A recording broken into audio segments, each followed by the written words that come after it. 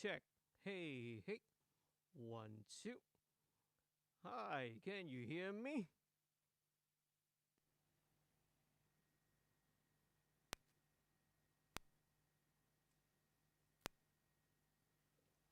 All right, my gain's a bit too low. Check, check. Voice check.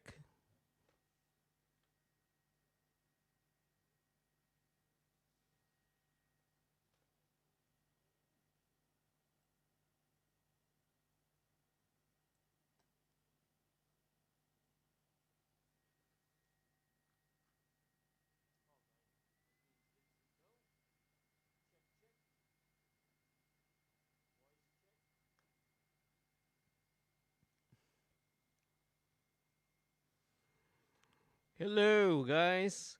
Dewataraya in the chat.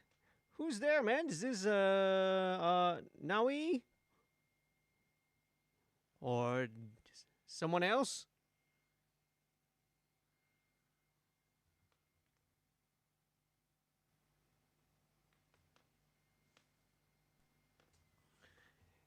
Hang on a second.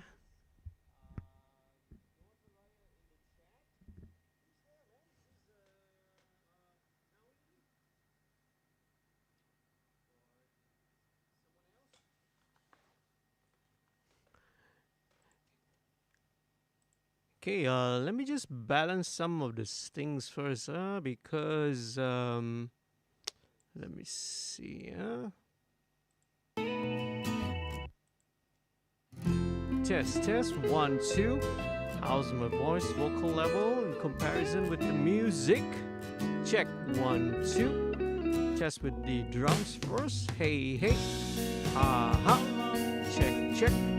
Test, test. Hey, hey.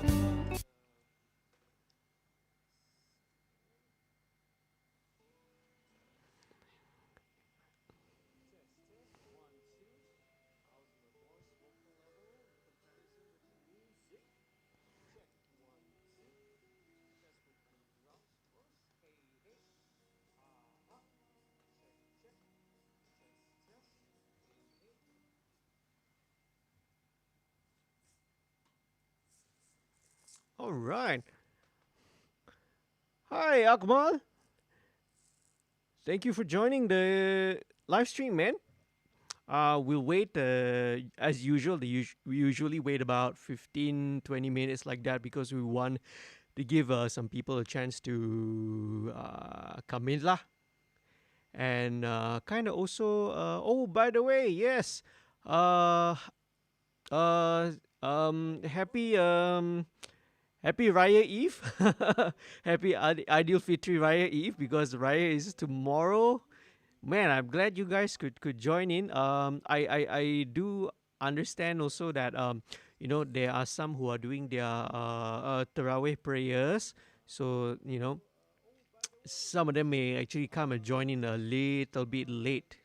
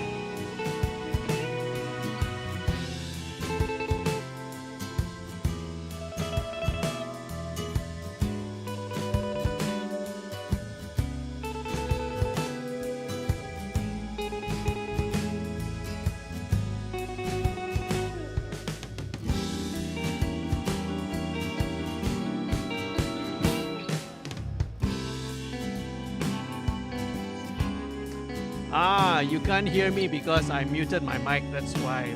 That happened to me once. We'll start in about 3 minutes at 9:30 sharp. Hello, Izzy. Well, glad you could join, man. You've been your videos with all the Novation stuff's been super cool.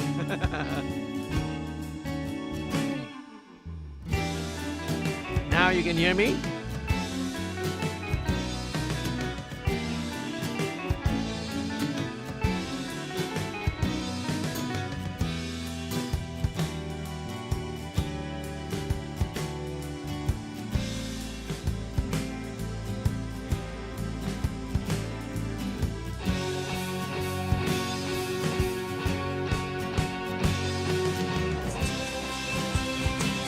Need some shaker and some cowbell.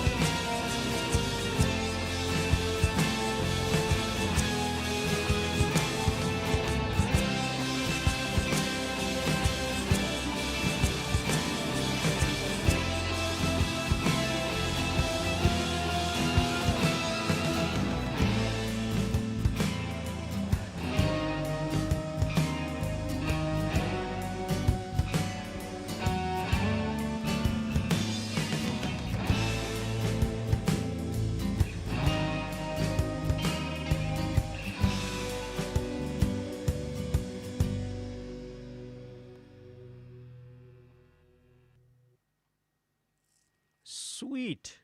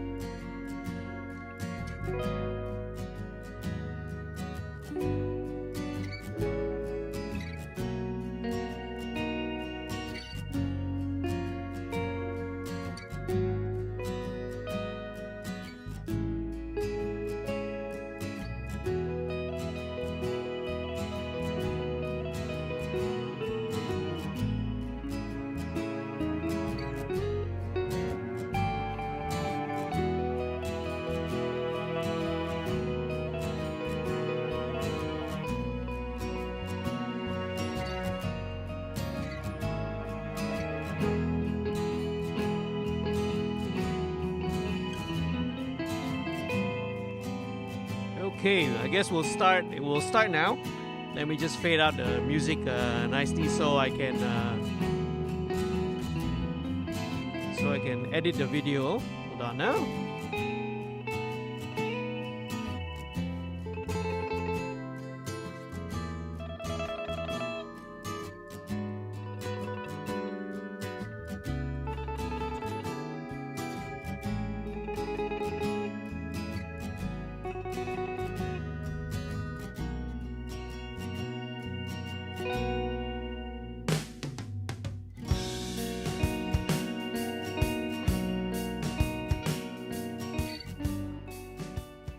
Hello, everyone. Welcome to episode 6 of Direct Access MixStream. You're with me. My name's JD. Thank you, first of all, for everyone who's joining the live stream. You guys can hear me, right? How's the audio on your side? You know, my voice. You can hear my voice. Can you hear the music fine? Okay. Yeah. First of all, thank you. A big shout out to all the patrons, right? Because of your support, really helps to keep this program going. It helps to keep me putting out more and more content on this YouTube channel as well. And I'll explain a little bit more about the patron thing. But let's move on with today's agenda. Okay. Right. Oh, first of all, let's not forget, right? tomorrow is Selamat Hari Raya, right? It's Raya Aidilfitri, right? So greetings to all our friends who are going to be celebrating Hari Raya tomorrow. Those of you may be watching this after, right? Hari Raya, a big Hari Raya Aidilfitri celebration to you guys. So hope you all are having a good time. I know it's not the same, this time round because of the situation that we are living in under this pandemic, under COVID-19. We can't really spend our times with our families, with our close loved ones. But hopefully we see. Let's look at a bright picture, right? Out of all this, even though we are far apart, we can still make use of technology to be together with each other. And I would love to be doing this, and having people around, and in the studio. But now we can sort of do all this virtually. So very, very cool. Now, who else is there? Welcome everyone. Hi to. Oh, by the way, Dewataraya are in the chat. So if you want to say hi to the band, please say hi. All right. Let us know where you're from. Okay, and if you have any questions about the song, if you have any questions that you want to direct to either the band or myself, or anything about whatever you're gonna see in the video today, just leave it in the chat session or leave it down in the comments below. Okay, right. So the song that we're gonna feature today is, of course, by the band Dewataraya, and it's their upcoming single called Masa dan Rasa. All right. Right. So who are these guys? All right. So they describe themselves as experimental folk progressive rock. And for those of you who've been tuning in before, just a couple of minutes before we went live, you will be able to hear the music playing in the background. So that's the music for the song. Okay. So by the way, now I'm gonna get some of these things out of the way first. One last thing. So this program, as it's called, is called the Direct Access MixStream. All right. So it's a mixing live stream. That's why it's called a MixStream. So what you can do is you can sort of see around the code that's living up there, the text there. So one thing that one of the main purposes of doing this MixStream is to allow not only just like an online kind of a mixing program or a mixing live stream workshop thing, but it's also to help allow some of the independent bands, independent artists to showcase, their upcoming material, their new songs, new singles that they want to release. So if you have the time, go and check out in the my YouTube channel. Go to the list and you can watch all the previous episodes as well. We've done everything from an acoustic song. I did the first one, which was an acoustic song that I did with Jamir from Slapshock. Then I did a hip hop beat. We did punk rock. We did Honest Mistake. We did Airwaves on Fire. 2 weeks ago, we did a new single from Rich of Estrange and Velvet. Right, they had a new single as well. So we did that. So we do everything, man. So from acoustic pop, hip hop, punk rock, and now today we are doing experimental folk progressive rock. With these guys, Dewataraya. So back to what I was about to say about MixStream. So it's a platform for them to showcase their new material.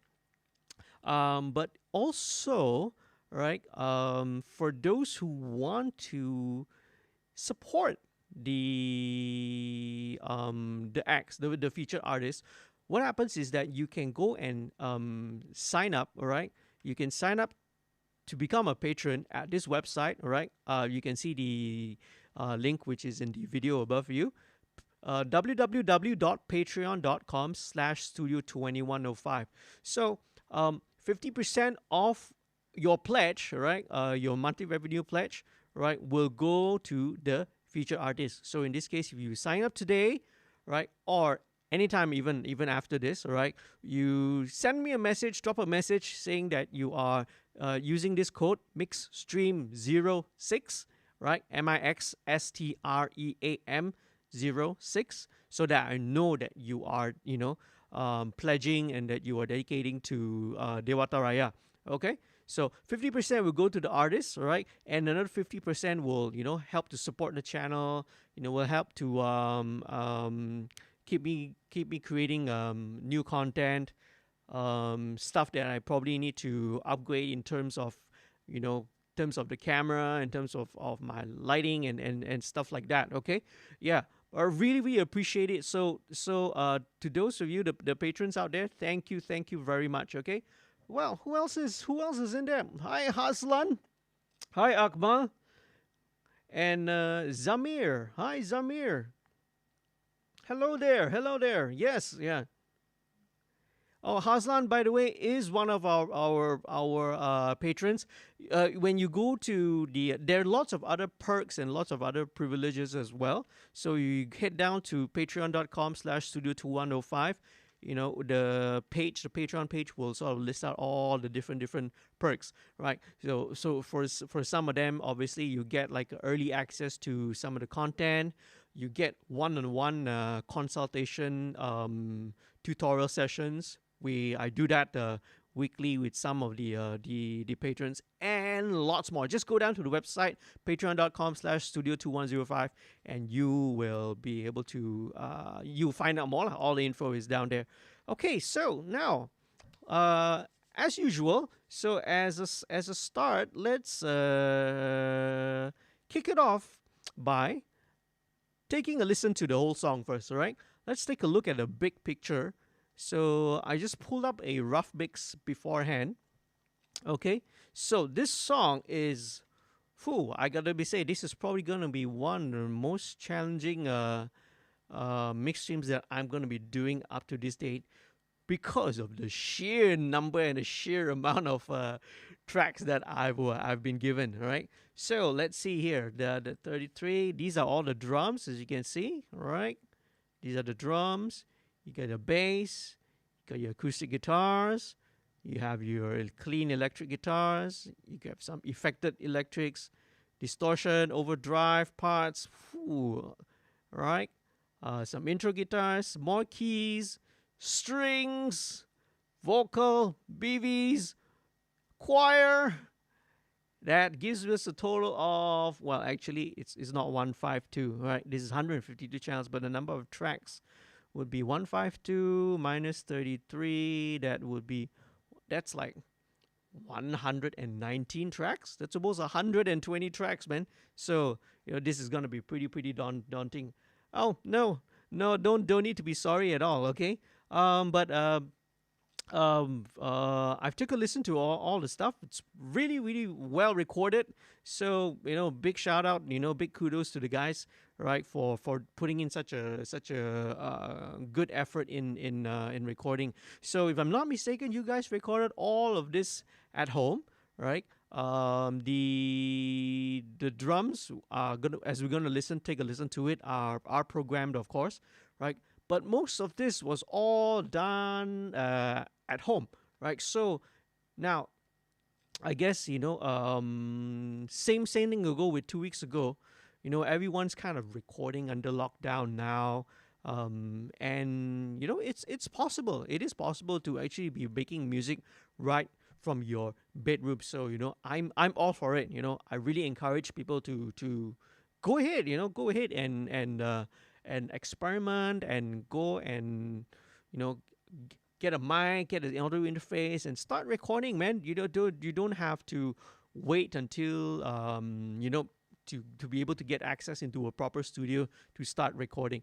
Of course, right? Hopefully, once everything kind of gets better, you do come into the studio here, and let's record and make music in the studio itself, lah. Okay, but this is a great example of something that was really well recorded. Okay, let's take a listen to the whole song.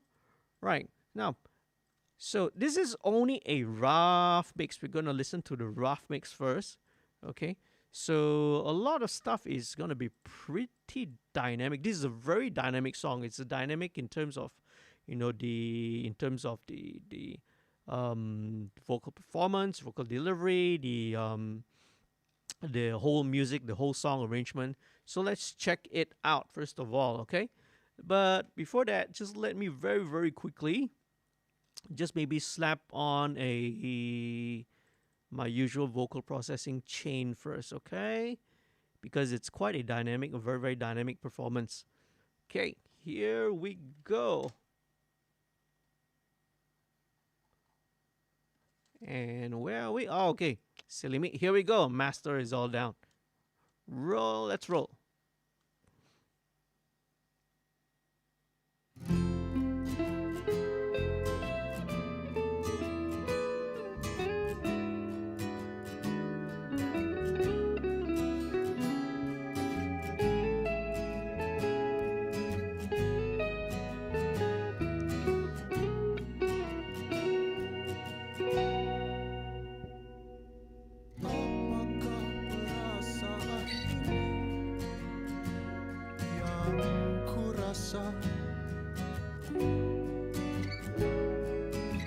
Serabut dan kusut, tetapi tenang. Aku ingin tahu. No, this was not recorded by me. The guys recorded it themselves. And very, very, very, very good sounding. Hello, Najmi. Hi, Daniel. Masa dan rasa andai aku ada kuasa, akan ku singkirkan semua yang bikin tersiksa. Itu semua mimpi gila. Oh, oh. Itu semua mimpi gila.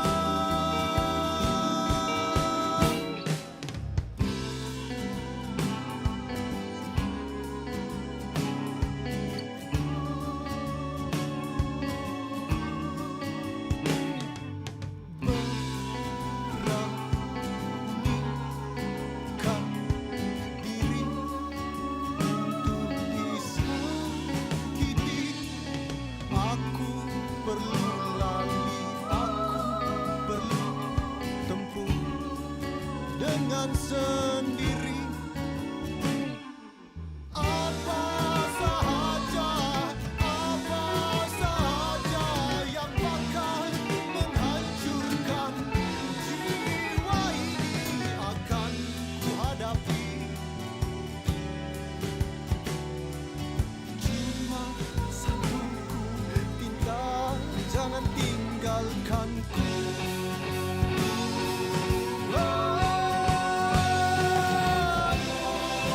Masa dan rasa andai aku ada kuasa,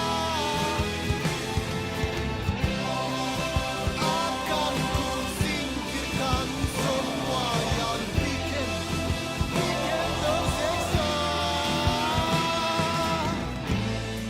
Itu semua mimpi gila. Oh, itu semua mimpi gila.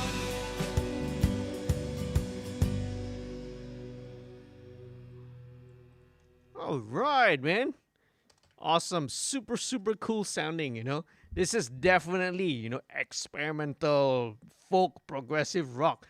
You can hear, the tonality, the modality, the key changes. It's like, very, very experimental. It's super, super creative. Okay, so now let's start first of all. Okay, those of you who've been watching, you would know. First of all, the first thing that I will always want to do when we start a mix, right? Of course, we've taken a listen to the rough mix. Okay, so you get a big picture. You get a big picture. A big picture look at how the song sounds like. What are the parts, that are in the song, what comes in. Okay, let me just mute everything first. So I'm going to start first of all with, naturally, let's start with the drums, okay? Right? So it's very, very important to work first of all with getting the initial levels right. So what I mean by that is that, your gain structure inside your mix, it's digitally inside, is also important, right? It's a topic. It's a huge topic that would probably worth a whole episode's worth of debate and discussion, right? About talking about gain structure, lah. But for me, in my opinion, it is still important, right? It's still important, right? What I mean by that is that you do not want to end up. First of all, obviously, you do not want to end up with a mix that is clipping your master. That's no good, right? Digital distortion clipping is bad. It sounds bad, and it's irreversible. You cannot fix it once it's there, right? Unless you're doing like a glitch or lo-fi music, then go ahead, distort the music all you want. No issues there, right? Similarly, also, you do not want your overall levels when you mix later to be too low, because later when you send it for mastering, or if you're mastering it yourself, okay, right, and that's another topic which I addressed in my weekly update videos. Go and check it out, okay? I have the links all down in the description later, right? So when you do it, when you send it off for mastering, if your levels are too low, you're going to end up probably with background noise, because all the hiss, all the noise is all going to be brought up. So you want to sort of you want to obtain, you want to have a good starting point. So what I do, right, is I use the kick drum as a reference. So let's take a listen. So these are all, if I'm not mistaken, done within. These are all sampled and programmed drums, but done really, really well. Really, really good sounding drums. Do you know? Maybe the guys can sort of enlighten us. What was this done in? Was this what sample library was this using? All right, so let's check it out. All right, so first things first, let me load up my usual. I always employ a combination of tape emulation and also console emulation software. All right, plugins. So I already have this lined up. So what I have in the first insert, all right, is Slate Digital's virtual tape machines. Okay, so virtual tape machine, you are basically the whole idea of doing this inside, the digital environment, inside a DAW environment, is because, well, there's a lot of so many of the records that we know, that we love, that have that amazing sound. A lot of them were actually mixed, recorded, and mixed on large format analog consoles. Obviously, now we're coming to 2020, and as technology evolves, more and more music is being created, is being recorded, is being mixed totally in the box. But somehow, our ears still find is we still gravitate towards that sound. So that's why these plugins are gaining in are very very popular now. So how now there are different approaches to using it, but generally what the main approach is that we are going to be trying to sort of simulate or emulate how the signal flow works in a analog console, okay, in a large format analog console. So whether it's coming in through the channel, your input channel, whether it's going through the different various buses or subgroups, and then even on the output when you are outputting to when you are mixing it down, all right, so it all starts there. So what I have on every channel, and this is going to be almost on every channel, I start with the virtual tape machine first. So this is just replicating as if the track was coming off a analog tape. So here what we have is that a couple of parameters that I will usually look at would be, first of all, speed. There's either 30 IPS. IPS here stands for inches per second, right? So that's the speed of the tape while it's moving in the machine, right? So it's either 30 inches per second or 15 inches per second. So the difference between the two is 30 IPS, as it's because the tape is spinning a lot faster, right? Has a much better and a higher high frequency response, right? So you can it's a little bit more fuller and wider frequency response, right? 15 IPS on the other hand, it is half the speed or of 30 IPS, 30 IPS. So this tends to be a slightly more warmer sound, right? So you can switch between the two and decide which one sounds best and works best.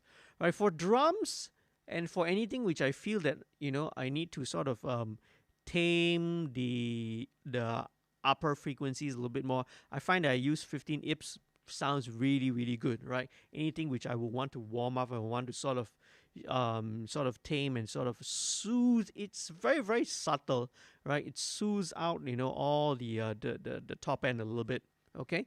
Machine type, you have your 2-inch 16 track, okay, or you have a half-inch 2 track. So generally speaking, if it's on in a channel, in a mix channel, right, I use this one 2-inch 16 track, right? So this is coming off as if it's coming off from a multi-track multi-track tape, all right. And then you have tape type. You have FG456. FG456 is the Ampex 456. It's a slightly warmer sound. Again, I prefer this for tracks. I prefer for the channels. I prefer using the FG456. But when later on you see in the master bus, I'll have the FG9 instead. Okay, the FG9. Again, FG9 is it's another. This is the Quantigy GP9. It's a different type. It's a different brand of tape, different formulation, so it also has a slightly different frequency response. FG9 is a lot more wider frequency response, so that's why it's much more suitable to use as a mix down, right, for mix down. But for recording, I'll stick with FG456. Okay, so very quickly, this is what I have, and then the next thing, all right, I have this instance of, all right, Slate Digital's virtual mix rack. So once it's coming out from a tape machine, now we are going into a console. Okay, so the virtual channel is one of the plugins which Slate Digital was very very famous for. Right, this was one of their first products that they came out with. So basically, this emulates the channel, all right, the channel strip characteristics of an analog console. So there are many settings here. You have USA, Brit 4K, 4KE, RC Tube. This little sign here, right, is a Trident, which is a Trident console. Brit N, right, and is NIF, US is A. So my favorite is the USA, the API setting, right. I think like probably 60-70% of the time I always use the API console, because that's the sound I like. You know, I prefer the sound of the API actually, as opposed to SSL. Okay, right? So that's cool, right? Not to say SSL's no good. You know, it's just my preference. Okay, I prefer the sound of the API. Okay, now next thing I have here. This is a preamp. So this is the FG73, which is an emulation of the Neve 1073 preamp. All right, so this is basically what we have. As you can see, it's a tape machine, you know, going into a channel of a analog console and using a preamp of a Neve 1073. So I have this right in my chain. So let's take a listen to it first of all.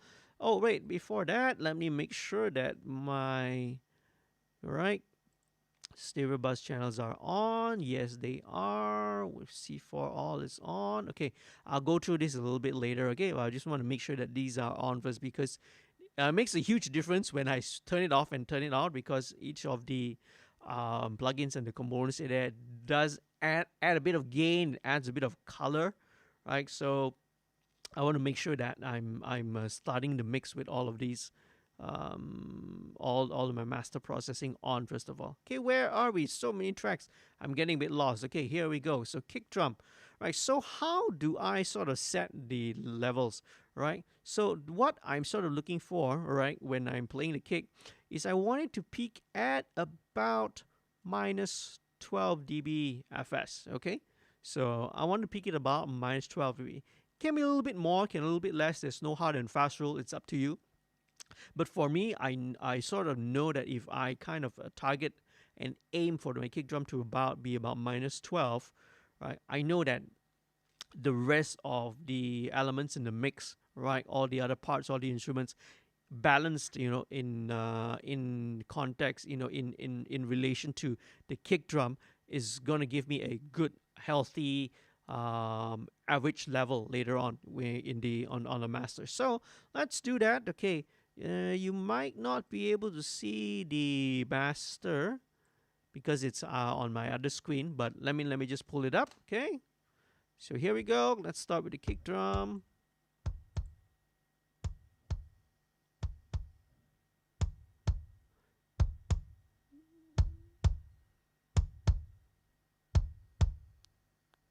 Okay, so I'm set about minus 2. Yep, so you see, kind of averaging around that, about minus 12, okay? Doesn't have to be super precise, all right? I just leave it at that. Okay, cool. So let's go on right now to, let me see, okay, right. What am I gonna do now? You ask me? I don't know, man. Mixing is, you just go with the flow, all right? So let's start with the kick drum. Da-da.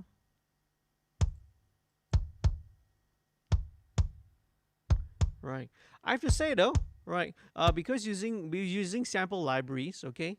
When using sample libraries, the sound is usually the samples that have been recorded are usually, you know, already very well recorded. They sound really good. You know, it's recorded in very good studios with very good microphones, with very perfectly well tuned drums. So very often when it comes to sample libraries, like, there's not really much to do actually. You know, to be honest, I'm perfectly happy with the way it already sounds. There's, you know, don't really need to. I don't feel that I need to do much towards it, right? Much for it. In fact, when it comes to program drums, what we want to do is we actually want to find ways to make it, to dirty it a little bit more, because it's, you know, it's so perfect, because it's so clean, right? We want to sort of dirty it, make it sound a bit wrong, make it sound a little bit, you know, imperfect, you know, to sort of bring back and make it sound a little bit more live and a little more convincing. But it helps. The programming was done really well, and the sound sample was also the samples sound really good. Okay, so let's go ahead. So these are all stock Logic samples. Wow. Okay. Amazing. According to Nawi in the chat. Yeah. Stock samples, man. There you go. Okay. So what I'm gonna look for is usually, the fundamental of a kick drum, right, is usually kind of anywhere between 40, 50, 60 hertz, is usually around there. So sometimes it helps to clear up the first harmonic, which is an octave above the fundamental, right? The reason why, all right, and later on is that let's say the fundamental in this case, it's let's just assume it's 50 hertz, okay? So 50 hertz, that's your fundamental of a kick drum. So your first harmonic would be an octave above. That's about 100 hertz. Okay. So what I would usually do is that I would sort of kind of scoop out a little bit around at 100, because what that does is that gives space, for the bass guitar, which is going to come in later, right? So when you're mixing your low end, when you're dealing with your low end, you have your kick drum, you have your bass guitar. Maybe in some other styles of music, you have bass synths, you have a lot of other stuff. So each of these need to be given its space, because it's very quickly, if they kind of fight and they compete for the same frequency range, you soon end up with a very, very super, super muddy sounding mix. Okay, so let me look for it first. All right, so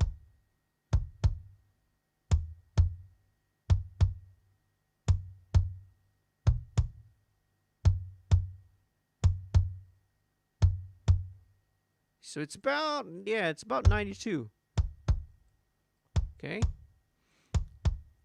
right, just a tiny notch.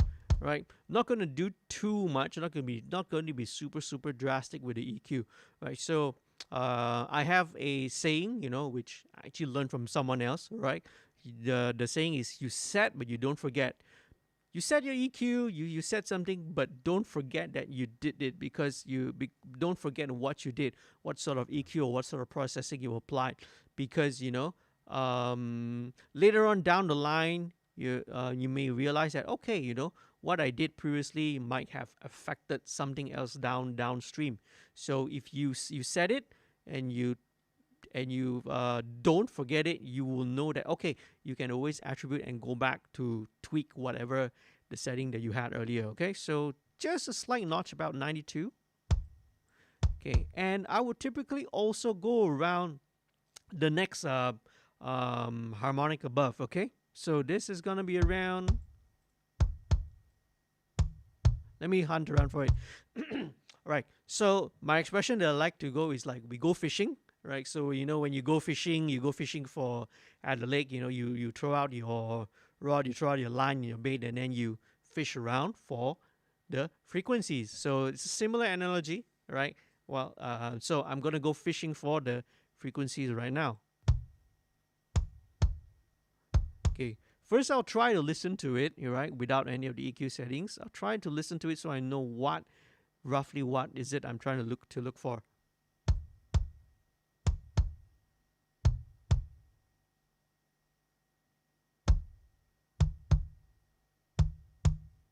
This one, all right. So it's about 150, 100. It's about 150. That's slight honkiness to slight boxy sounding frequency, right? With different kick drums, it's gonna be different. Sometimes it's a little bit lower, sometimes it's a little bit higher, but it's kind of usually around that. Okay. Okay, maybe a slightly wider Q again, but not much. All right, just a couple of dB. All right, so let's just leave it there. Pretty happy with the way it sounds. Oh, I forgot to mention, do a little high pass at 20, because again, just to sort of clean up the ultra super super low end. So now let's bring in the kick out. Let's take a listen to how it sounds first. First of all, same thing. Let's bump in the tape and console emulation. Let's take a listen to how the kick out sounds.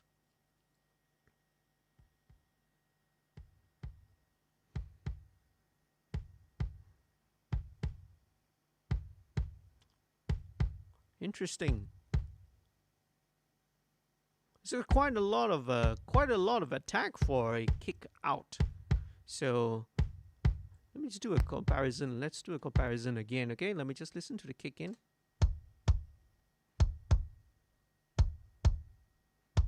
Okay, let's listen to both.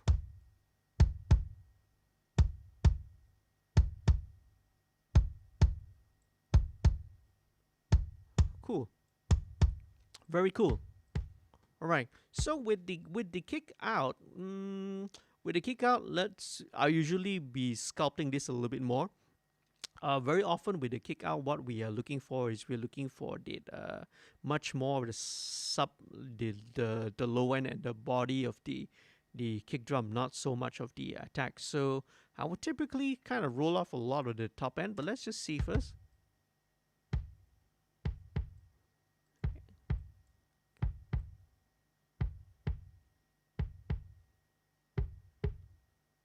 Okay, we got a little bit of build up at about 400. Let's roll all that. Let's kind of sculpt that out.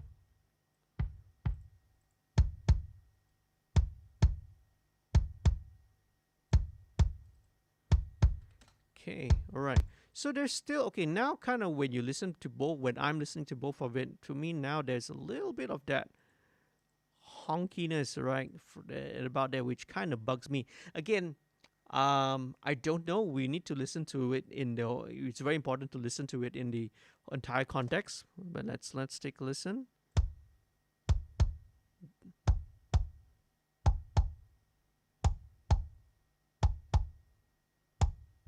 Yeah, about that kind of. There's a bit of a boxy frequency there. Again, this could be exactly what we need later in the context of the entire mix. But for now, let me just kind of notch it out over there.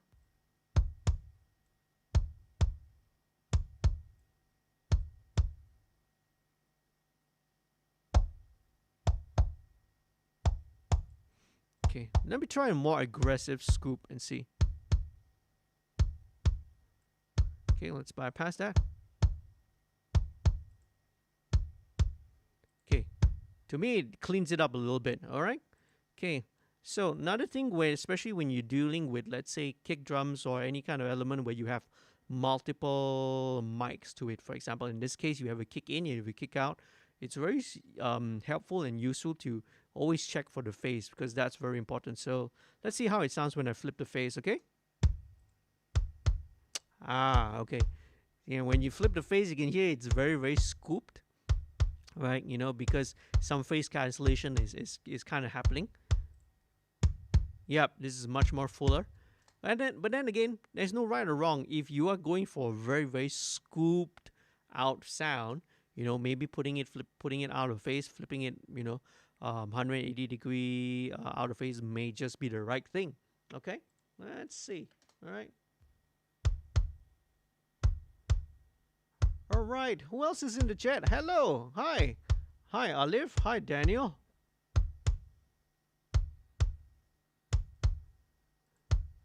Okay, very cool. Okay, let's leave it that. So next thing I would bring in is the overheads. All right, those who watch this will know that I always prefer, when it comes to drums, I always do more of a top-down approach.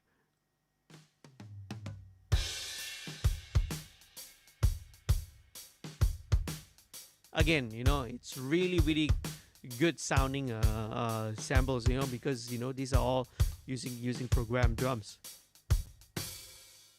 Okay,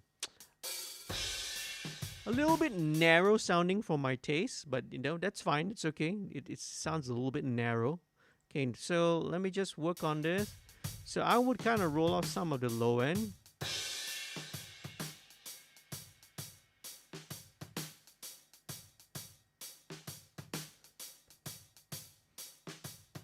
Okay, when the snare hits there, it's a little bit of resonance.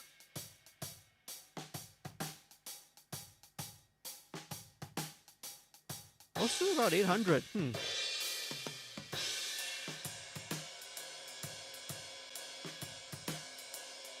Okay, and then when the ride cymbal plays, there's a little bit of that low end build up. At about 550.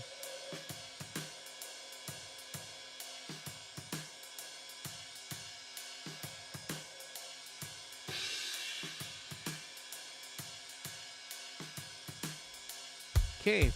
Yep.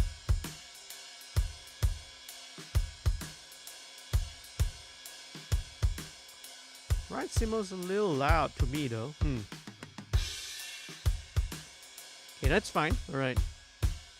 Let's leave it at that first. Okay. Then now we bring in the snare. Okay, as usual, same thing. Let me just pump this up. Oh, that's not the right one.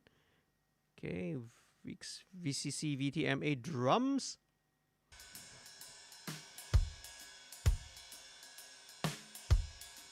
Sounds like, you know, those really old vintage kits.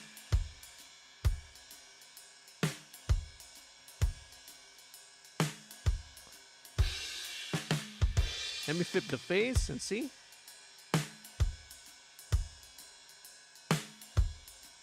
Somehow it sounds a little slightly fuller when I flip it.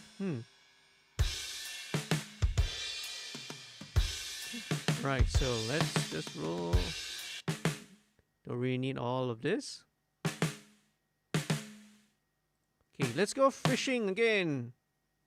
Okay, it's got a bit of.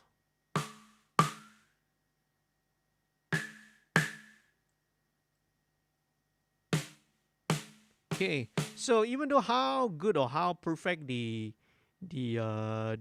drums may be, right, may be well recorded, there's always gonna be some imperfection. There's no such thing as 100% a perfect sounding recordings. Okay.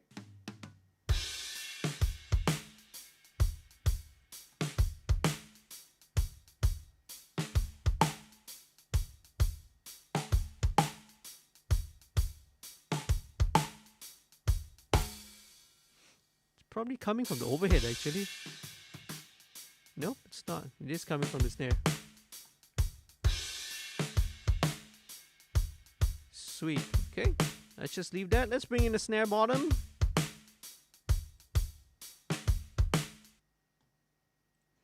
Okay, with the snare bottom. Okay, I don't want so much of the resonance from the snare bottom, because snare bottom, it's more of snare bottom. What I want is more of just the rattle, all right, of the snare. So let's get that out. That's about 320. Don't need that. There's another one up here.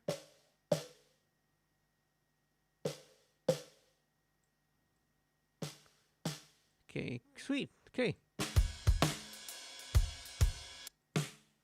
Okay, let's listen to this, the two snares, snare top and snare bottom. And because I flipped the phase on the snare top, it might be necessary to flip this. Let's take a listen to if I flip the snare bottom. Oh, there we go. All right, all the low ends back in focus. Yep. So strangely enough, right?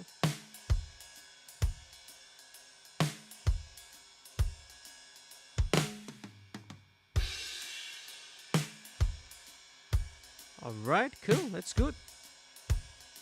Okay, next thing, let's go and explore the room microphones. Okay, so there is quite a selection of room tracks that was given, right? So let's take a listen to these one by one. But let's start first of all with the same thing, the tape and console emulations. Let's drag to all these the other tracks. Let's listen to this one first, room 1. Let's see how it sounds like. Okay, so this sounds more like a... This is very mono. It's more of a mono room. Let's take a listen to this guy.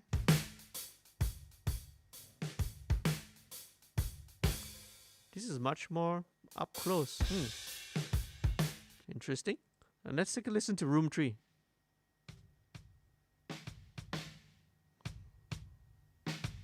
Oh, it's only the kick and snare, huh? Interesting, right?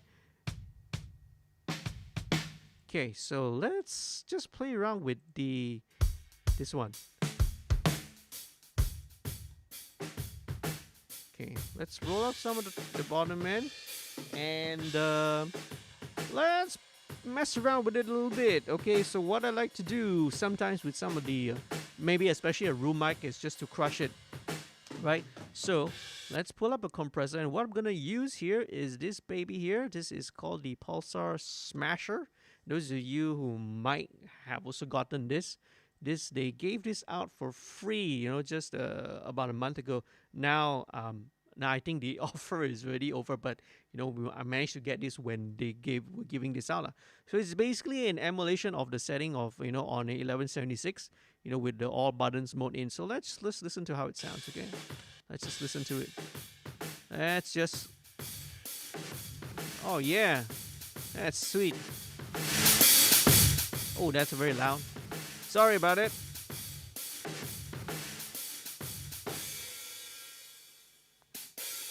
Oh, that's really nasty.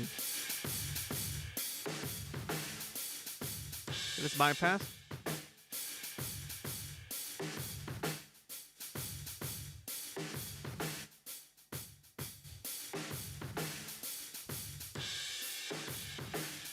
Let's roll off some at the top end.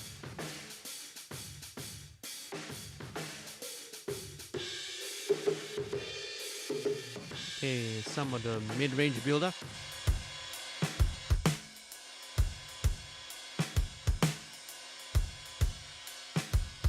Okay, sweet. Now, next thing I'm gonna do is I'm gonna add a little bit of reverb. Okay, I like to actually put the reverb not on the close mics. I actually like to put it on the overhead and the room. So let's use. I'm just gonna show you what I mean.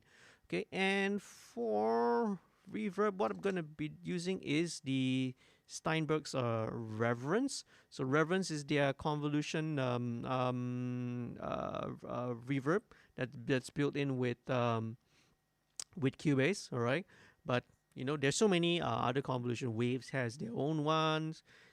Liquid Sonics also has, so you can always check it out. So I'm gonna go and look for my go through my reverb IRs. Oh, by the way, all right, if you sign up for my newsletter, the MixStream newsletter, all right, I'll leave the link down in the description again. Okay, if you sign up for the link, you sign up for a newsletter, you will get not only the IR libraries, impulse responses that I've collected over the years. So I've got all this, from Eclipse, H3000, Lexicon 40, Lexicon 960, or the Lexicon PCM series, Sony Bricasti M7, SPX 990, TC 6000. But I also have a lot of my snare samples which I recorded over the years. So these are just some of the free goodies. If you sign up for the mailing list, right? You will get it will take you to a page where then you can sort of download the all this free content. We know we love our free stuff, right? Okay, so go check it out. Okay, let's go. Check it out later after the stream. I'll leave all of the links in the description below. So I'm gonna look for what I love and my favorite, sort of IR preset here is one from the good old Yamaha SPX 990. It's an inexpensive effects unit, snare plate. Okay, so let's check it out. Let's see how it sounds.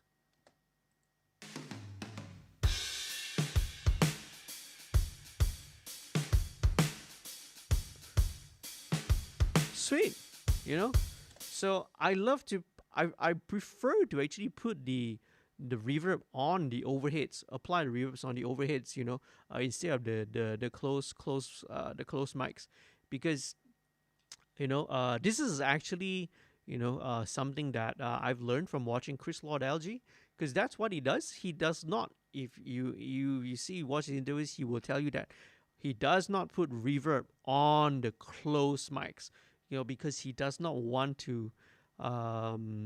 Because the reason behind it is because when you put reverb on anything, it will always automatically kind of rob a little bit of punch, because it always pushes things a little bit further in the back. So that's why he only kind of puts reverb on his reverb on the overheads, right? So not on the close mics.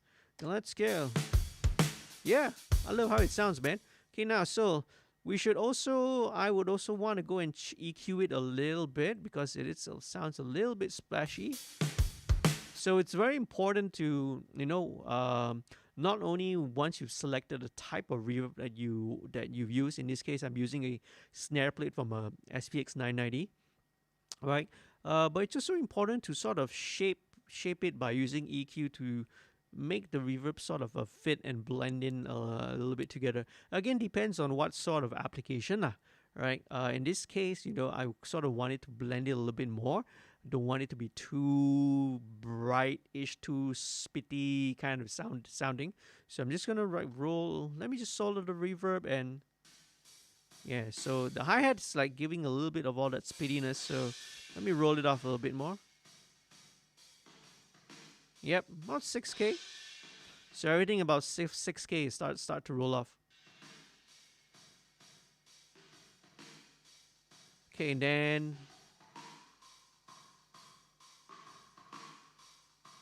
about 1.1K, you get a little bit of slight bit of a resonance. Again, it depends. It's not necessary, if you feel that if the EQ sounds fine the way it is, you don't have to do it. But for me, most of the time, you do need to sort of EQ your reverb a little bit to make it blend. All right. So let's just leave it at that.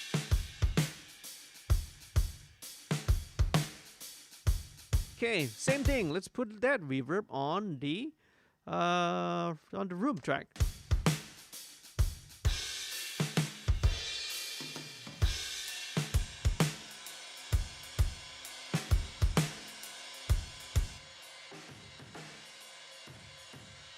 Okay, very cool. All right. Oop, that's went a bit too loud. I wanted to put 0 in here, not on the mixer channel.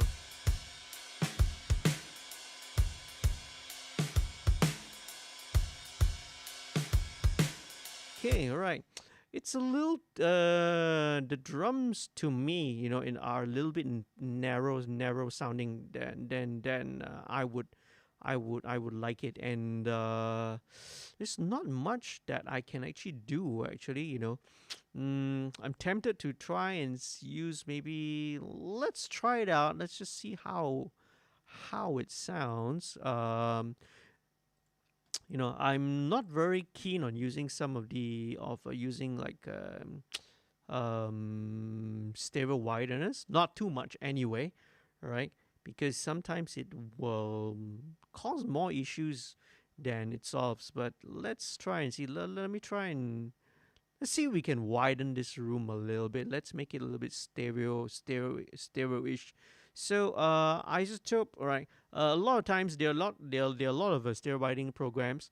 Like Steinberg has their own. If I sometimes just want some basic normal stereo widening, I'll just use the stock one that's inside Cubase. There's also Waves S1, right? S1 is like a very old plugin, but still does a fantastic job. I use that a lot.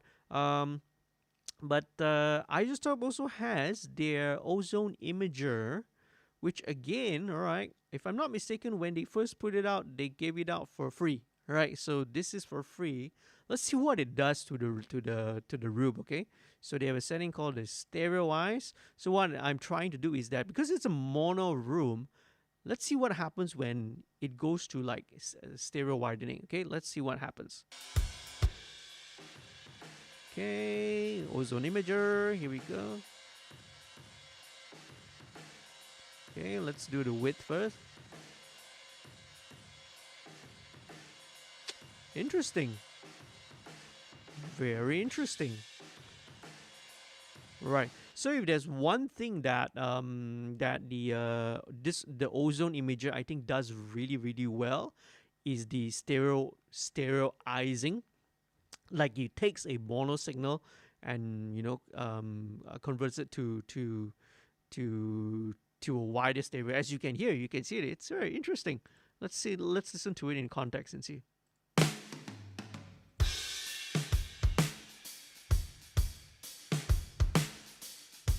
Let's do it without. Oh wow, yeah, it's really cool. I like it. Let's bring the amount down.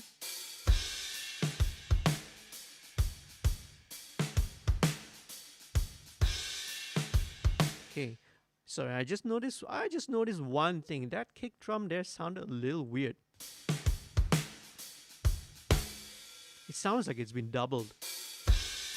You know, because something sounds like it's out of phase. That very first kick drum. Let me take a look.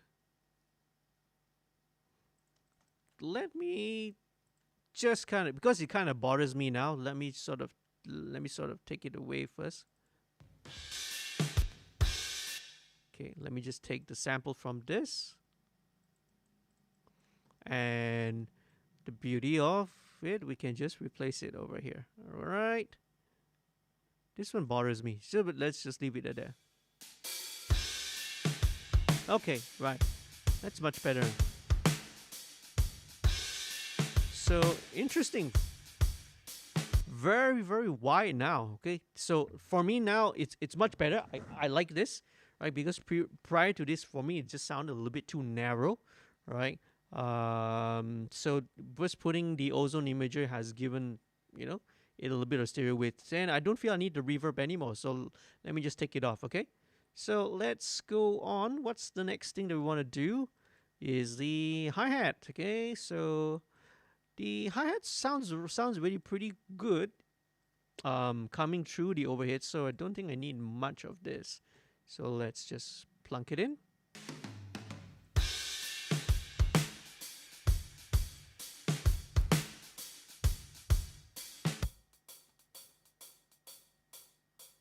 Yeah. Excuse me. All right. I took a little sneeze there just now. All right. So yeah. Don't need so much of this hi-hat.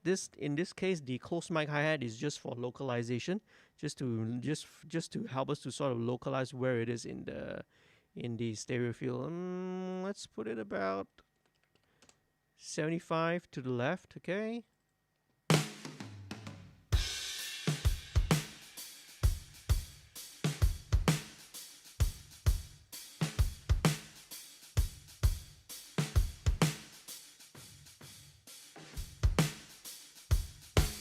Interesting, right?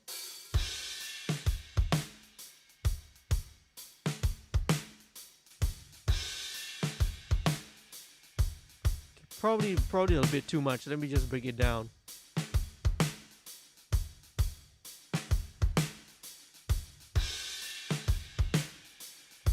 Okay, that works for now. All right, let's move on to the toms. So I would like to look for maybe a section here where I can hear all the three toms playing. So let's see. Let me just chop this up first. Okay, right.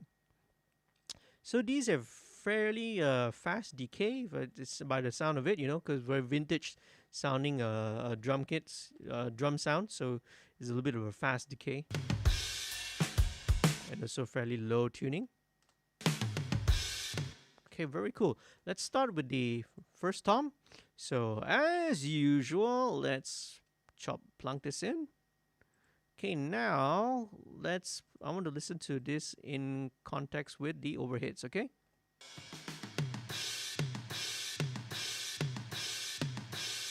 Okay, let's flip the phase first. Okay, yep, so alright, phase in this case, leaving it as normal is the best sound, because putting when you flip it, see, it suddenly gets sucked out all the body. Yep, so let's leave it there. Okay, here we go. It's on loop. Okay. Very, very dry sounding actually, but again, because these are these are using a drum sample, so there's less of all the bleed and all the leakage. So let's just EQ a little bit. Let's go fishing again. Sounds really, really good actually. Again, I don't think we need to do much to it, all right? Okay, but what I will usually do, all right, is that with toms is I would want to just give it a little bit more meat, a little bit more meat. So this plugin by Boss Digital Labs is called the Bark of Dog. So it's basically a resonant filter, right? So what happens is that when you have there's some EQs, right, which you can sort of boost and cut at the same time. One of the most famous ones, of course, being the Pultec EQ. So you can always apply and boost, and it's got a very, very unique characteristic. What it happens is that at around the center frequency, right, it will boost around the second center frequency, but slightly above that, beyond that, right, it will scoop it out because it's based on the shape of the filter. So it's very, very useful, when you want to like give body, you want to like beef something, or you want to give something a little bit more low end, a little bit more body to it, but without making it too muddy. So this is pretty useful, right? You can also simulate it with a regular EQ. You can also do it. A regular EQ, stock EQ, can also do the same thing. Like for example, when you take, let's say, this low shelf, and when you put the Q, how do you do it? Okay, yeah, let's adjust the Q. Okay, maybe not this one, maybe this one. Yeah, you see, so it's something like that, right? So it does it with its characteristic shape. You different filters also will have different shapes as well. So let's see, what does this do? So yeah, so it boosts this area. Is there another one? Yeah, okay, yeah, this would probably be more accurate as to what the Boss Digital Labs does, because you can see that it boosts the center frequency around where you want to boost the it gives the low end boost, but above that it also sort of has a little scoop to sort of scoop out some of those frequencies there, so you don't end up with having a very muddy or a very boxy sound, right? But Bark of Dog just does it in a special way to me lah. Okay, so I usually start at about 5 dB. So let's look for where is that particular frequency. Okay, so let's do it by ear.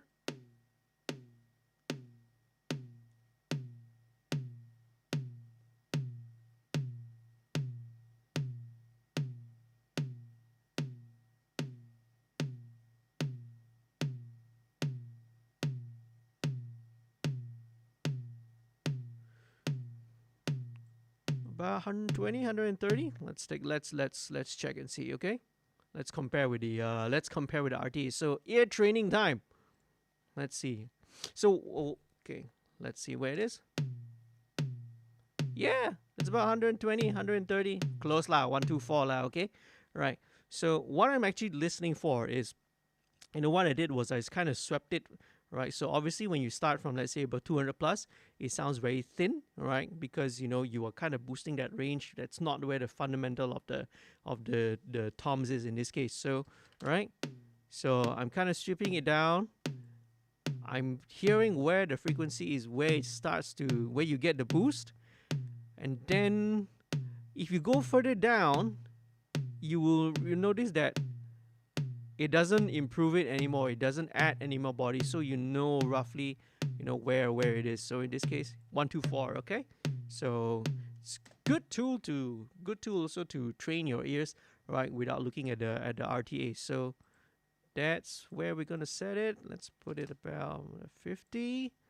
Okay, so now let's replicate. Let's do the same process with the other toms. Okay, so same thing. Let's put the tip and check the phase first.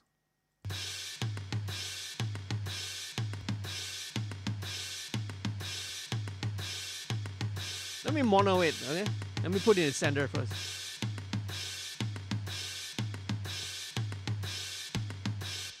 Somehow on the tom 2, when the phase is inverted, right? When you flip the phase, it sounds a little bit fuller. So let's just leave it at that first, okay? Okay, right.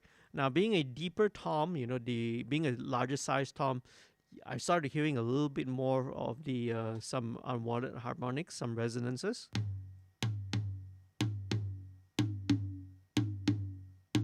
at about 300.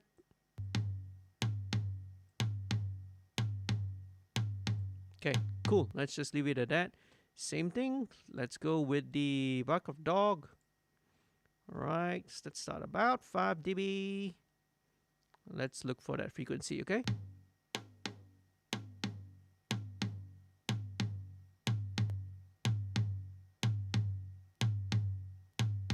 Okay, you see when I go down there, it doesn't improve anymore. It's about 100. About 100? Yeah, about 100, man. Okay, very, very cool. All right. Okay, last thing, floor tom. Floor tom, let's do the same thing. All right, hey, thanks for joining, Zach. All right, sorry, I'm not really, because I'm kind of really looking at this, I'm not really paying attention too much to the chat. I'm really sorry, man. All right. So again, those of you last week, you know, will know that there was um, no MixStream. All right. So last week's band, we're gonna push it to next week lah after Raya. Okay. So where are we again? Okay, floor tom 3. Okay, cool. All right, the phase is good the way it is. The phase sounds good the way it is. Okay, so it's got a bit of the resonance. You know, in context, it's probably fine to just leave it in there again. You don't have to EQ it.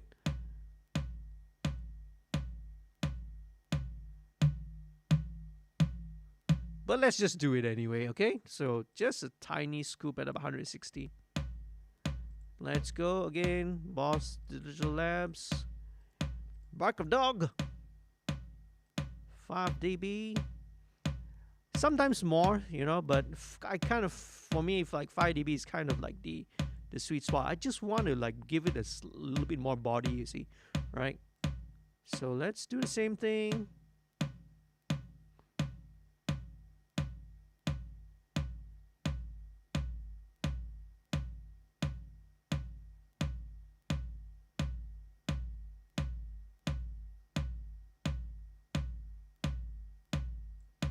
Let me just bypass it.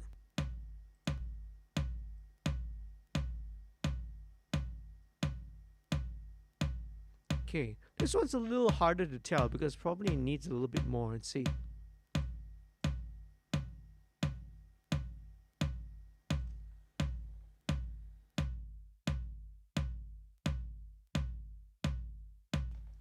About 66, 70 hertz maybe?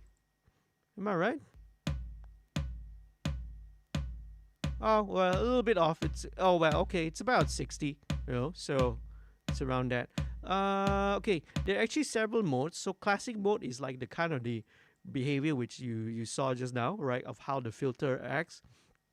So passive, when it goes to passive, this actually is more of the behavior of the Pultec EQ, right? Because on the Pultec EQ, you can boost and you can also cut the low end at the same time simultaneously. So this replicates more of the behavior of a passive.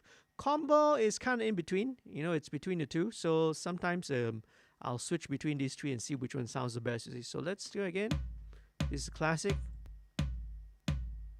Combo. I like passive actually. In this case, it sounds a little bit bigger when it goes passive. Okay. Okay, cool. So there we go. Those are that we got our toms.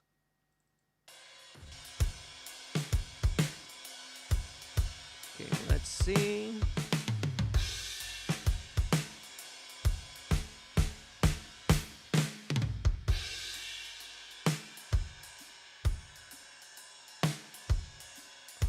Okay, might be a little bit forward now, but let's just leave it at that first, okay?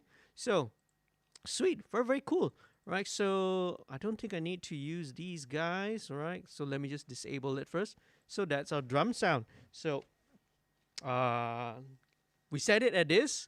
Let's move on forward. Don't, for me, I think mixing, you need to move fast. You don't want to spend so much time on one element and sort of lose, the overall picture, right? So let's move very, very quickly. Let's go into the bass, all right? Let's go with the bass and let's see.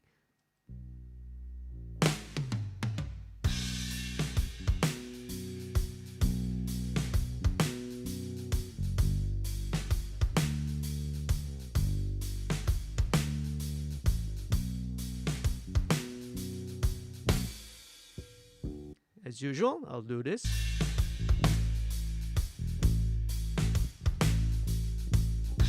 Okay, so this is a DI.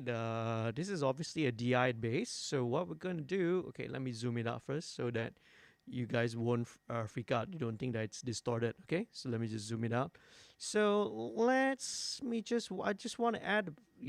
It just needs a little bit more sort of a character, a little bit more oomph to it. So let's do this. Let's duplicate this guy. And you could probably guess where I'm gonna go with this. So one is going to be the DI track.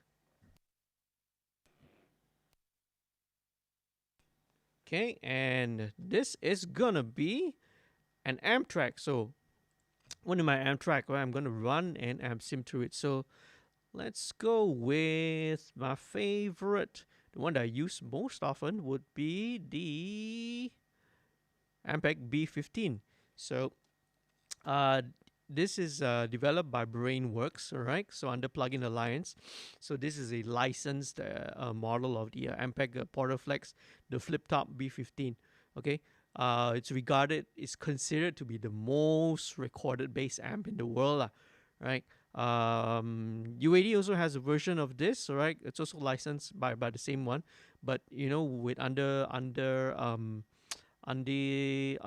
Plugin Alliance, which is this one, the bundle that this one comes in, it doesn't have to run on the UAD processor chip, you see. So I actually just did a video on Wednesday. Every week I do the weekly update Wednesday, and I actually discussed a little bit about UAD plugins, right? What are the benefits, what are the advantages, and what are the disadvantages. So you want to check it out, what I have to think about, UAD versus non-UAD versus native. Go and check out that video. All right, it's down in my channel. All right, but I also I'll leave it in the description below. Okay, so let's go with this baby. All right, so there are a lot of cool presets which are already there. So I want to go for something that's a little more, character, right? So the idea of running it through the amp sim is that I want to sort of impart and add a little bit more character to the sound, right? In conjunction with the clean, direct DI bass tone. So let's go with let's say 1966. Let's go in the 66 one. So you turn up the volume, you get a bit of that grit.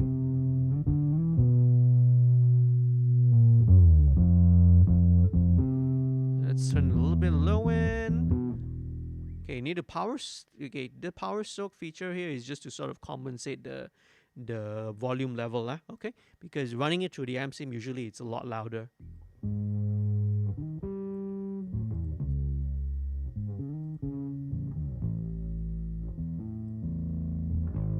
Yeah, let's boost this treble up.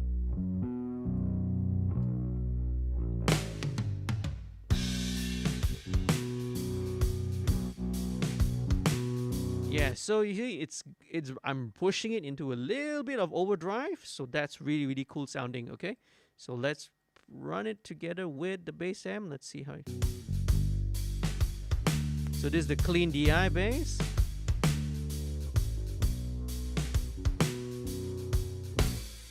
Right, sweet, very, very sweet.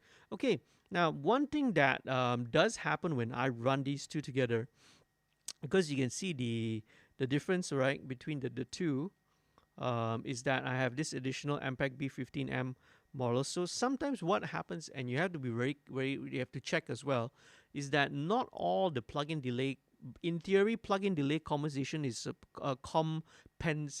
supposed to take into account, different lengths of your plugin chain, right? But it's not all plugins may report their latency values and their accurately lah. So what happens now is that actually there's a little bit of delay, right? The signal that's going through the bass amp track, because it's running through not only the virtual tape machine, the virtual mix rack, but it's also running through the Ampeg B15 model, right? So this it takes much more longer for the signal to run throughout the processing. So there is a little bit of increased latency. So there's a slight delay. So we have to check that. Okay, so it's very useful and important to check, especially when you are anytime you are sort of grouping or you're bussing anything together. Always check and see whether whether when something sounds off or not bad, not right, sometimes this could be what's causing it. A little bit of delay or latency compensation, which is in essentially causing it to have a bit of phase cancellation. So what we do is, okay, so the bass is all being routed into this bass group here. Okay, so let me just bypass. Oh, never mind. I can just leave this in here. So where's the bass? Okay, so everything is kind of a bypass for now. What I would do is I have this plugin here. There are a few others, but this is very, very easy to use. This is called Waves in. This is called In Phase. So I'm gonna go for In Phase Stereo because we are firstly on the stereo bus, and it's also easier to analyze it that way. Okay, so how it works is that now I'm going to take the bass amp, the bass signal, pan it left, hard left, and the bass amp pan it hard right. Okay, so let's see what does it do. Okay, right, so this is the waves in phase, right? So of up here, this is the channel 1, in this case left, right, the bass DI, and this is channel 2, the bass amp. So let's run it through. When you run it through, you see that you start to light up, and what you want to do is you want to capture. Okay, so let's play it. Okay, so you capture it.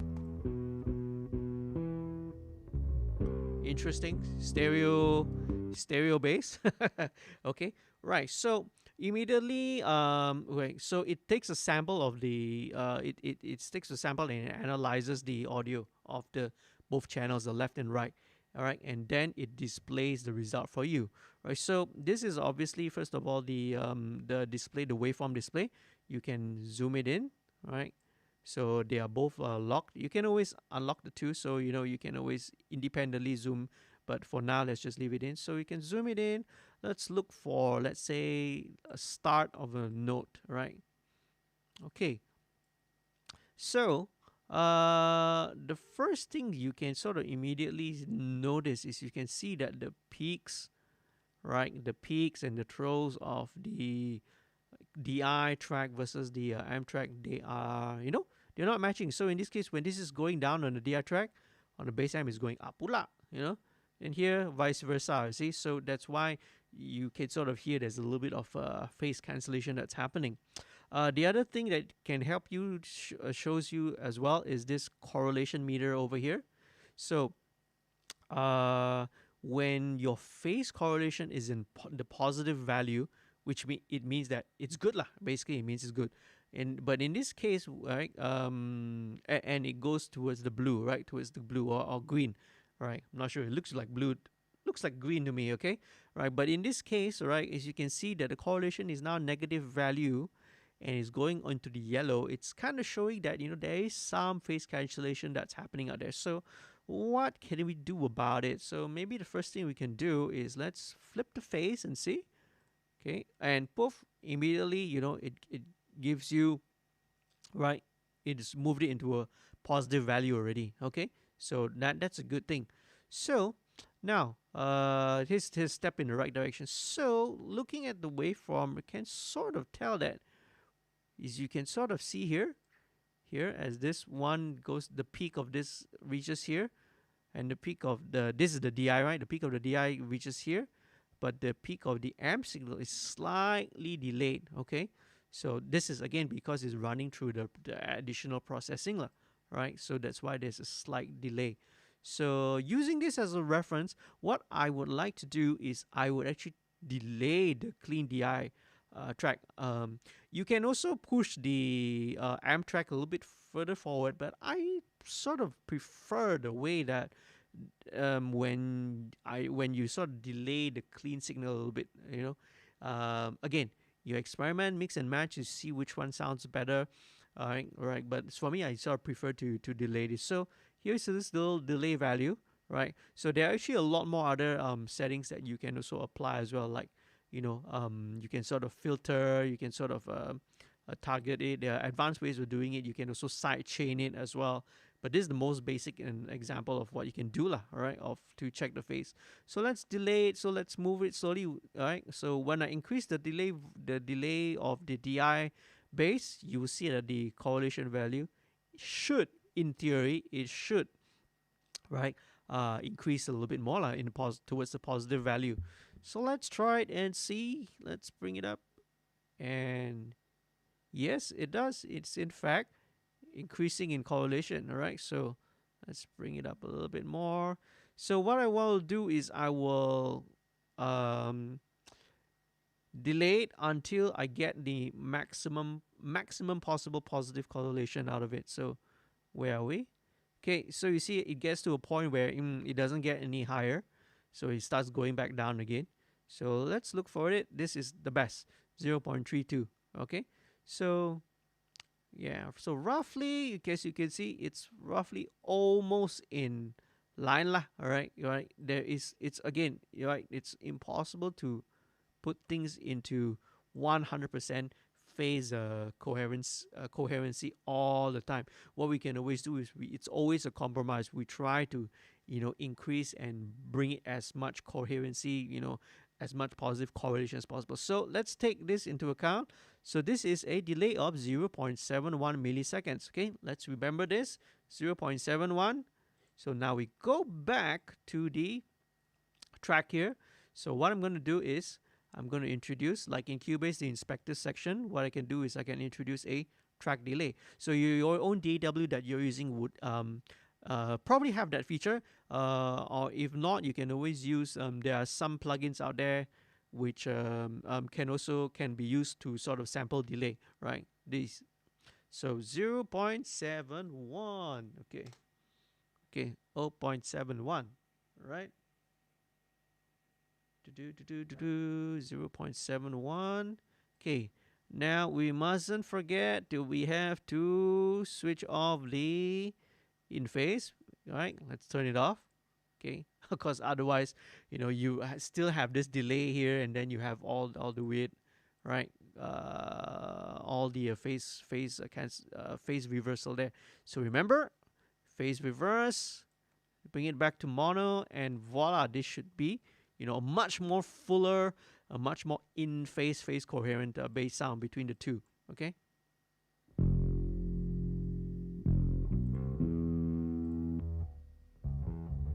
See, all right.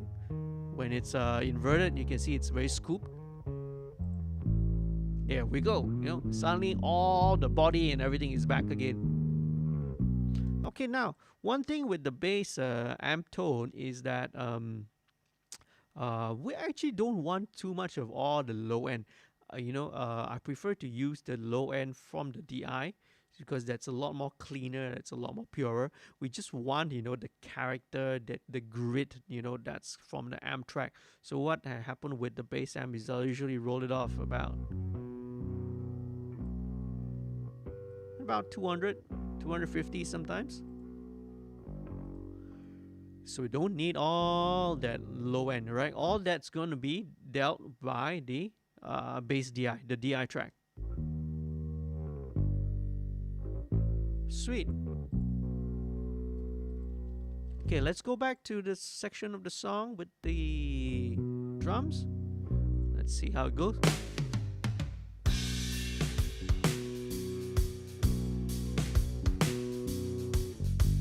Let me just blend it in again.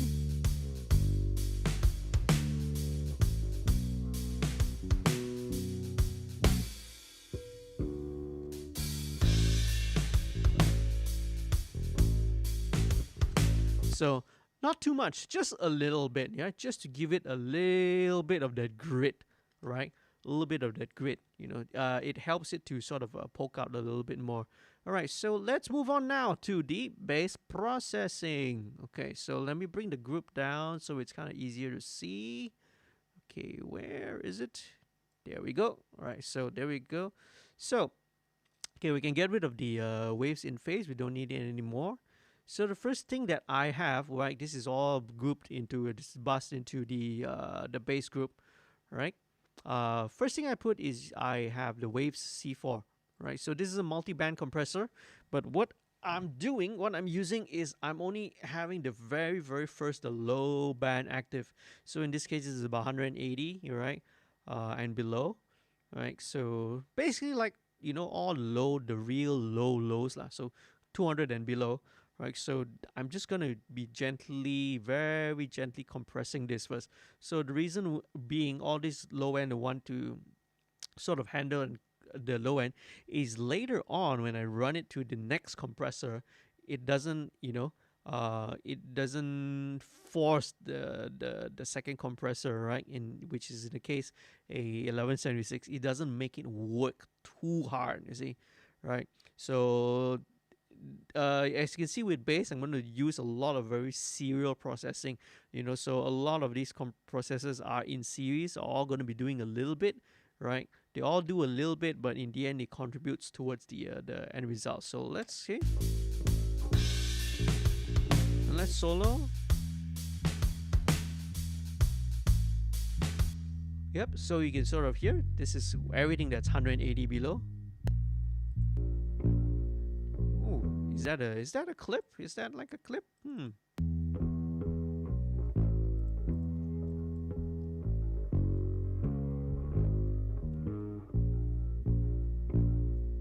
Okay, don't know where that is, but in case I hear that again. Okay, cool, right? So that's what it's doing lah. It's just keeping the lows under control.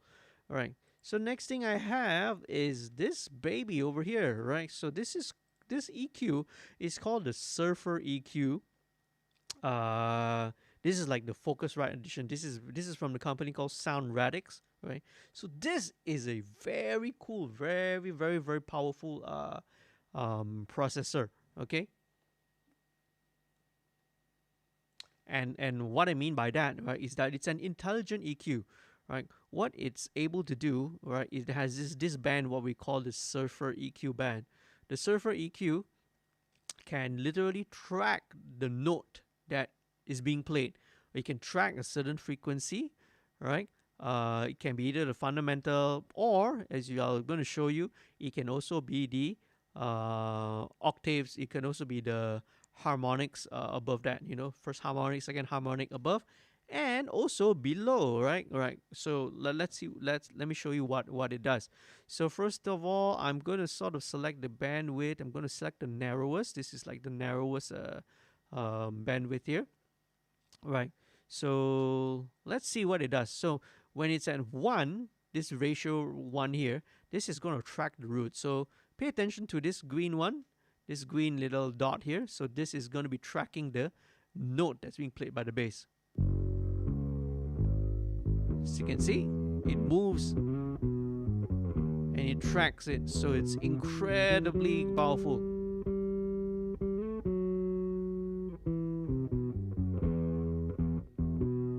Incredibly powerful. So what I'm going to do is that sometimes I want to sort of get with some of that upper harmonics, which makes it a little bit muddy. So I'm going to try and look for and see which one. So in this case, let's start with the third. Very often it's the odd numbers, right? Because they're not really, for me in this case, right? Because those are not really the frequencies which are, how do we say? They're not the frequencies that are harmonious or consonant with the root note lah, with the note that you're playing, right? So let's see what it does. I'm going to emphasize, kind of overemphasize it a bit so you can sort of hear what it sounds like.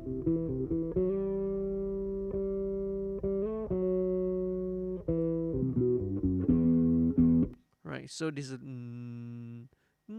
so this is like a fifth above, you see.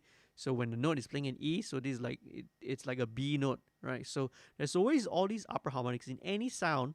right? Whatever sound there is always these upper harmonics. But these harmonics actually help to define the character of the certain sound, right? It helps us. Harmonics is the harmonic content helps us, you know, differentiate between the sound of a piano with or the sound of a guitar, or in this case a bass, right?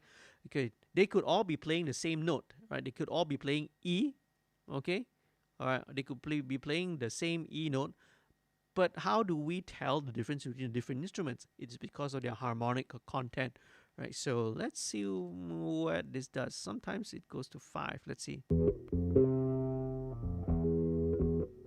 Okay, I think the fifth.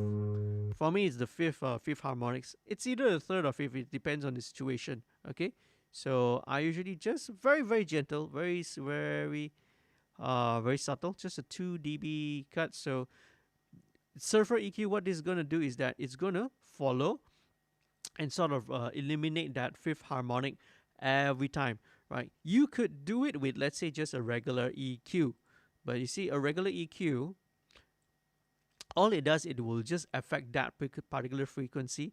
And sometimes, you might want it. You see, you might want this particular frequency there, right? Then sometimes it won't work on the adjacent when the notes are traveling. You see the harmonics also change. You see, also shift. So that's why surfer EQ and this intelligent EQs are very powerful tool. So yep. So let's do that. Okay, cool. All right. Is that another clip which I'm listening, which I can hear?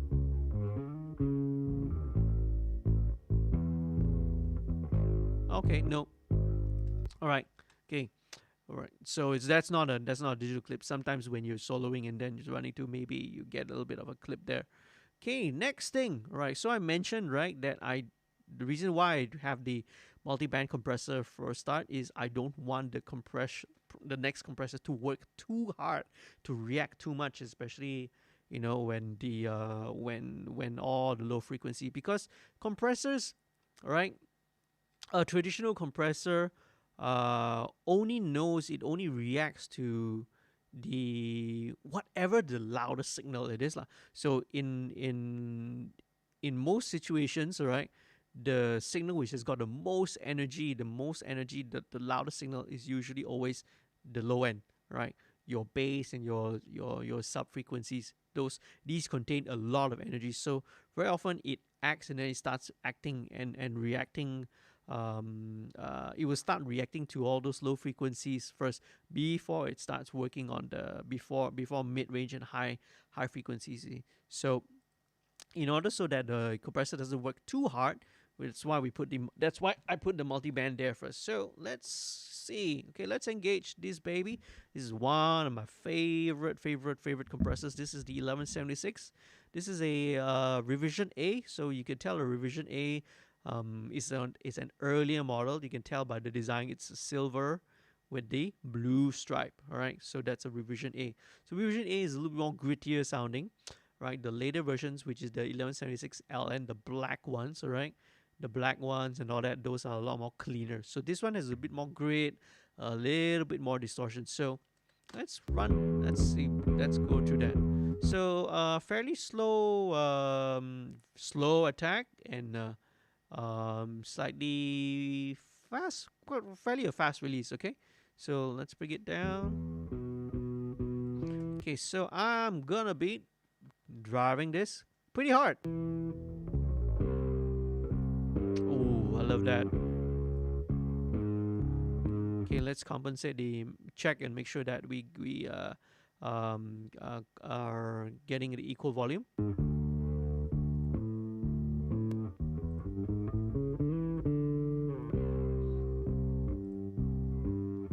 So much more even and much more solid, man. Okay, let's get rid of the in phase. Nice, I like it, right? It's beautiful. So the next thing I like to do, right, is this guy here. This is also another newer generation of all these intelligent smart plugins. So this is called Bass Rider. So Bass Rider, you can sort of imagine, right, if you have someone, a sound guy someone inside there who responds and reacts super fast to all the volume changes. That's essentially what bass rider is. Okay, there's also a version for vocal called vocal rider, right? But this one is tuned specifically for bass. So as you can see, this is the main control here. This is the rider. Now this is basically just a fader. As you can see later, it will react. It will react when the signal is being fed through it. This is the range. So range puts the what's the top limit and what's the bottom limit for the rider fader to move. Well, it's very important to set it because if your range is too narrow, then it doesn't respond or doesn't react as quickly, right? Again, that could be what you want. Again, but if you have it too wide, then sometimes it responds too crazy, right? So I can give you a good example. If I were to put my range a bit too high, it's gonna do something weird, especially when you get to long sustained notes at the end. You see what happens, okay? All right.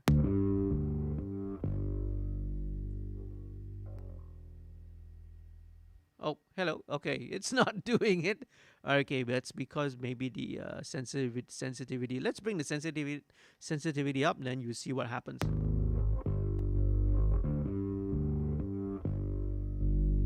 See, it does this, which you don't want it, you see, because basically what it's trying to do is when the volume of the bass, the tail of the bass volume goes down, it's trying to bring it up because you told it to, ride the bass level and keep the volume consistent there, you see. So you don't want that to happen. So that's why, it's important to sort of set the appropriate range lah, where it's supposed to react. So for me, just a very fairly narrow.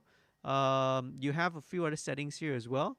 You have your sensitivity level, high or low. For me, 99.9% of the time, straight up 12 o'clock, 50 mid works great already. You have a response time, you have slow or fast, right? So for me, slow, because again, I want it to be very much more subtle, okay? So there are a few other parameters here, like spill, artifacts. These are settings to, like, say, so to ignore some of the noise sounds, maybe like fret noise, finger noise, and all these those kind of sonic artifacts.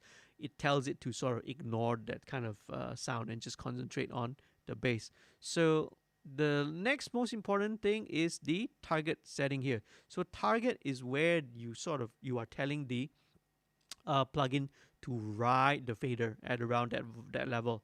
Okay, so let's play the bass.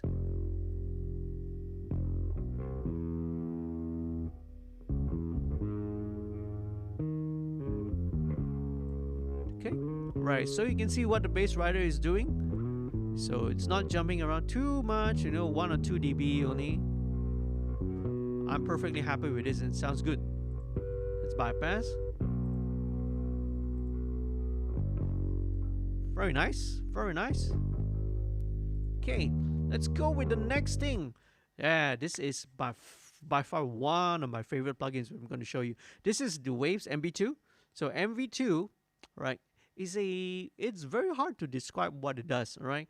Because it's not only a regular compressor or like a maximizer, right? It does something what we call the low level compression. It's like a combination of parallel compression, expansion, kind of a thing, right? So super simple again, right? Super simple plugin to use. It's got only 1, 2, 3. It's only got 3 settings. Okay, so low level is the low level. What they refer to as low level compression is that it's bringing up all low level information, the low level detail, and sort of bringing it up. Okay, so it brings it up. So it adds, it brings out detail. It brings out whatever stuff, all the elements and the details that is usually kind of more buried down, in the sound, right? And it helps to bring it out, right? It's great on bass, in this case, which I'm using on bass, but it's also great on a lot of stuff, right? Which we'll see later on. Okay, so high level compression. This is your regular compressor, lah. All right, so when you have peaks. Oh, by the way, right. So the low level compression, because you are bringing up all the low level detail, it brings it all that up without affecting the transients. So that's one of the beauties of this plugin. Okay, so high level. Okay, as I was saying, high level is your normal regular type of compressor lah. All right, so you have peaks, you have transients. It brings it down. So I'll just leave this at that. I'm going to just kind of work on this first. All right.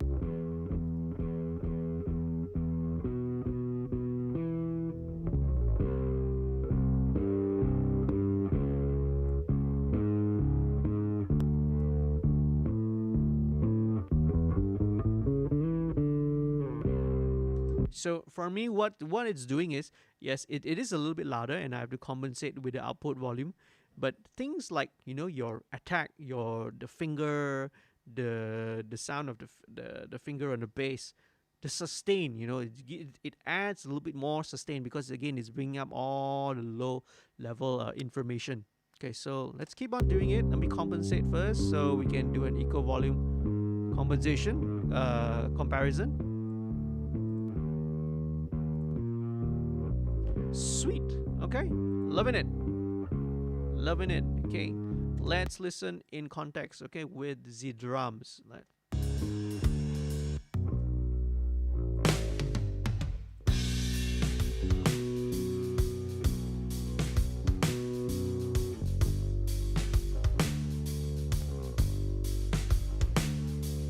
Okay, I feel like I want to sort of tweak the EQ2 settings, the surfer EQ again, because maybe it's another harmonic.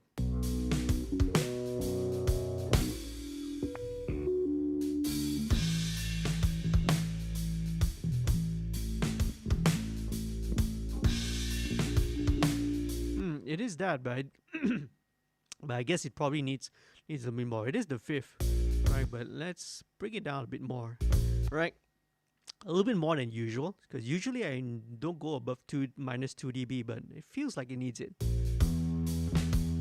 Okay, that's better. All right, so just about minus 4 dB now. Okay, that's a lot better.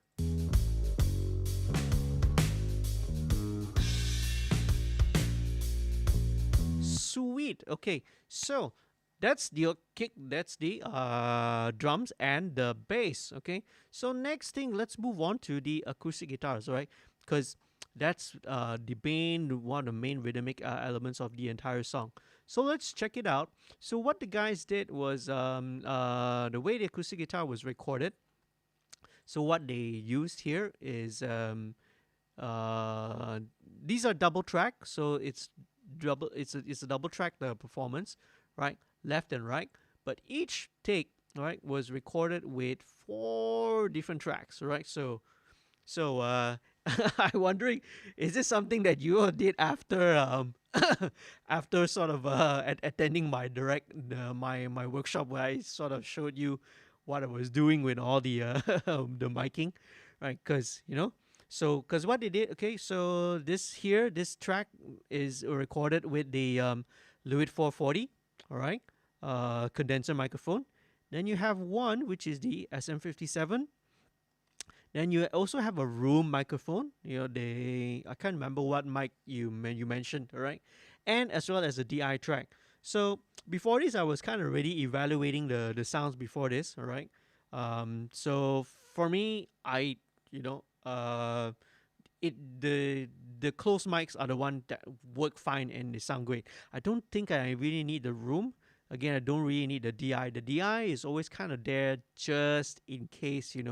It's DIs are always it's always going to be a poor substitute for the real thing. If you can mic up a guitar, an acoustic guitar, a good sounding acoustic guitar, which in this case was Nawi's Taylor, right? So it's good sounding guitar, right? And you just mic it up, it sounds great.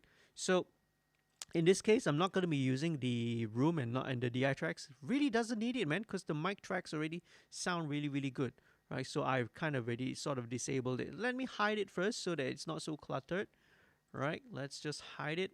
Same thing with the room. Let's just hide the room tracks so that we don't have so much stuff going on. Let's bring this guy down. Okay, let's send a group here. So let's start. Okay, let's start first of all with the acoustic guitar, with the condenser microphone. Let's listen to it, okay?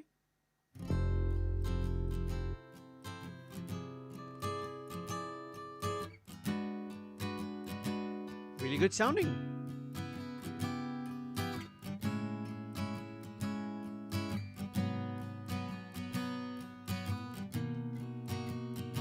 Oh, the Surfer EQ. If you own any piece of Focusrite equipment, Focusrite gear, so like say maybe a Scarlett or Claret or even an ISA or whatever, it's free for Focusrite users.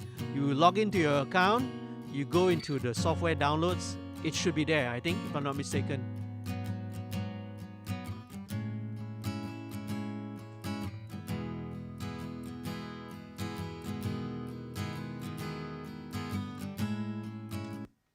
That sounds really, really good, man. Okay. Okay. I'm just using a little bit of a Vocal Ease vocal spray, right? Not endorsed or sponsored by them, by the way. So this is really, really good if you are a vocalist or you are someone who uses the voice a lot, because this helps to sort of ease and soothe the throat. Okay, all right. Okay, so let's listen to the SF57 track. Okay, let's listen to how it sounds.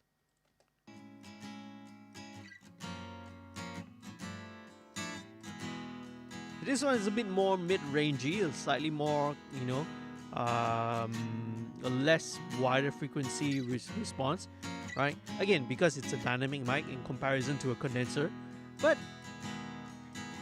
it's got a nice edge to it as well. So really don't mind. Let's see how we can use both of them, right? In this situation. So now again, now we are dealing with multiple mics. It's very, very important for us to. Oh, hang on. Oh, it's already here, right? Yes. Okay, it's already here. Okay, where are we? So many tracks. Okay, I'm getting lost. Okay, so now, okay, I mentioned as well. You probably would have noticed. I mentioned we're talking about replicating the signal flow, right? Just a quick sidetrack, huh? So not only do I put the tape emulation and the console virtual channel on the first slot of the insert, but also every time when we route it to a group or send it to a bus, right, I would put another instance of this guy here, right, another virtual mix rack, but this one is virtual mix bus. So there's a difference between the two. There's virtual channel. Let me just pull that up again. So this is the virtual channel. This is virtual mix bus. So the channel emulates the characteristics of the channel strip of the console, right? But virtual mix bus, it emulates the characteristics of the mix bus, the master bus. So for example, on the master of an analog console, or in this case whenever using a subgroup, okay, I like to use this because it's emulating lah, right? So I wouldn't sort of discuss. I'll leave the discussion of all these what I think or what I feel about all these analog console emulation plugins, right? It's a topic that wouldn't want to discuss in the live stream, because it would take too long, man. Right? But basically, basically all you need to know is it sounds good lah. Okay, so I'm trying to emulate this. So even on the groups, I always have the instance of the virtual mix bus right down here. Okay, as usual, my favorite, the API setting. Okay, so as you can guess it, what we want to do is when we're dealing with multiple mics is we want to check the phase. Right, let's see. It sounds good already on its end, but it's worthwhile. It's worthwhile to just go and check it out and see. So same thing, right? Put in an instance of the in-phase stereo mode, pan the two tracks left and right, the two tracks in question left and right, and let's analyze it. Okay, capture. Okay, very good. Immediately you can see that it's giving a good result already, right? 0.42 means that it's good. That means it's good. Very, very good phase coherency, good phase correlation values, which means good microphone technique. Okay, again, big shout out, great job, guys. You all recorded it very, very well. Trust me, sounding better than some big name studios tracks which I get from some big name studios. Okay, it sounds better. So again, great, very, very proud of you guys, man. Right. So let's zoom in. Okay, pretty good already. You see, there's not a lot of Okay, and I have to disengage this, so because the, as you can see, quite in phase. You can see the waveform is generally, almost similar wherever it peaks. The similarly SM57 peaks as well. See, the SM57 looks a little bit more jagged, huh? Interesting. Okay. When it goes into a throw, when it dips down, SM57 track also dips down, which means that it's all good. So let's see. Let's take this guy for example. All right. Let's go micro analyze it a little bit further. So obviously we flip the phase. You can hear, oh, it's gonna be bad. Okay. All right. So this is negative values is bad. Again, you not to say it's bad or wrong. If you wanted to be really experimental and go for an out of phase sound, if that's your intention, go ahead, man. There's no right or no wrong. Okay, but in this case, let's try to make everything as phase coherent as possible. So let's see which one is can I improve. Let's pull the SF57 a little bit further back and see what happens. Yep, okay. Because I can sort of kind of see that the SF57 is a little bit ahead. Tiny touch ahead. So, yeah, when I drag it back, it sort of improves the coherency a little bit more. 0.45. Yep, not more. 0.45, right? Yes. Yeah. It's very tiny, man. You're looking at 0.31 milliseconds. So 0.31 milliseconds would be, so 1 millisecond is 1 foot. It's about approximately 1 foot. So 0.3 would be, wait, my maths, man. My maths is terrible. So with 0.3 per seconds would be 1 foot, 30 cm, 10 cm apart. Let me just make a guess. Maybe you guys, how did you all record it, right?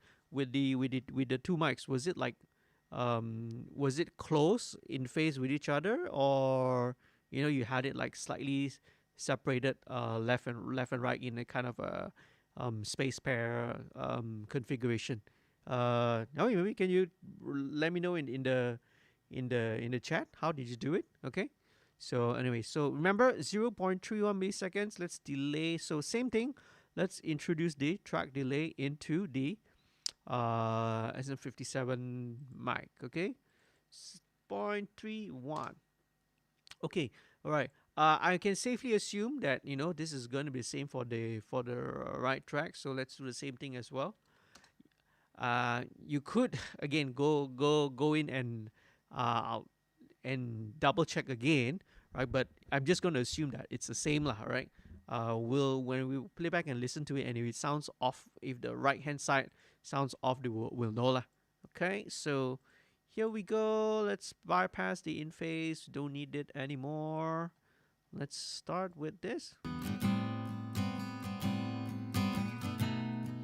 Okay, as usual, let's go with the tape emulation. Okay, here we go. Right. So now when I'm going with guitars, right? So when I'm going with guitars, you will see that I have switched to 30 IPS, right? 30 IPS. So 30 IPS is going to be a little bit more fuller range, okay? Fuller frequency. So almost everything else is going to be 30 IPS, like guitars, keyboards, piano, vocals. I will use 30 IPS. I'll only use like 15 IPS when I'm dealing with like drums, bass, and like electric guitars, right?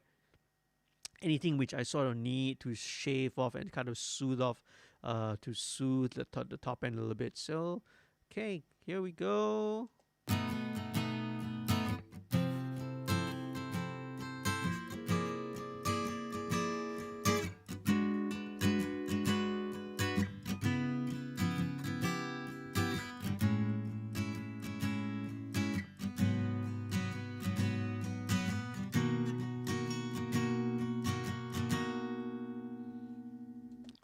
Bottom shoulder. Oh, okay, all right. So, Lewitt on bottom shoulder. Bottom shoulder meaning where the lower bout or down below at the bottom. Right. Hi there. Hello, Riskin. Thank you for joining in for the chat. Right. If you guys are watching this, please take a quick like 5, 10 seconds, right?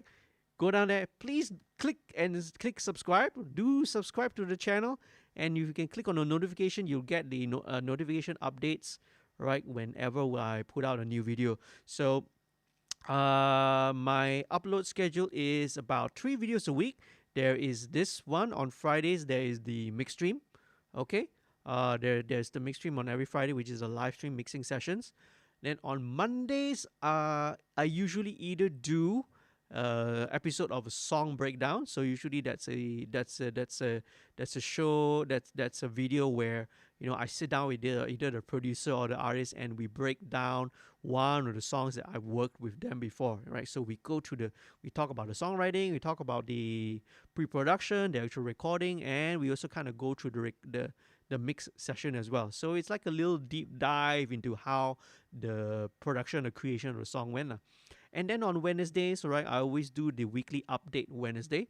So I call it weekly update Wednesday, because basically it's about giving the viewers and the audience and the followers, the subscribers, updates on what's been happening, and also it's a Q&A session, right? So whenever there's questions that come in, either sometimes through the live stream on the chat, or sometimes on some of the Facebook groups, social media, wherever the questions come in, and then I will usually answer and address them lah, right? I usually give pretty long-winded, detailed answers. Okay. So anyway, no, let's not sidetrack. Let's go back to mixing the acoustic guitars. So let's see. What if I do this? Right.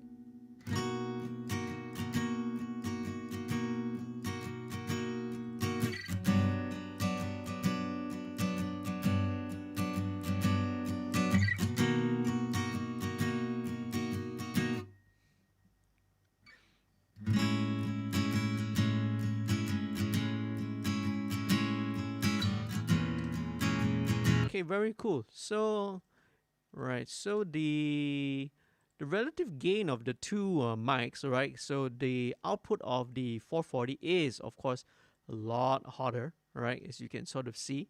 So they're about 6 dB difference. Okay, so yeah, being a dynamic and all that. So this is a little bit low. This one is a little bit hot. I would prefer to if we could actually match the gain on both lah. Right. So, but no worries, no big deal. Okay. So just to bear that in mind. For me, it's not a huge deal. The reason why, for me it would be better because work wise later in the mix, it's kind of easier to work when the faders and all that. You don't want to be moving the faders around too much. You see, so if they can all be nicely gain structured and set at the same same fader level, it's a little bit easier for workflow. But sounds good nonetheless. So let's do this. There we go. Let's do the same thing. Okay. The console collection. Let's do this.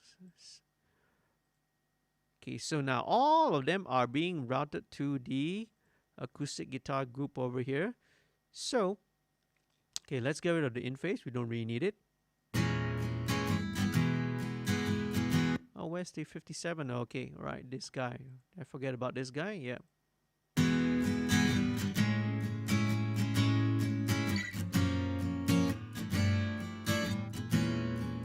actually just leave it. Let's just leave that. All right. Let's just leave it down there. Let's just leave it both at 12, because I think I would kind of want the 440 to be the prominent, the condenser to be the primary contributor to the acoustic guitar sound, right? And just have a little bit of the 57 in there, just to give it a bit of that bite, so to speak. Okay, yeah. Da-da-da. Let's see.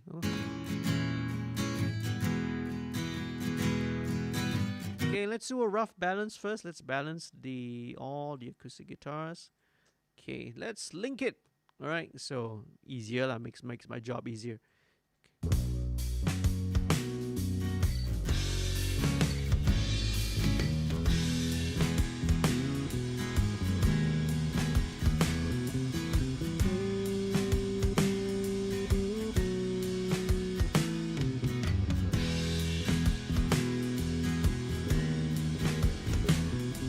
Okay, all right. Few things that I sort of notice once you bring in the bass and acoustic, is that some of the reverb or kind of gets a little bit buried already.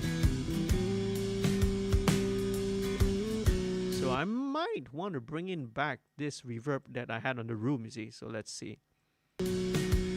So with mixing, it's not always a linear. It's not always a linear process, right? Sometimes when you set and you don't forget. Remember, that's one thing.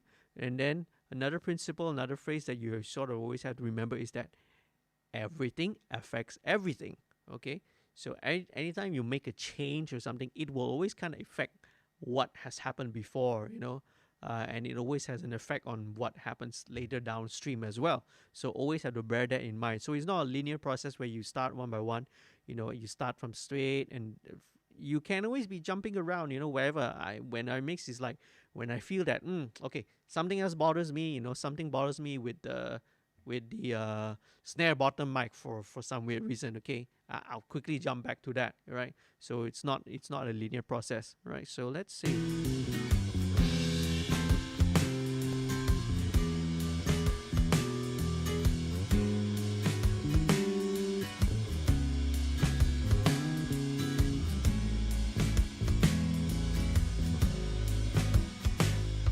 Probably maybe I need more of this back again, I think.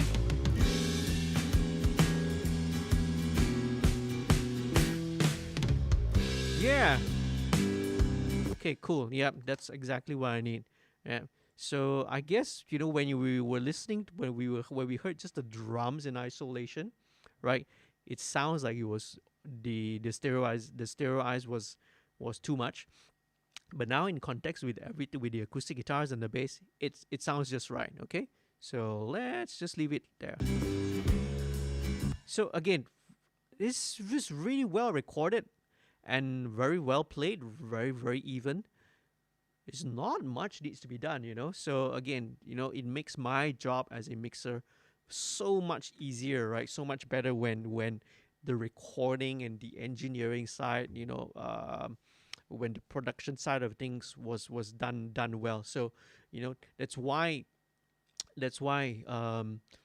my advice, my advice always, right, especially for anyone who's going into learning about audio engineering, recording and being in a studio, is that you really do want to focus and build up your recording skills first and foremost, not your mixing, not your and God forbid not your mastering skills. Let's hope that's not the first thing that you want to learn, right? It helps to really really master and get a good grasp of your recording techniques first, because you will see the most improvement. You will get the maximum benefit in your mixing, in your mastering or whatever later on down the line, if you do your recordings really really well. It's not the other way around. The thing is, with a lot of interns or audio students which I train and which intern with me, is that they always say that it's why my mixers aren't so good. They don't sound so good. Or they struggle with their mixing and all that. it's very often it's because of their recording. It's because of what are the source that they got in the first place. Okay, so um, long story short, improve your recording skills, learn more about recording first, getting and knowing how to capture good sounds, good sounding sounds, good clean sounding tracks. That will probably give you, it will improve your mixing much more than you know trying to pull your hair out and being frustrated in trying to mix your own tracks. So improve your recording skills, be a good recording engineer be a good recordist first and foremost. Then it'll help you be better in your mixing. So okay, let's move on. All right, so very little needs to be done actually. So what I love to do, all right, I'm going to show you here. Now, this is a plugin called TDR Nova. TDR here stands for Tokyo Dawn Labs, Tokyo Dawn Research. Okay, so this plugin is called Nova. So this is a parallel dynamic equalizer. Right. So what is a dynamic equalizer? Right. So let's say a normal EQ you have, you can always boost, you can always cut, you can always change your frequencies and all that. Um, but a dynamic equalizer is a frequency specific well, it's a frequency and it's a frequency specific compressor. You can imagine it as that, right? You guys know what a de-esser is, right? So a de-esser is we all know what a de-esser is. It's used to reduce all the S sounds that that's coming in vocals, that happens in vocals, right? That is actually a form of a dynamic compressor, like a dynamic equalizer, because it's frequency specific. You tune, a de-esser is tuned to react to the frequencies, the sibilant frequencies. So similarly, this is what we are applying it for, right? In the case of a dynamic equalizer, and the benefits of dynamic EQ is it's very very powerful and it's a very transparent, right? Because what it does is that it will only act, or it will only apply the EQ or the gain reduction only when it's necessary, only when that particular frequency where you've tuned into, whether it pokes out too much or it rings or resonates. If you just want to, it will only act when that problem frequency pops up. And when it's not there, it leaves the audio untouched, it leaves it alone. So it's very, very transparent and super, super powerful. And best thing of all, this is free, all right? All right.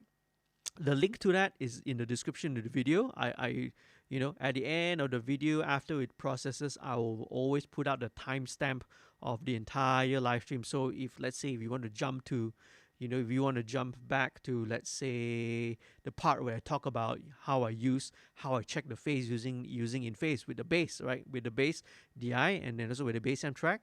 When you watch the replay again, all right, if you guys are going to be watching the replay, you can jump straight to that section, right? By clicking the timestamp. I always put it there. But anyway, let's go to Nova, all right?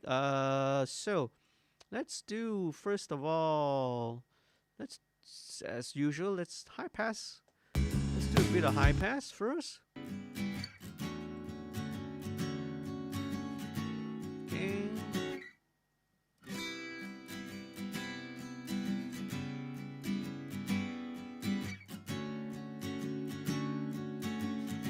Okay, that's great. Well, about 100, 110, 115.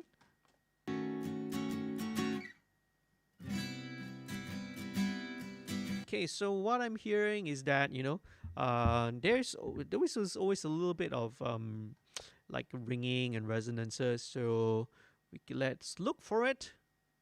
Okay, we can solo the band. Let me unsolo it first. Right. What I'm doing is that I'm trying to listen, right, for that particular frequency. Then once I know what I'm looking for, then only do I solo it and can go and hunt around for it. So this is the first one I'm looking for.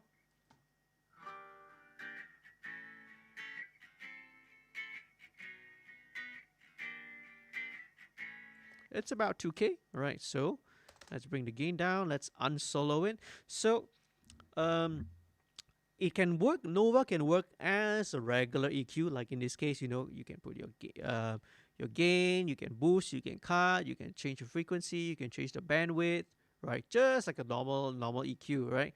You can go to either low shelf, high shelf, yada yada, parametric, okay. But to go into the dynamic EQ mode, you engage this threshold, right, and then you will have these settings available. So there are two modes, all right. So there's split. So split, it will split according to these four bands. So you have individual settings for each four bands, right? But you can also go to wideband mode. So wideband mode will be the one single setting for all the four bands lah. Okay, so I prefer usually just go straight away into a wideband mode. Okay, unless I really want to go super surgical. So my favorite is a ratio of about 3 to 1. Attack, fastest attack, fastest release. I want it to react really quickly. I also want to let go really quickly, and so that it's not affected. Okay, so here we go, acoustic guitar.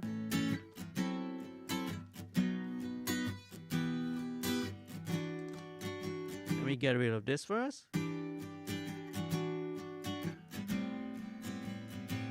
So you can see what it does is that only when that 2K pokes out a bit too much, only when 2K pokes out too much, then only it tucks it and it brings it down. So super powerful.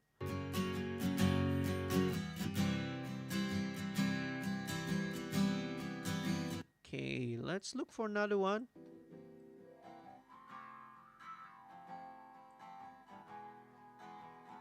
Let me turn it off first.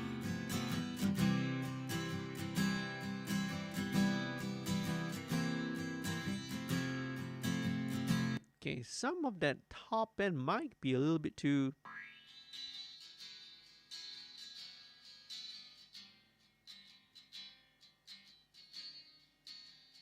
Okay, and about 4.4K, right? It's a little bit too pokey for me.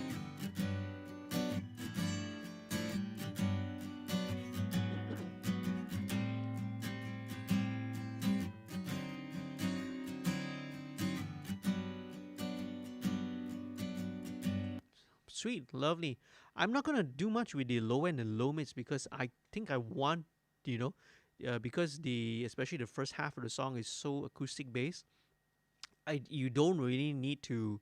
I don't feel like I need to scoop or scalp out any of the low mids. I just want it to be as full as possible, man.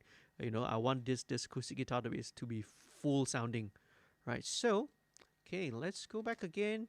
Sounding good, okay. So let's see.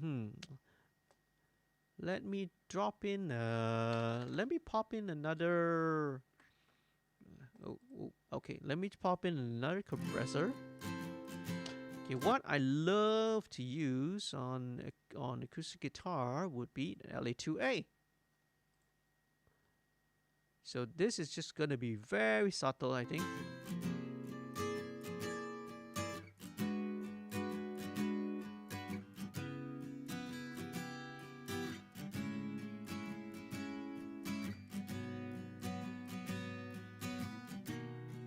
Okay, now let me try something else, all right? Because it starts to get a little bit grabby, to me, right? So here's another one that you can check out, right? So you can check out Klanghelm. They got a couple of these compressors that they have available, but one that I kind of want to use and want to check out is the MJUC Junior. So this is actually, again, it's another freely available compressor, and it's really good sounding as well. So let's try it out. Let's start with, let's go for a fast time constant first.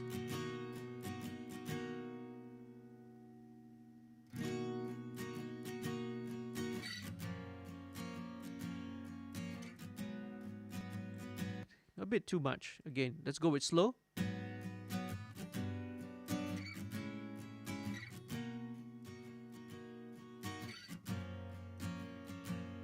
I like slow. I like the slow in this case because I want to have all the transients, the attack, the pick, the sound of the pick strumming coming through.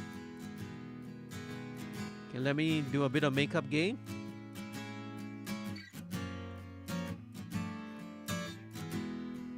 About 4 dB plus gain. Lovely, man. Right? This is Klanghelm gets very good reviews. You can check it out. So the MJUC Junior, the junior version, as in what we have here, all right, is available for free. The paid version, the MJUC, right, has many different modes, right? So it actually can sort of emulate, even like the optical LA2A 1176. So it also emulates its many different compressors. So it's super versatile, right? So the junior version, obviously, it's a lot more simple. It only has these controls. But when you check out the full version, right, it's really full featured. And I really should get it too because I do like the sound of it, and it's not from it's not from one of the bigger companies, you see. Okay, so there we go. Just a touch of compression. So what's next? What's next is let's put in some reverb. Okay, let's see, where do we have it? Where is the reverb? Where's the Slate Digital reverb? Reverb Suite. Okay, cool. Let's check this out.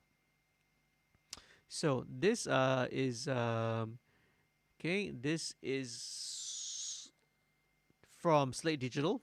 So this is actually a convolution reverb similar to what I have in Reverence, okay? But let's see. There are so many presets here. Let's look for something that sounds good lah. Okay, guitar, acoustic guitar booth, dark. Let's just put this one. All right. Let's see.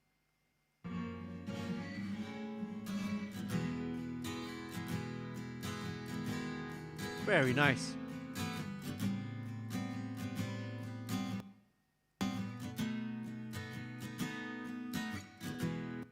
It's perfect, man. It sounds really good. For first preset that I pull up, and it sounds really good already. So it's like a really nice sounding room. It's called The Studio, FG6000. Also, this would be a TC Electronic 6000 impulse response lah, right? With it's like a 0.75 millisecond, under 1 second reverb. So it gives like a nice room sound to it.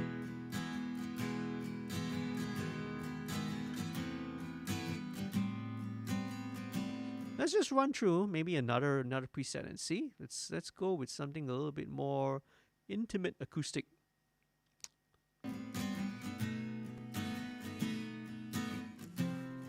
This is a bit shorter and it's a bit more. A plate is a bit more spittier, a bit brighter. Actually, not really.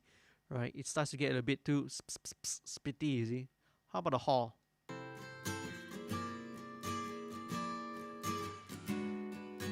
So this is a little bit longer. Not bad.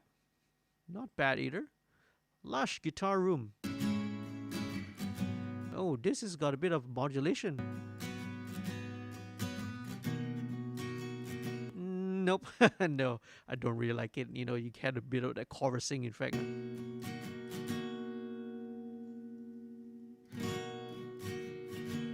Okay, this is again this kind of a small room sound. What else is there? Dark acoustic chamber.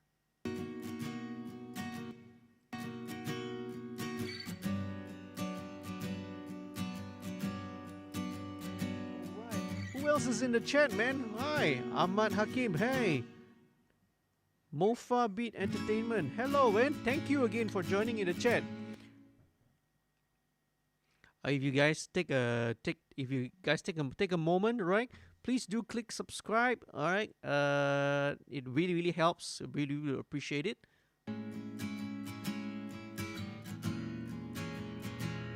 Okay.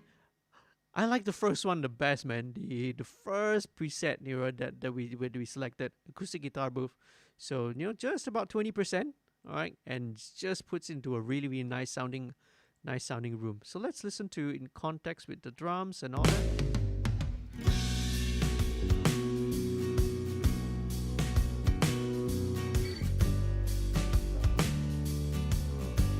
Okay, probably bring up the makeup gain a bit more.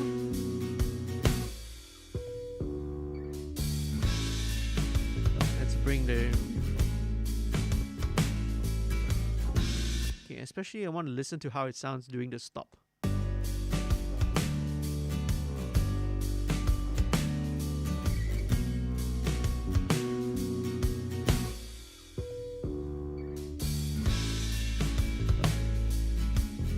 Let me stretch it a little bit further.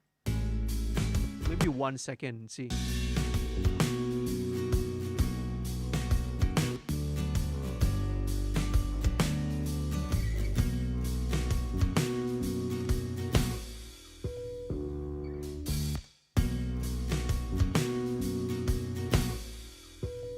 Okay, all right, cool. So now, now the EQ on the reverb. Okay, because now the reverb is kind of emphasizing some of these little frequencies. So that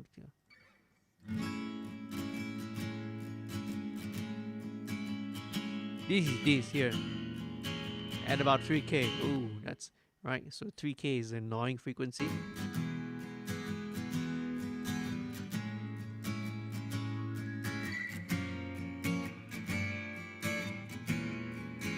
And the compression also kind of starts to bring up a little bit of that 2.2K we had just now.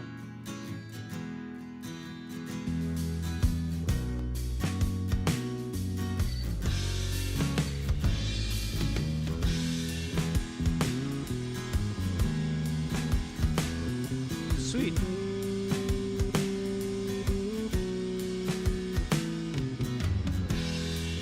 Very, very, very nice. Okay.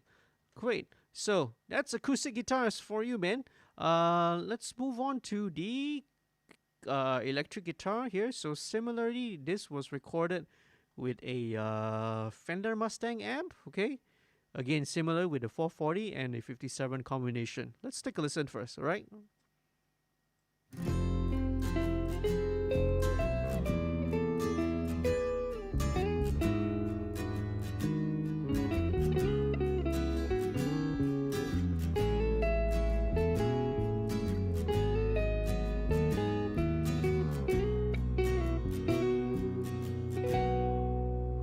Okay, all right. Now I'm going to take a listen to the amp sim because what the guys provided me was not only the 2 mic tracks, but also one that's ran through an amp sim. Let's check this out.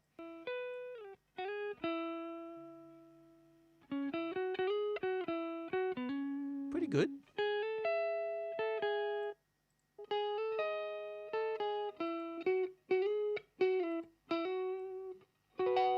Okay, let's solo it one by one.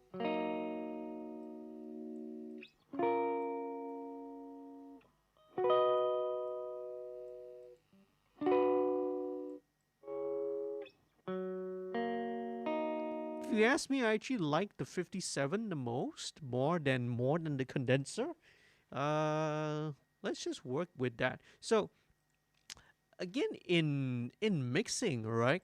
I mean, it's sometimes not necessary to use every single track that's given to you, right? So in my opinion, like I don't feel like I obviously don't need the DI track, all right, because the way that it was recorded sounds really, really good already.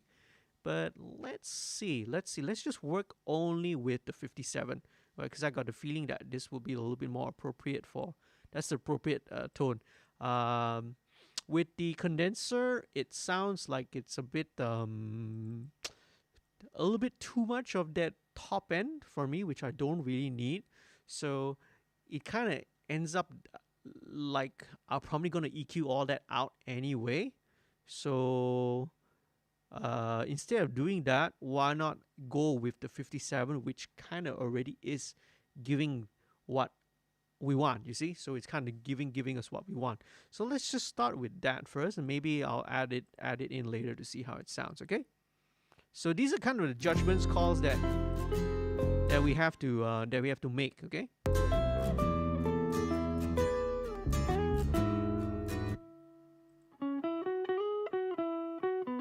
Okay, let's put a bit of a EQ here.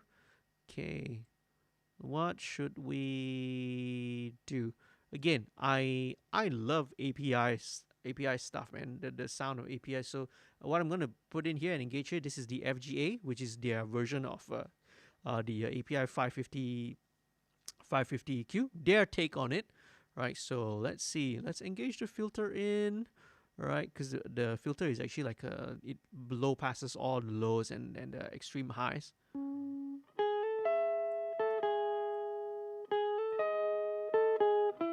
Let's take a bit of the 400 out.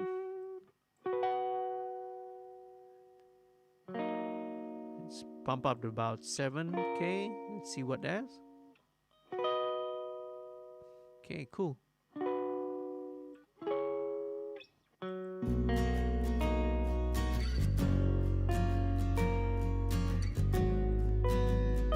Yep. So having, bringing up that 7K helps to like add a bit of brightness into it.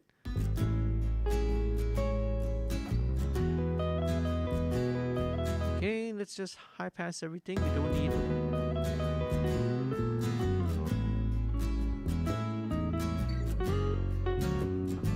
Okay, cool. So here is where for some of this clean stuff, because it's like a mixture of like some lead fills and some plucking ornamentation parts. Okay, so let's check it out. What I would like to do is bring in this guy, Waves MB2 again.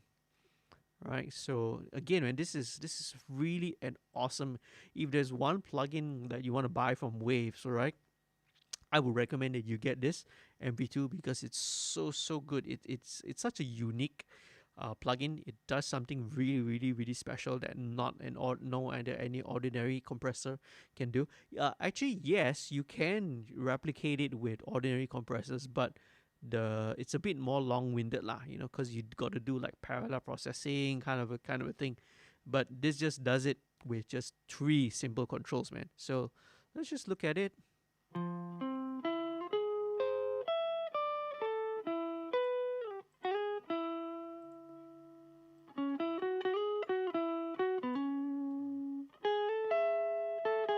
Sweet.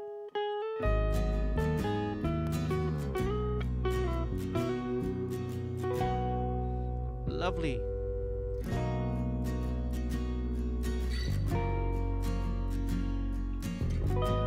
It really just evens out everything because I don't want it to.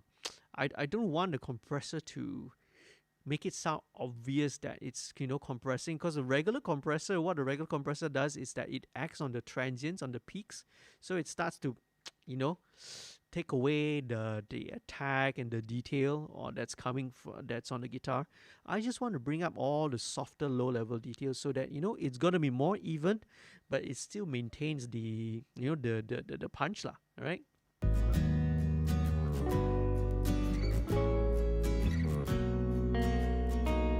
Okay, sweet, very nice. Okay, let's see, what are we gonna do with this, right? This baby needs a little bit of ambiance, so let's go with excuse me, let's just go with something super simple, all right? Waves H delay, all right? You can always use it with the stock delay. Also works fine, works great as well. Okay, so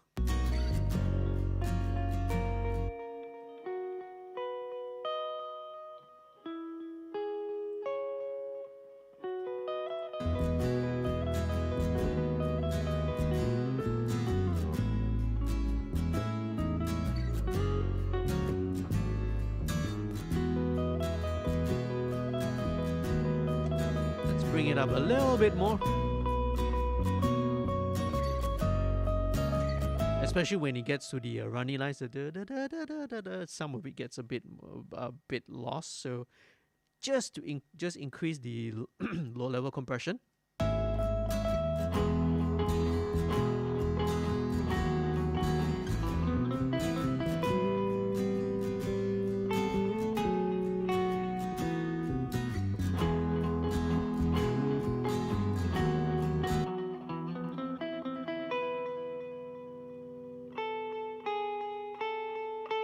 Okay, so this dotted 8th note dotted delay is just there to just give it a bit of space.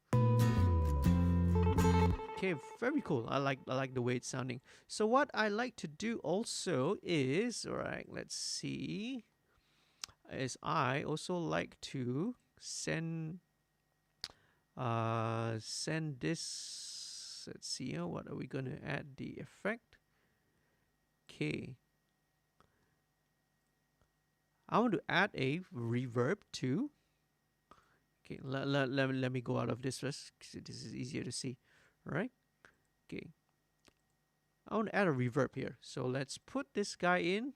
This is from Sound Toys, the little plate. Again, Sound Toys makes some really, really great effects as well. So many good plugins lah. Alright. So again, super simple reverb. You just have a decay time, mix, and your low cut. That's it. Alright. So what I want to do here is that I want to have this reverb panned all the way to the hard drive. So let's take a look. I'm going to send the guitar over.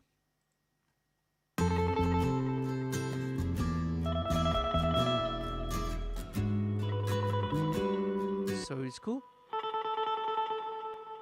So you see, I have the guitar coming on more on the left, and then the reverb tail coming on the right. All right, love doing that.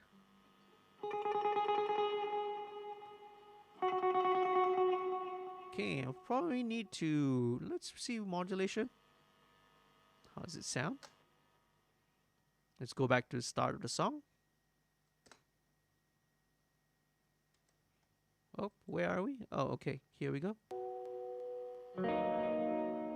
Yeah.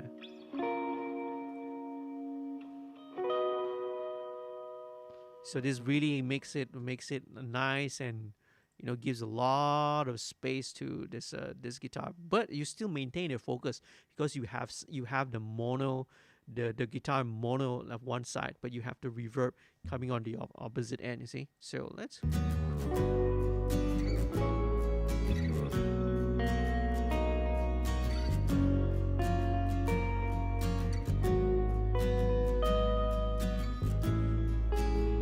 Or we need to roll out a bit more of the low end.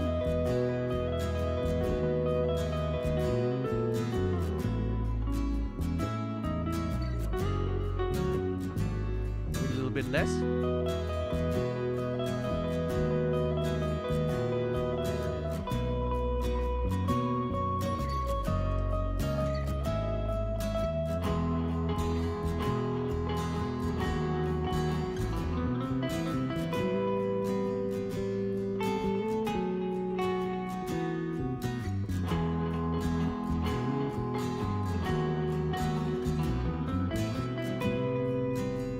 Sweet. Okay. Let's just leave it at that first. Okay.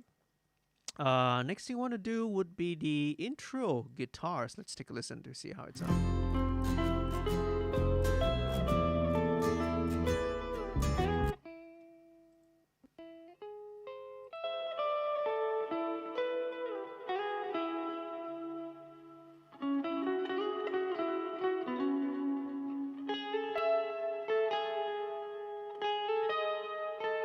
Alright, so this is actually just a the similar line. It's just been doubled.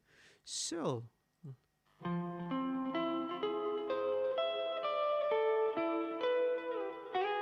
okay, in this case, because I want to give it a little bit more different character, right? Slightly different character, I'm going to use the condenser track this time around, okay? Because if I kind of use if I use back the same SM57 track, it starts to kind of blend the two. So now I just want to give it a little bit more separation. So let's use this guy. Yeah, as you can see, all right.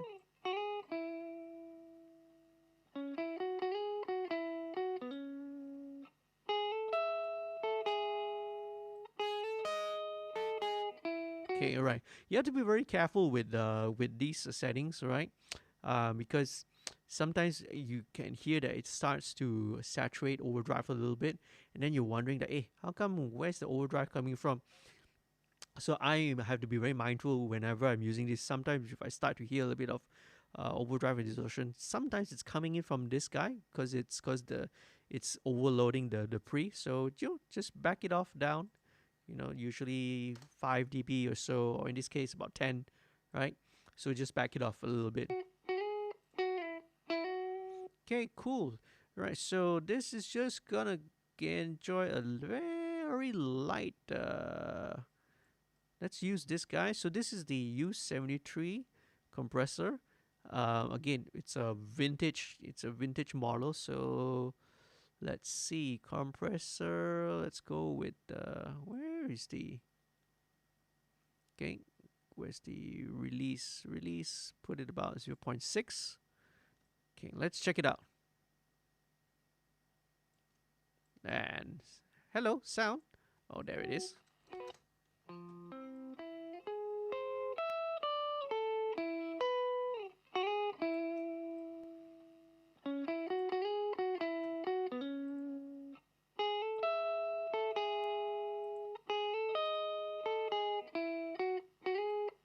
Right. Okay. So I like this because now there's a slightly different contrast. This one again much more glassier sounding because of its condenser. So we can hear a lot of the higher end, right?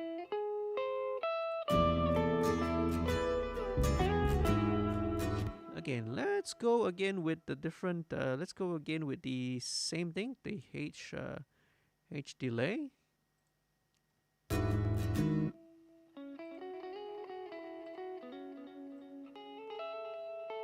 Let's make it lo-fi a little bit.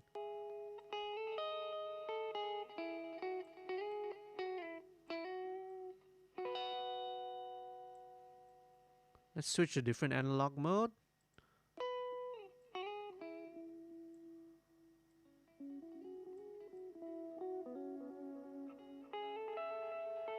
Yeah, something a little bit more frequency limited.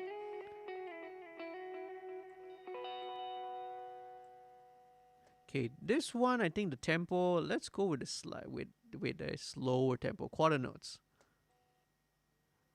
Quarter notes, where are you? Okay, there we go. 8 notes, quarter notes.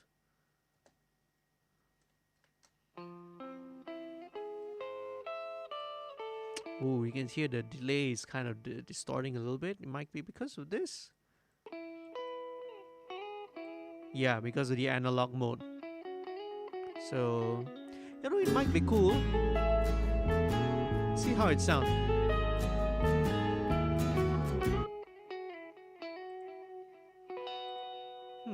Interesting.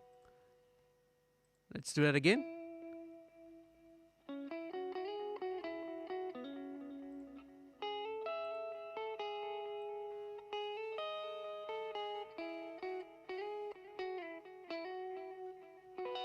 Interesting kind of a distortion there. Let's see how it sounds in context.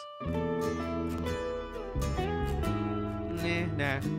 It just sounds like it's distorted.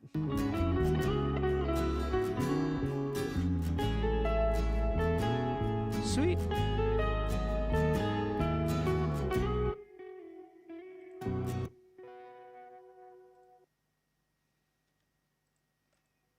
Okay, let's see what's the shimmer guitar doing.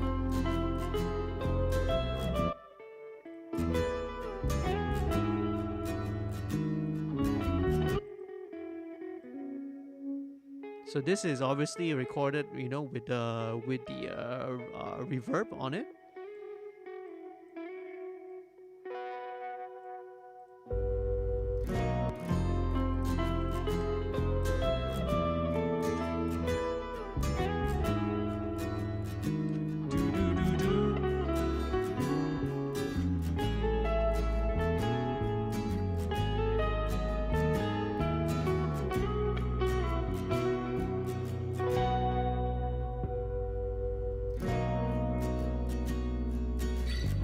Okay, cool. A couple of other things I think I need to work on. All right, let's go back to the bass there. Because what happens, I notice, is that several times or so, right, there's a little bit of the low end dirt coming through. So, right, so I have to clean that up.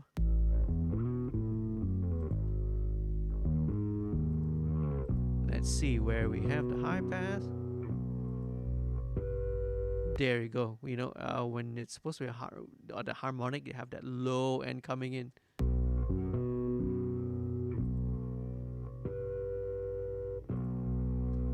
Okay, let me fine tune that first, okay? Because it's bothering me. When something kind of bothers me, it's like it's better to deal with it right away instead of waiting till later in case I forget. You see? Okay, so all right, just gonna engage this EQ here. So every time when necessary, I think there are a few other spots. I heard it a couple of times, but let me just deal with it first. Yeah, so there we go.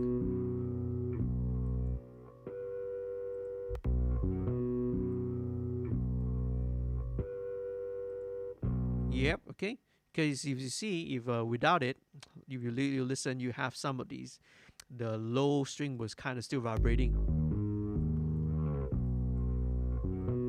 Okay, when you get to this harmonic, you see, you can hear all that low end vibrating. So I have this EQ engaged.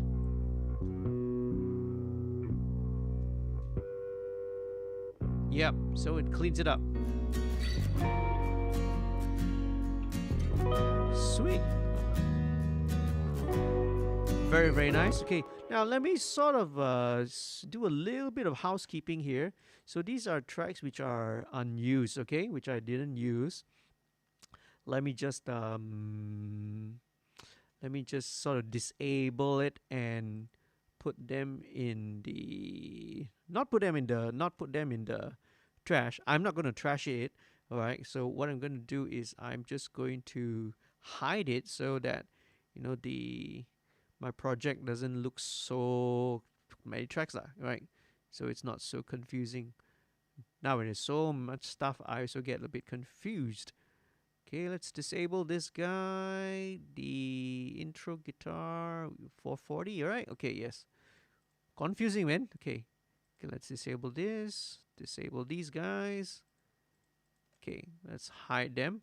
So they're all still there, right? It's just that you know it's hidden from view. So you know it helps me sort of manage things a little bit better. Okay, let me just hide all these guys first. Okay, hide. Yes. Okay. So yep. So it looks like it's gonna be much less.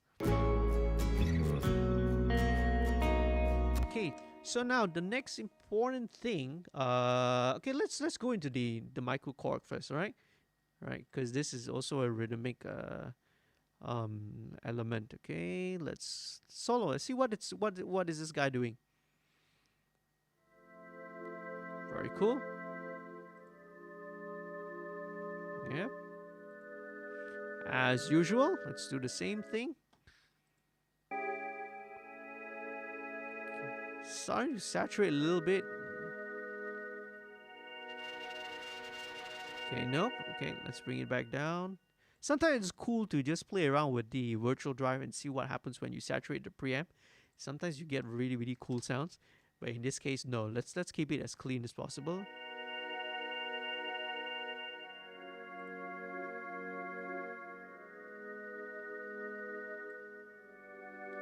All right. Okay. So you know, when it comes to pad and synth sounds, they are very, um, very useful. These are the situations and instances where I will probably use, you know, a stereo imager. But let's use I'm just going to use the good old Waves S1, which this is like a plugin which is like 20 years old already, but still sounds great. So very, very basic. Most of the time, if I need any kind of stereo imaging, I reach for the S1. But want something a little bit more special, then maybe I'll go for the isotope, right? Well, let's put this in. This is just to sort of push it out a little bit wider to the edges of the speaker. Okay, not too much. Right? Just to spread it a little bit wider. And since we're there, why not just add a bit more reverb to it, okay? So let's go with this guy here. This is BX Rooms. This comes with the plugin alliance. So let's go for let's go for a hall or a church, something really really wide and massive.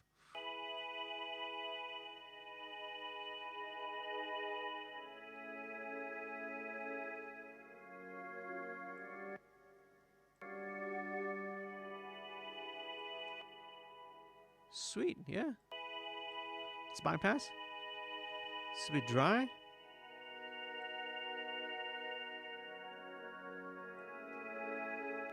Very nice. Okay, I like what I'm hearing, man. Okay, I would probably want to drop in, because some of these synth sounds, especially when when it has a bit of the resonant filters in it, can sometimes poke out a bit. What I find very very handy again is something like Waves C4. You can again also use the TDR Nova, right, to also do the same thing. But for me, this is a little bit more faster lah. It's a little bit banded. So what it does is just anything that pops up over, it'll just kind of help to tuck it down a little bit.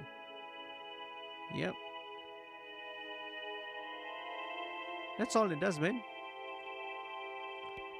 Especially anything within the 2-3K range, it just helps to gently tuck it down a little bit. So bit of stereo widening, bit of reverb.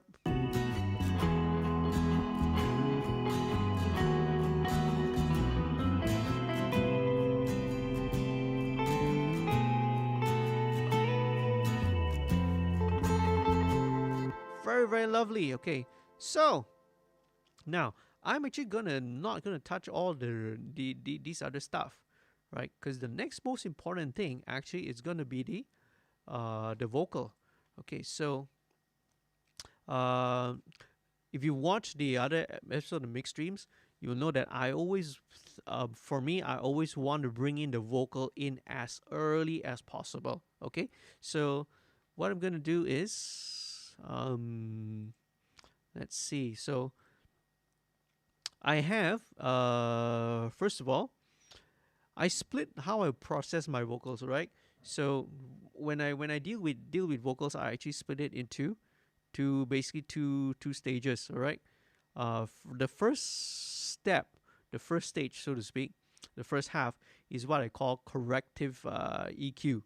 Okay, so all right, so what I do is I got a couple of plugins here, and let me just quickly run through this. Let's see how it sounds first. Apakah perasaan ini yang ku rasa? Let me bypass this guy.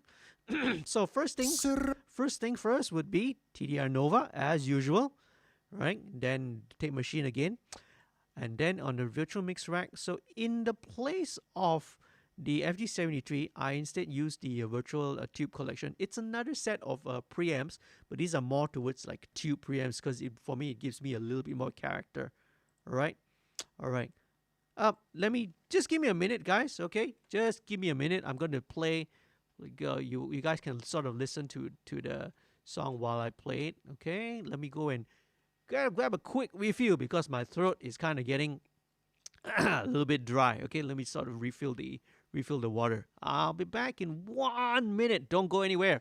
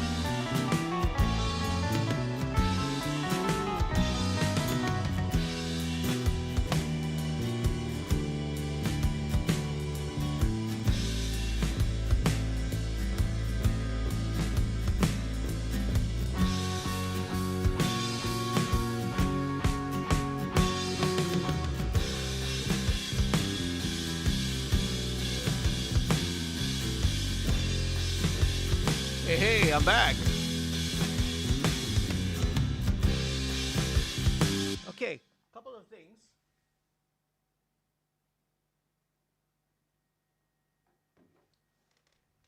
All right. Sorry, man. Thanks for still sticking in there, guys. Hey, oh, happy birthday, Naomi. Is it your birthday? Today is your birthday? Is that true? Okay, a couple of things. So, where we left off.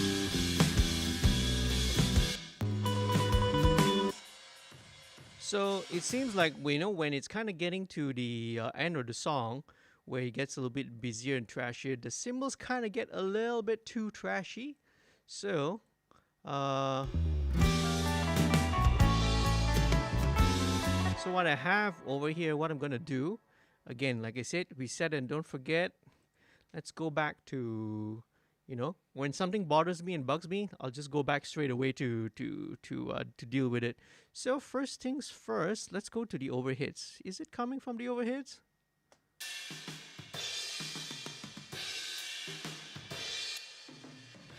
Yes, it's mostly coming from the overheads, lah. Okay. So what I have is I kind of want to, when it gets more, whenever the crash hits, right? Sometimes it gets a little bit too harsh. So what I'm gonna use here in this case is the A06 de-esser. So de-essers are actually very, very versatile plugins. It's not only useful for just de-essing vocals.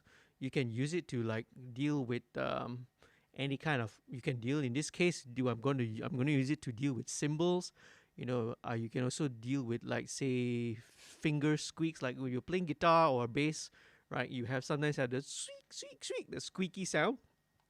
Any sort of like a high frequency, right, or harsh frequency, it can deal with it as well. So there's a little setting here which is OH soften. Basically, it's a gentle filter de-esser on top, so that anything above, let's say 2K, 3K above and onwards, right, it will always sort of duck it down when it's a bit too loud, lah, right? So let's get the sensitivity.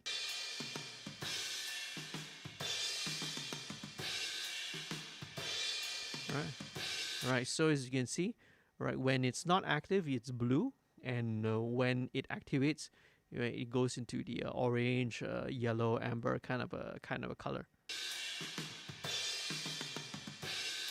Just to tone down the cymbals.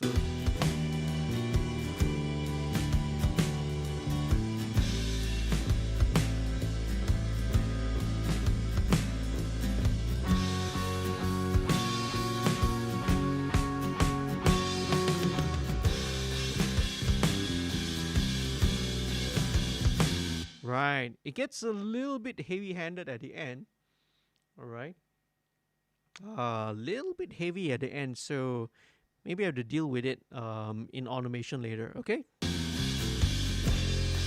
So even though with the de-esser, it's still a bit too harsh. Okay, great. So now all the main rhythm parts are already there. Okay. The drums, bass, acoustic guitar, right? I've not done the overdrive guitars yet, right? Because that comes only like the very end of the song. So what I'm going to start doing now is actually going to start taking a look at the stereo bus, right? My stereo bus, right? So my the template which I'm using now, right? I'm actually working on the brand new mix template, right? Which again, I know I've promised to do a video about the mix template, right, a long time ago, but I still have not gotten around doing it. Don't worry, it is in my list of to do videos, but I've got so many other videos to sort of edit that this is kind of been in the back burner, right? But I've changed my mix template, right, very, very recently. So instead of putting everything on the master here, I have now created another group, another bus group. So here I call it the stereo bus over here. All right. So So now instead of putting it all in the master, I put it inside the stereo. But it's basically the same thing, right? It's basically the same thing, just that I keep the master bus, the master output empty, and for other plugins. Okay, so what I have here on my stereo bus, right? So the first thing I have is this Ep.06 Air EQ. So what this Air EQ basically does is it's providing a little bit of that sub low end boom and a little bit of high end lift, right? The boost, right? It's got the air band on top here, which you can see. All right, there you go. Bypass. Very very gentle and very subtle. Just 1 dB. Same goes. There is also an earth band here, which is like the low frequencies, right? Again, super subtle, very gentle, 1 dB as well. Okay. Most of the time I don't use the low. Sometimes only in certain situations I may engage this, but it's there just in case I need it. Right. There is also another mid-range band here. I centered at around 2K, right? 2 kilohertz. Super wide bandwidth, again, very very gentle, right? Super gentle. Okay, so this one I will sometimes engage in and out. If let's say sometimes I feel like I need the mid-range to be a little bit more forward sounding overall, so it's more of a kind of a semi-mastering thing that I do. All right, next thing I have would be the another case of Waves C4. So I have this preset here. This is actually called multi-opto mastering. So basically what it's doing in this case, again, what I have the multi-band compressor here is just to make sure that there's no particular frequency that jumps out too much, you see. All right, not too much of the high mid, not too much of the treble. So what I'm going to do here is I'm just going to play, usually I play wherever the loudest and most dynamic part of the song is, so towards the end. So I'm going to adjust the threshold down. Going to adjust the threshold down until you just see the tiny touch of the multi-band compressor working. You are very very subtle.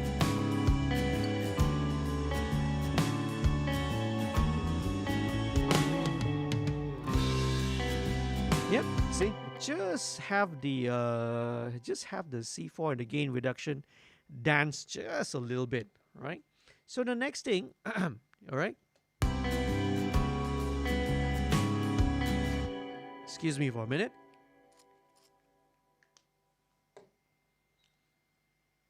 All right, so the next thing I have here is the virtual bus compressor. So the way I've set it up, I set up these 3 different compressors that are working in series.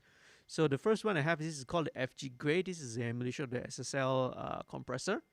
Then the FG Red is the Focusrite compressor, and lastly FG Mu is like the emulation of a variable mu compressor. So variable mu here meaning like something like either a Fairchild or a Manly, right? Manly has their variable mu. So these guys are all, the way I set it up is that what I'm trying to achieve that is that each of these compressors are only just going to do a tiny touch of compression, not more than 1 dB each. All right, so let me just set this first.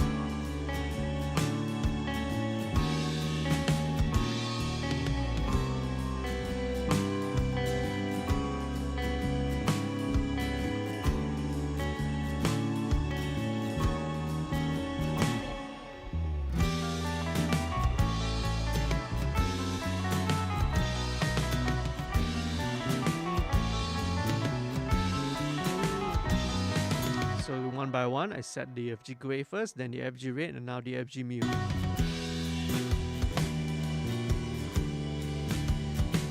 Right. So the reasoning behind this is that, when I set all these up in series, is that instead of having one compressor, on my stereo bus doing like 3 or 4 dB of compression, I have all of these guys in series doing very, very super subtle amounts. Right. You see the C4 is doing multi-band, like very tiny, maybe like the most like 0.5 dB of gain reduction. Same here, it goes here, not more than 1 dB, more than 1 dB. All right. So all of these compressors are doing super subtle things. Okay. So next thing I have is an instant or virtual mix rack, and here I have a couple of other stuff plugins as well. So this is the custom series lift. This is also another EQ. This is actually the closest equivalent is this is kind of like a Pultec-ish kind of an EQ, right? It's got that similar characteristic. Again, this is more again to provide a little bit of that smile, a little bit of brightness, a little bit of low end. So this is like very very low setting. This is 1. It's not dB, by the way. This is it's a scale of 1 to 10, right? So this is like 1. This is 0.5. Okay. This is Revival. Revival is an exciter. I will use it only when there's problematic. Maybe some mixes may be a little bit problematic. It just needs a little bit of that shimmer, or bright end, because what it does is that it works like an oral exciter lah, basically. All right, because it adds a lot of upper harmonics to add either a little bit of shimmer, or, as the name implies here, a little bit of thickness. Okay. This is FG Bomber. This is again a very special, unique dynamics processor. So in this case, again, super subtle settings, right? No gain compensation at all. All right. The rest of here, the trimmer is just to trim in case I need to trim the overall level. But at the moment, it's not doing anything because it's at 0. And as I mentioned earlier, right, the virtual mix bus, right? This tops it off lah. Okay, next thing I have is I have a saturator here, which again only when I need to. Like in most cases, 90% of the time, I don't really use this. I don't put it in, but it's there in just in case. And lastly, I top it off with the virtual tape machine. So remember what I said about the tape type. So for either when it's in the track channel, I'll go for 456 FG 456. But here in this case, when it's the last one, I'm simulating as if I'm mixing down and printing down to a 2-track, 1/2-inch 2-track tape. You see, so in this case, the setting here is 1/2-inch to 2-track, and then tape type FG9. FG9 being the one with the much more wider frequency response. Okay, cool. So that's my master bus. So a little bit at this is the stage when once I got most of the rhythm section, that's kind of where the stage I start to sort of set all these settings, right? Okay, so back to where we left off, right, which is the vocal. Okay, so now this is actually a very dynamic performance, as we heard just now when I was playing the listening to the rough mix. So the problem, not to say problem, it's not a problem, right? So what happens sometimes in the mix then is that very often, let's say when I have a compression setting that works for, let's say, the quiet bits, right? I have a setting that's right, but when it gets to a part which is loud, then it slams too hard. It starts squeezing and choking the vocal. So this is where we can also employ a little bit of gain staging lah, right? My advice actually, if you're watching this and you are decided to record, is that actually when you are recording itself, you can already sort of apply the gain structure and sort of observe the good gain structure itself. So, for example, if you are recording a quiet bit, right, you adjust your volume gain, right, so that overall when you have the quiet and the loud parts, they're all roughly going to be same and equivalent. So when you're quiet bass, you turn up your input gain a little bit, mark the leading, either use a sticker or use a pen marker or something. Just mark the gain setting for let's say the verse. Then when you get to the loud chorus, right, you bring it down, you mark the setting for your choruses. So obviously, this only works no, not really, right? It not only works when you do it on separate takes. Like when I am sort of recording a vocalist, I always ride my fader and my input gain faders. So if I'm working with a producer or sometimes I'm working with myself, I already sort of marked out, with the lyrics, okay, where is he or she, the singer, gonna go loud. So whenever they're gonna go loud, I would put, turn my input gain down that by that specific amount, and then when it goes back to the verse dynamic, I would bring it back up again. I do that in real time, all right? In real time. So as they're singing, as they're moving, I would adjust the gain. So it's something that you can try, right? My advice is that it's something that you can always try lah. Okay, let's see. I think what I'm gonna do is firstly all the loud parts. So I'm gonna actually turn down all these loud bits actually, and let's see how much can we do. Maybe about 3 dB, right? So not much. Right? So as you can see, I'm trying to make them a little bit more even. So a bit of dynamics is okay. It's perfectly fine, right? So having them slightly louder at certain bits is okay. So this one maybe down by, let's say, 1.5 dB. This one again down by about 3 dB. Yep. Okay, so what this happens is that later on down the line, when my compressor is not going to react so wildly, so crazily to the different levels that's coming in from the vocal. Okay, so back to where I left off, right? So I was mentioning that I have the Hollywood, I have the virtual tube collection. They have a few. They have the Hollywood, they have the London, they have the New York. I think it's these three, right? Yeah, Hollywood, London, and New York, all right? So they all have slightly different characteristics, but I like to use this one, right? So the difference between these and the virtual preamps like 1073, that I've been showing you, is that these being tube, they're modeled after tube preamps, so they are of course a little bit more character. Okay, but the next thing, here's the secret weapon that I have next. This is the FG Stress, right? This is Slate Digital's model of the distressor. But what I'm doing on this one is I'm doing parallel compression on the vocal. So I've always loved using parallel compression.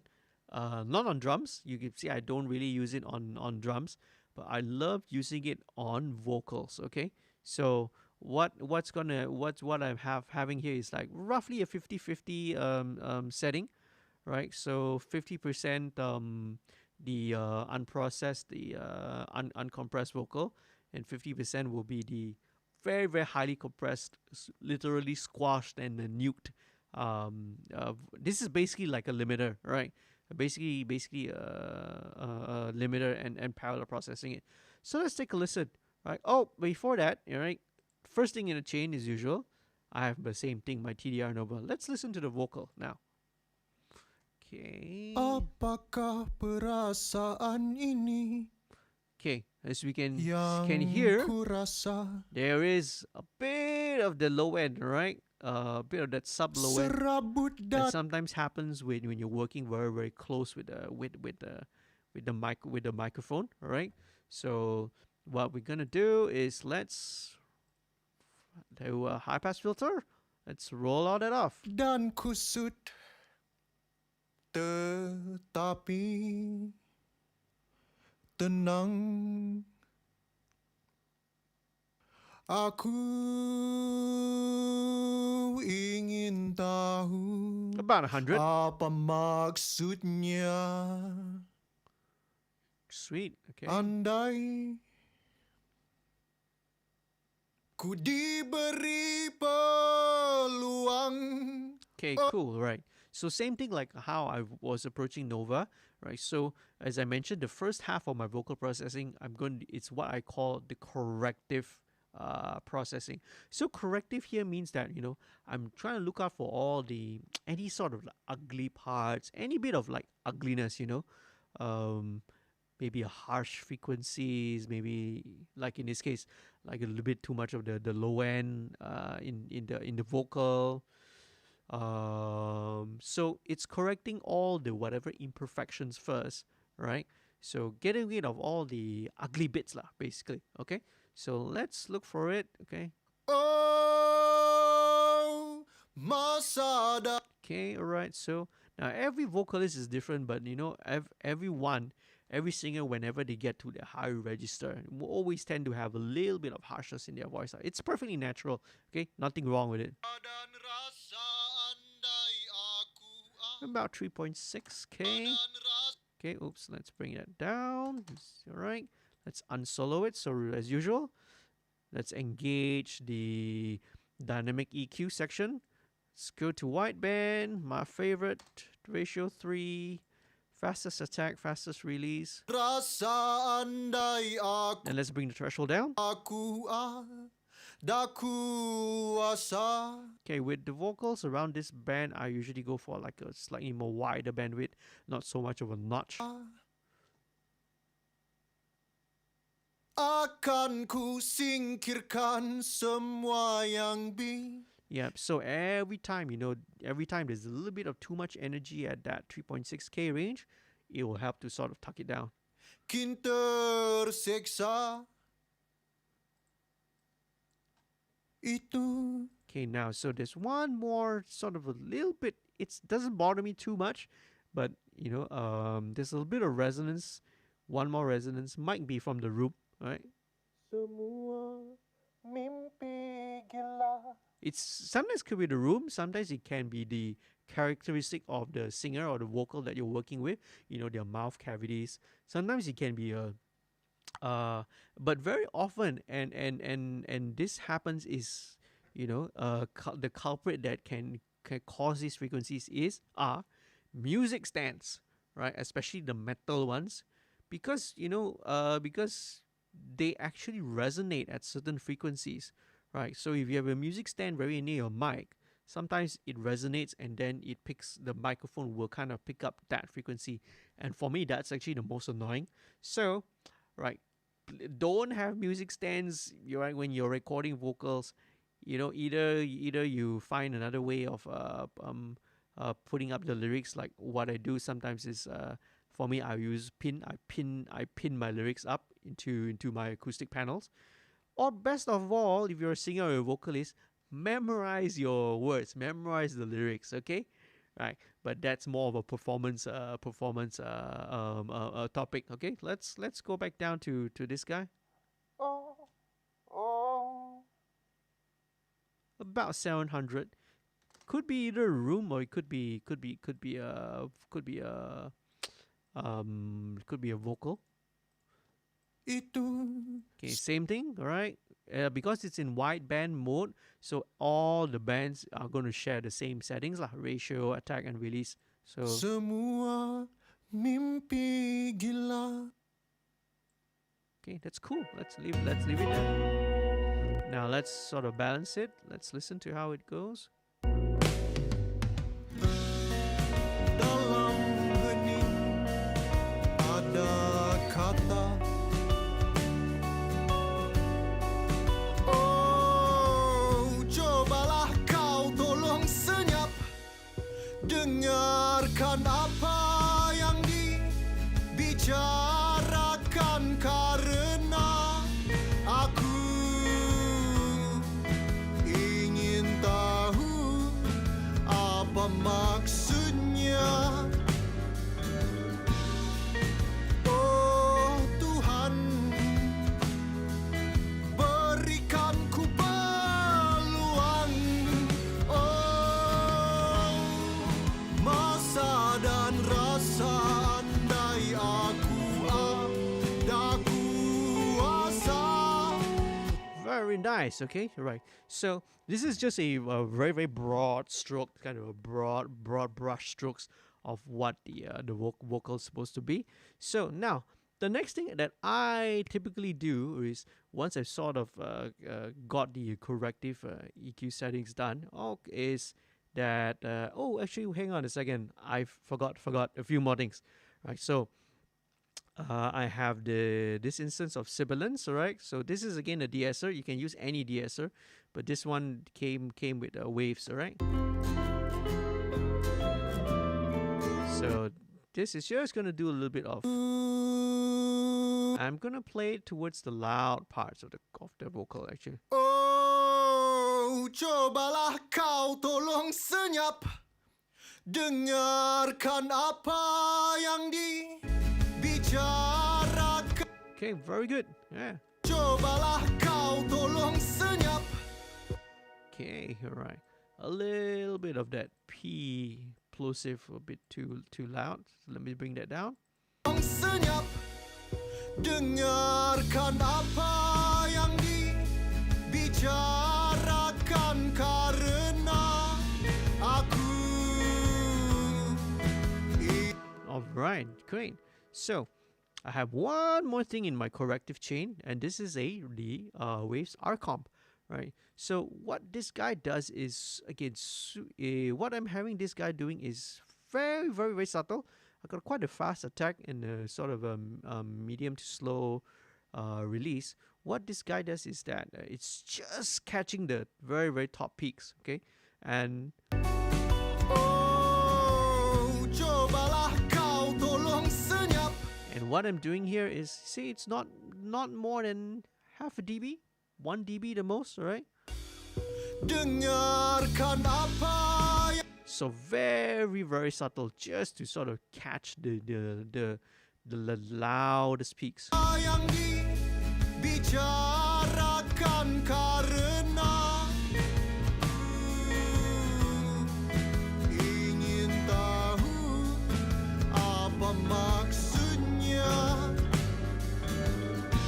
Very cool, all right? Okay.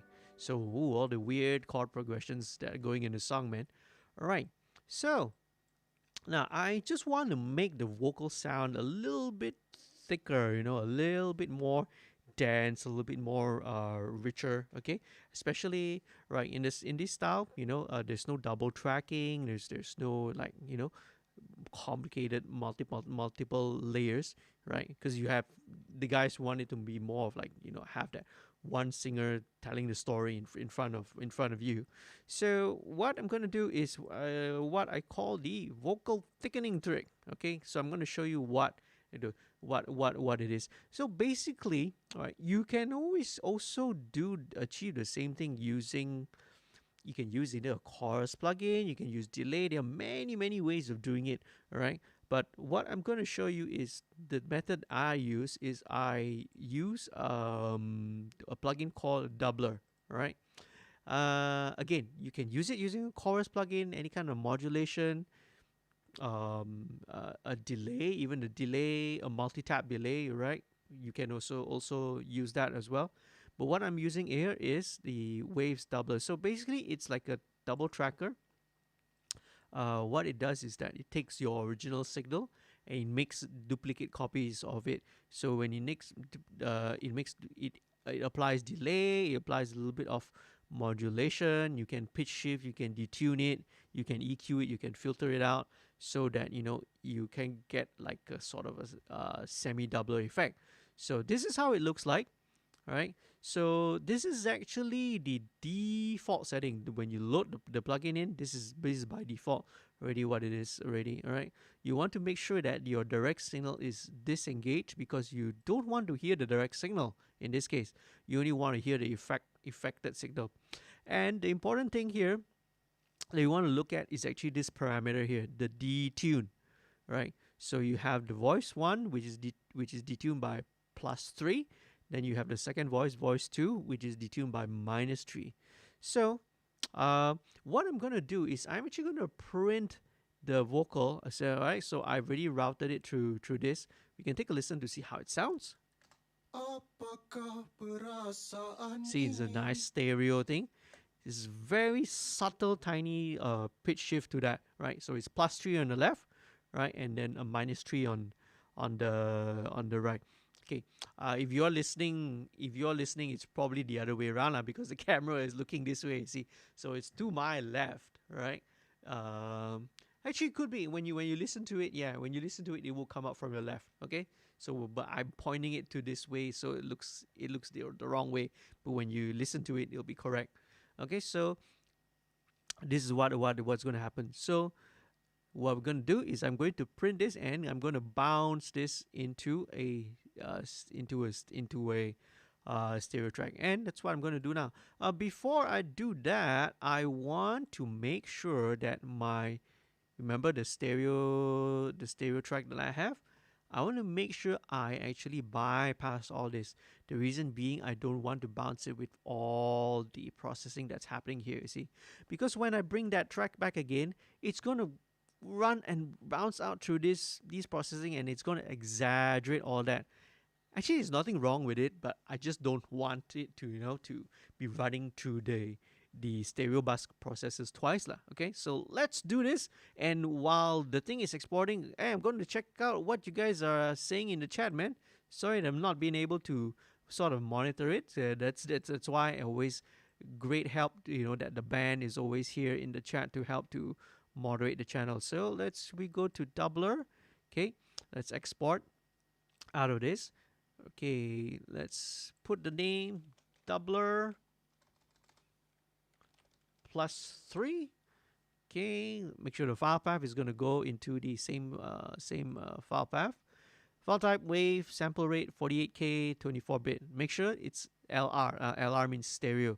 Okay, and very important, you want to create an audio track, right? And automatically it will select insert the pool because you want it to re-import a track immediately automatically instead of having to do it manually. So let's go export the audio.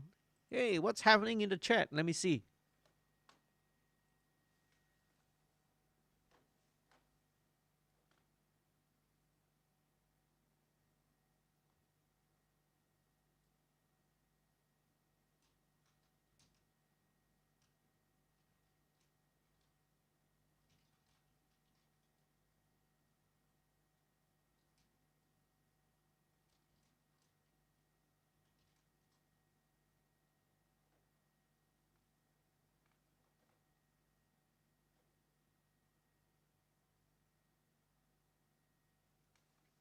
All right. Okay. All right. There's some people who joined in. Hello, Anis. Hi. Thanks for joining in and watching the live stream, man. I hope you guys do remember that now in the time of MCO, PKP, and all that. Unfortunately, one of the industries that it's not going to recover anytime soon, unfortunately, all right, is going to be the live music scene and the live music industry. And what this means is that bands like Nawi's band, Dewataraya, and there are the band as well, Rosleaf, and all your favorite bands, the bands and the artists that you have always loved to watch, you've loved to support. Essentially, they're out of a job. Okay, so there's no shows, no concerts, no gigs, and we're looking at least 6 months. If you're super optimistic, we're looking at say 6 months lah. But reality, most experts are going to say probably a year and a half until we get a reliable vaccine and we have proper testing. Okay, so right, so okay, I'll go back to that rant. So I'm gonna do the next thing. Right, so first one I did was +3. So the next one that we're gonna do is, okay, let's go back to the doubler. Where are you? Okay, there we go. So now we're gonna switch. We're gonna change this now to -6 +6. Okay, so it's very important, right, that you see when I first started, it's left hand side +3 and then right -3. Now I'm going to go left hand side -6 and right +6. The reason why I don't keep on going +6 on the left is because if you do that, all right, what's going to end up later is that everything on one side will start to sound sharp. That will be weird, and then everything on the right will start to sound flat. So it's going to sound very lopsided and very, very weird. So every time we do another export another track, we switch around the detune and the positive and negative lah. So now let's do this one, doubler -6. Yeah. Okay. So yeah. By the way, yeah. Thanks for thanks for watching this. If you can, do consider helping and this MixStream is not just a online mixing. We just not just here to sort of showcase the band, but it's a way for you to also support your favorite local independent acts, you see. So how we do it is that I run on this website. It's a crowdfunding website called Patreon. As you can see up here in the stream, I've posted it up there. The website is called Patreon, and the address is www.patreon.com/studio2105. So what it works is it's based on a monthly subscription, right? So you sign up to become a patron, right? Minimum you can sign up for just 1 month, right? And what happens is that when you sign up, the amount that you pledge, there are different tiers. So when you pledge the amount, right, the lowest one, the cheapest one is like $3, which is about 12 ringgit only a month, right? You buy a you buy a cup of Starbucks. You know, some people buy a cup of Starbucks every day. That's already like 15 ringgit every day. This is only 12 ringgit a month, right? Starting from that, and from that amount, 50% will go towards the will go towards the feature artist, right? So in this case, you're right. So if you sign up to become a patron, just include message and then include with the code up here, MixStream 06, so I'll know that this is meant for Dewataraya, right? So you sign up to become a patron, right? 50% of your pledge will go in support, right? And it's gonna go help these guys. It's gonna help these guys, fund, their recording, the money, the time that they spend, getting their gear, their equipment, and the years that they've invested in improving their skill and in learning their instruments and singing. And not only that, the expenses for recording, the expenses for jamming, for all that. There's so many expenses, and that bands and independent artists need to spend on, right?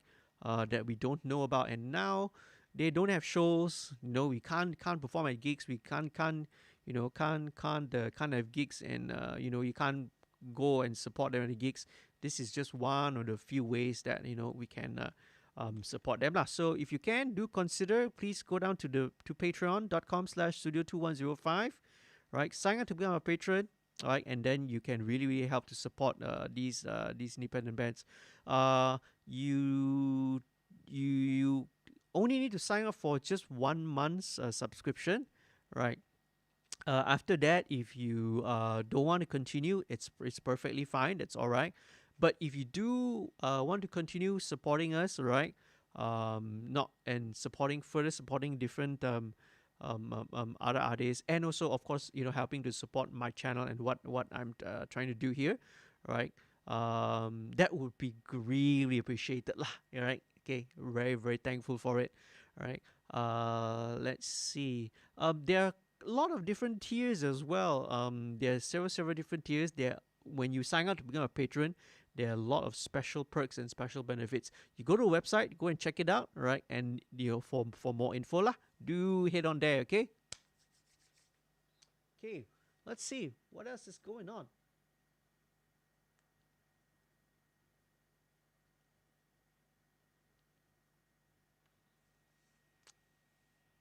Yep, indeed.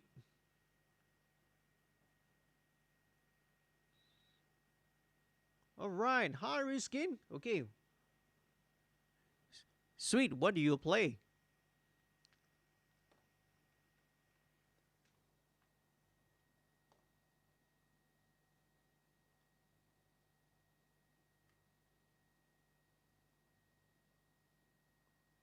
Okay, let me just sort of check what's happening while we're bouncing this down, yeah?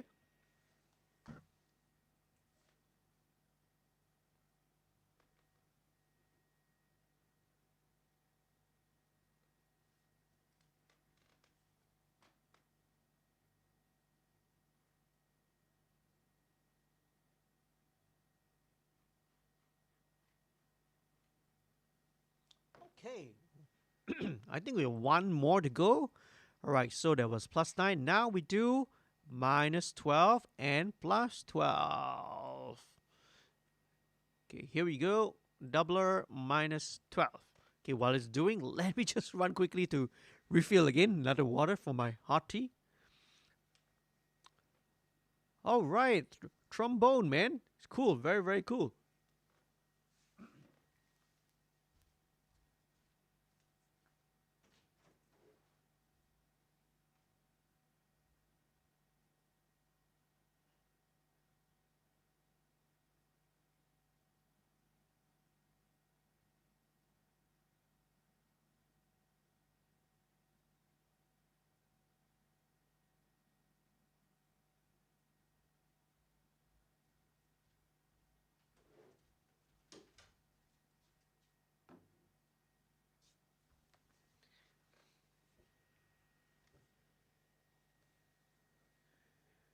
Could I share some tips? So you got a question, right? On how to get better at recording.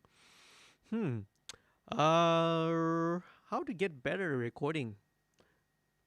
It's the same with any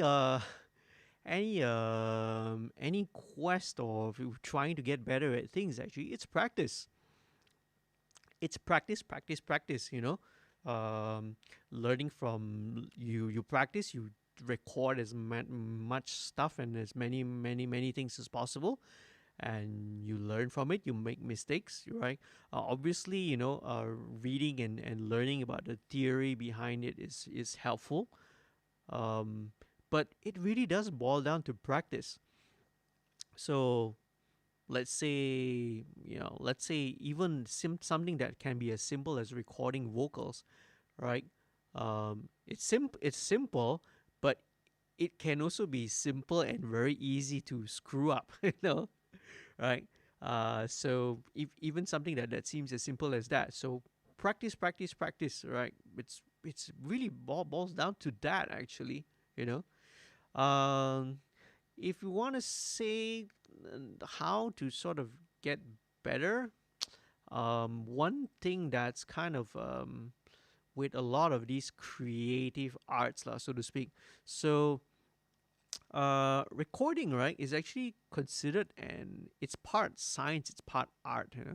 So let's say if you are like in a university or in let's say in the West, like in the university, recording, excuse me, is actually under the topic of falls under the arts and humanities. So it's actually an art. So a lot of arts subjects, right? Artistic endeavors, you need to actually based on have have a men. Basically, what I mean is that you need to actually have a mentor and have practical experience, lah, right? So, um, um, art, recording is one of the is what we refer to as an apprenticed art, meaning that you how we always learn is that we always learn by picking up the techniques and tricks from somebody, like who's somebody, a mentor or a master or somebody, and a boss or someone your superior who taught you how to do it. So he teaches you his or her techniques, and then you apply it, you continue developing, and then you learn it from, and then you pass it on. So but obviously, with the internet and everything and YouTube, you can learn a lot of things, but there's just some things which you can't really pick up just by watching a video. I think we're kind of especially now, we are kind of realizing that there's just some things that's very hard to do virtual in a virtual world. Anyway, that's my little topic to opinion on how to improve when you ask me about recording, right? It's just mainly just practice, man. Practice, practice, practice.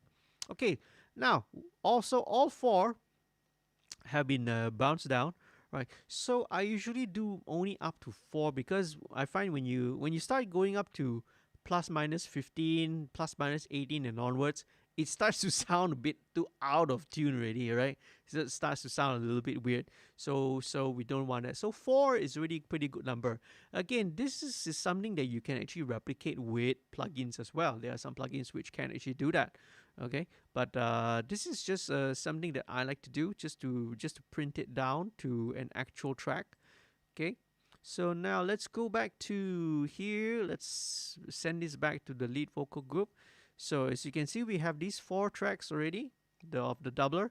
All of these guys are also going to be bussed to the same lead vocal group. All right. It's getting a bit chilly here, man. Let me just turn the AC down a little bit. Okay, it's getting a little bit cold in here. Okay, so let me just cue this.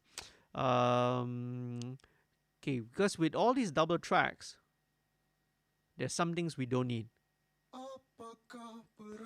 So we don't need all the super low end.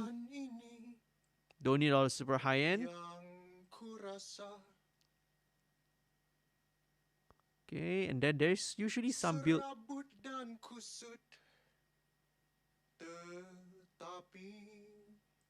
Okay, there's usually a bit of that nasally.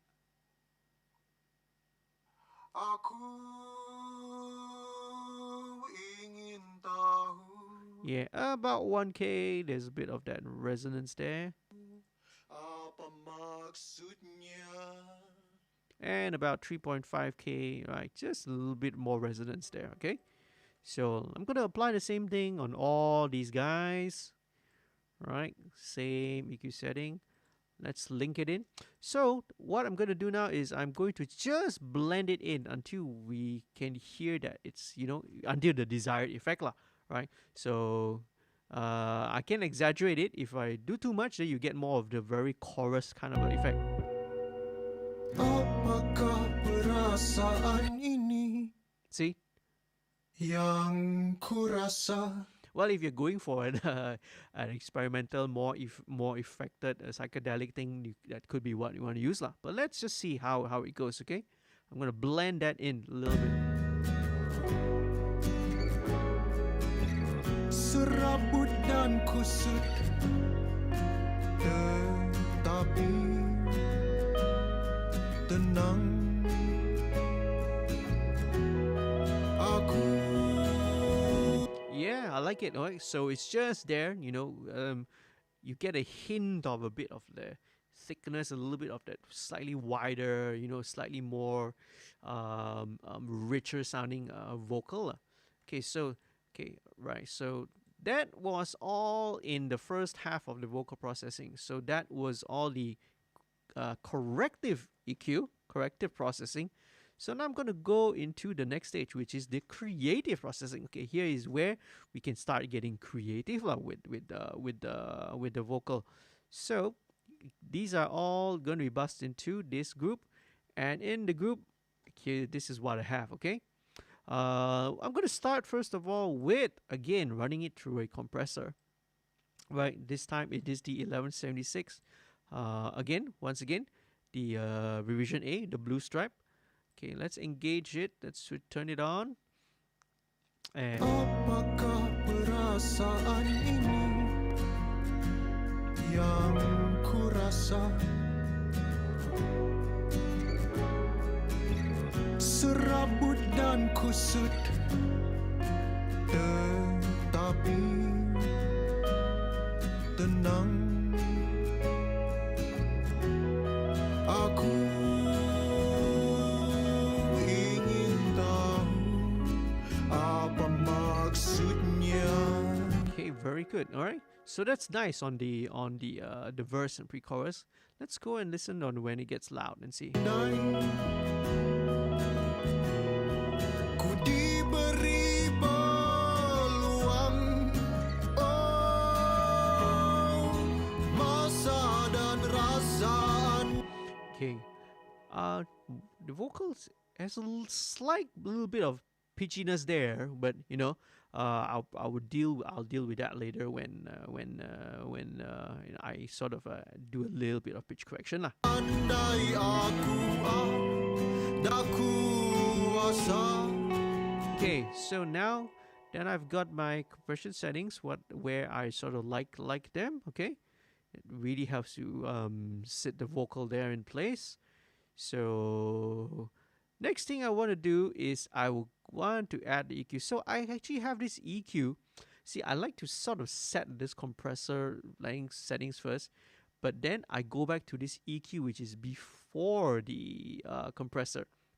So what I like to do is that, I like to sort of push this EQ into the compressor, into the 1176, and it changes, and it will reacts the tone in a different way. So let's bring a little bit of. Akan ku singkirkan semua yang Okay, let's go with the for the high frequency. Let's go for the widest bandwidth. Okay, start with maybe about 4K. bikin tersiksa. Bypass. Itu semua mimpi gila. Apakah perasaan ini yang ku rasa? Very good. Serabut dan kusut. Okay, cool. So now we need right. So because all the compression will also sometimes bring up all the sibilants as well again. So that's why I always have a second de-esser here in this chain lah. Apakah perasaan ini yang ku rasa? Serabut dan kusut, tetapi. Okay, very cool. So remember our good friend MV2? Okay, it's also in here, man. But honestly, for this style of vocal in Dewataraya songs, I probably don't want to use MV2, because MV2 is more of like, let's say, if I really want the vocal to be like really like grabby there, but this is more of a dynamic performance, so I'll probably sort of leave MV2 out of the picture lah, right? But what I do have is vocal rider. So you guys saw what bass rider did, right? So bass rider was for bass frequencies, right? Bass guitar and all that. Vocal rider does the same, but it's it's geared and it's tuned to react and to work with vocals instead. So very similar, right? You have the sensitivity settings, you have your fast or slow settings, and you have your target. So let's sort of set our target to see where we want it to be. Okay. Apakah perasaan ini yang ku rasa? Serabut dan kusut, tetapi. Okay, I have to compensate for the output a little bit. Tenang, aku ingin tahu apa maksudnya. Very cool. Andai. All right. So again, right, the vocal rider is again going to be very subtle. Okay, it's not going to do too much. All right. Cheers. Okay, so let's see. Next thing going to go is the time to put up some effects. Okay. So the first thing I like to do is I would always want to envision that the vocal was recorded in a really nice, expensive sounding studio. So what I love to use over here in this case is this guy called the Super Tap. Okay, all right. So this is actually a delay, right? So it's actually you can also do the same thing with any sort of a delay effect out there. But the trick is that you want this to be only a single tap, single slap back. You see, right? You want to turn the feedback off, or to zero, because you don't want to have multiple repeats. That's not the idea, right? What I want to do is just have to have an early reflection. And the important thing is that you would want to, like, for me, all right, I would want to roll off all the high mids and the highs. So in this case, everything above 1.5K is rolled off. You can always again do it again with a stock delay or any kind of delay plugin, and just EQ it, so that you EQ all the 1.5K, 2K above. So I'm gonna add it in so until you can just sort of hear it, right? I'll exaggerate it a bit so you can sort of hear what it sounds like. Serabut dan kusut. Okay, here. Tetapi. So I'm going to pull it back to the point where you can just only hear it. Tenang, aku ingin tahu. Sweet, okay?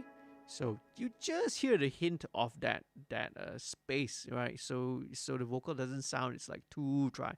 It's still sitting in a space, right? In some space. Okay, the next thing right now is to give it a bit of that front and back depth. And so what I'm going to use is I'm going to use a delay to do it, okay? So what I love to use is to use a mono delay, right? So this is, again, this is by Brainworks. So they have their BX delay here. Apa maksudnya? Okay, so it's currently set to about 8 notes. Let's see how the tempo sounds like.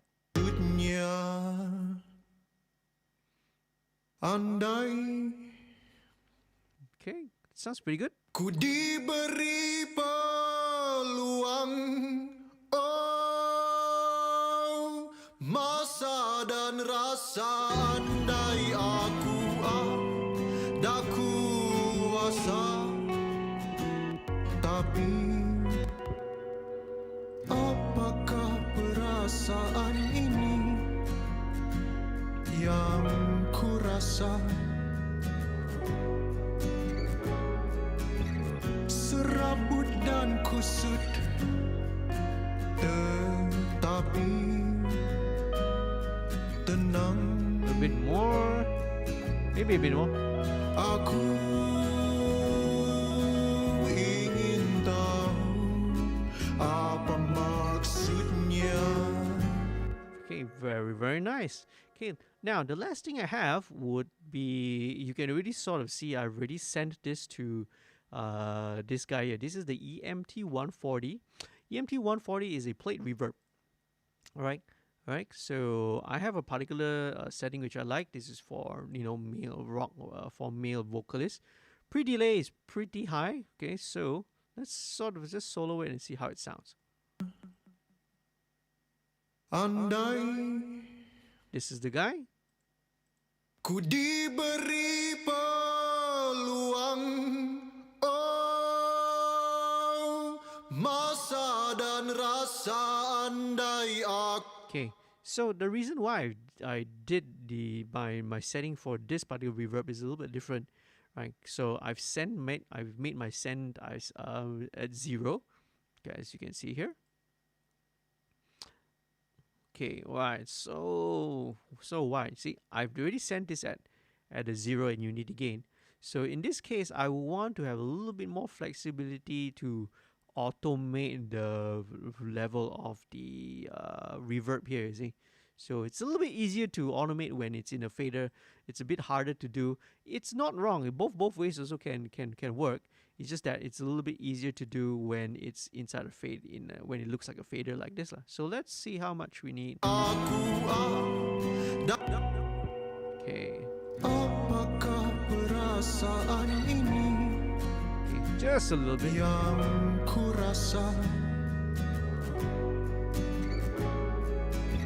Serabut dan kusut, tetapi Sweet. Very nice. tenang. Aku ingin tahu apa maksudnya. Andai ku diberi peluang, oh, masa dan rasa. Okay, once you get to the chorus, right? So in mixing, all right, what you want to do, all right, is you always want to be able to pull and push the listener forward. Okay, you can either use the word push or pull, right? But basically, what you want to do is you always want to bring the listener on a journey. You want to bring them along with you and not have them lose interest, right? How you do that is that you use dynamics, right? So you use contrast. So obviously, verses are gonna be a little bit smaller, not so intense. Anytime you get to a chorus, which is the hook part of the song, the part where the listener, everyone sings along, we all know the melody to the chorus, right? So whenever you get into the chorus, you want it to be a lot bigger. You want it to be more bigger, more in your face, a little bit more intense, more and more dynamic, right? Because you want to capture the interest and maintain the interest of the listener. So let's make the vocal a bit bigger. So one of the things that I would do is I would, from a mono delay, getting into the chorus, I would automate and go into a stereo delay instead, right? So same delay, but slower settings, okay? So instead of 8 notes, it's in quarter notes now. So let's check it out. Maybe quarter note dotted. Yes. Andai riba luang, oh, masa dan rasa. Okay, all right. Let me just tweak some of the let's put into ducking. So ducking here means that when the original signal is present, it will duck the vocal down, right? It will duck the delays down, in this case by about 20 dB lah. So the delays don't clutter up, don't muddy up the mix, you see. So let me tweak. What I need to tweak next is the feedback, all right? Because it's slightly different tempo. Right, on the left is quarter note, right note is quarter dotted quarters. So this would be increase the feedback of the left channel. Okay, we can hear it. Yeah, so I want both of them to sort of end around the same time, because in the moment, if I put the same feedback setting levels, the longer delay time obviously is going to end a little bit longer lah. So a little bit more feedback on the left so that they both sort of end at the same time. Andai aku daku masa. Okay, very good.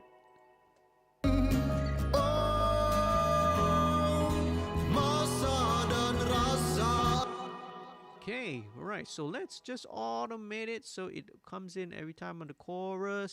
So it probably come in on the O part, I think.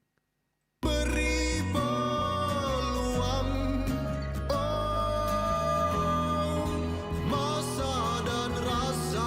Andai aku daku masa, akan ku singkirkan semua yang bikin tersiksa. Itu semua mimpi gila. Oh, oh. Itu semua mimpi gila. Okay, let's go back to the verse. Dalam hening ada kata. So when you're back to the verse again, it's back again to a mono delay, alright? So let's fast forward to the Oh Tuhan, forward to the next chorus. berikan ku peluang. Oh, masa dan rasa. Andai aku ada kuasa, akan ku singkirkan semua yang bikin tersiksa. Itu semua mimpi gila. Oh, itu semua mimpi gila.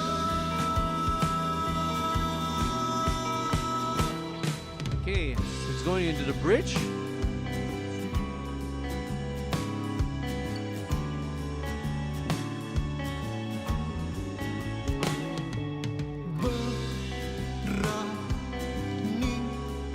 Beranikan diri untuk We probably can maintain the stereo delay here though. di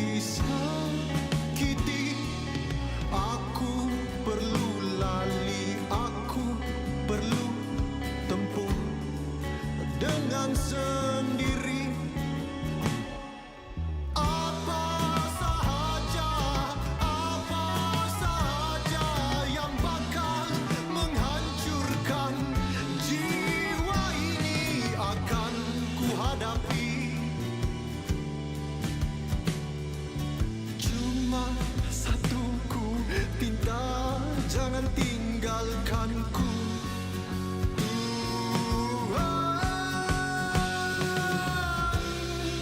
Masa dan rasa, andai aku ada kuasa, akan ku singkirkan semua yang bikin tersiksa. Itu semua mimpi gila.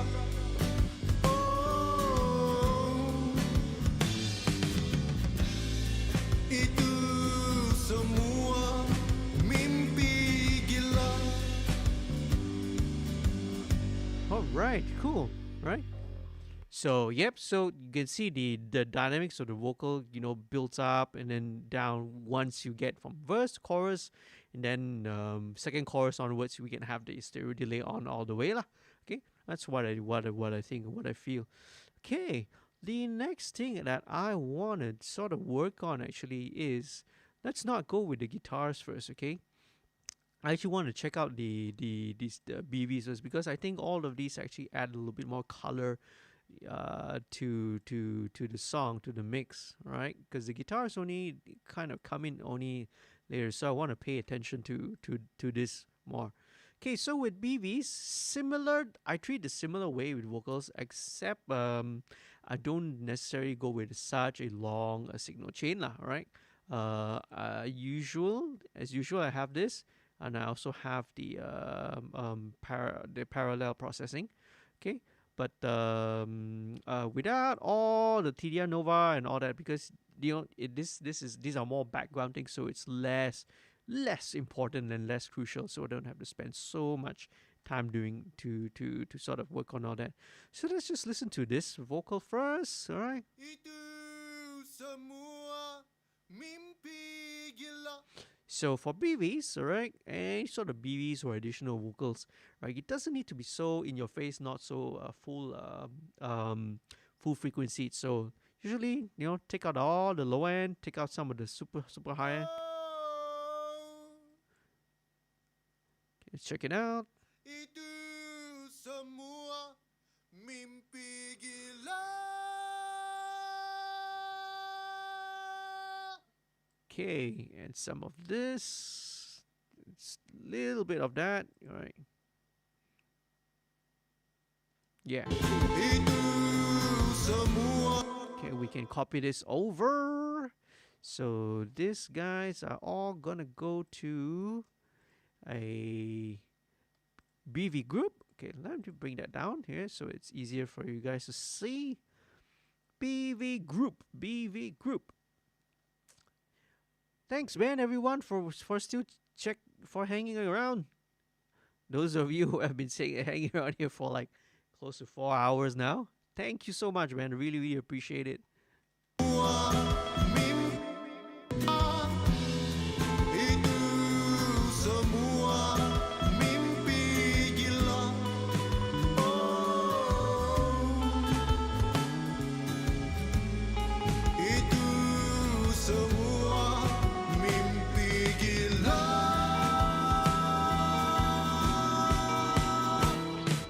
Okay, so for BVs, my chain for BVs is pretty simple.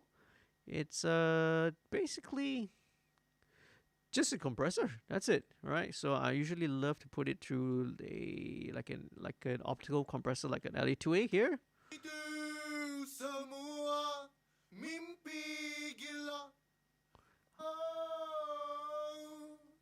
Okay, all right.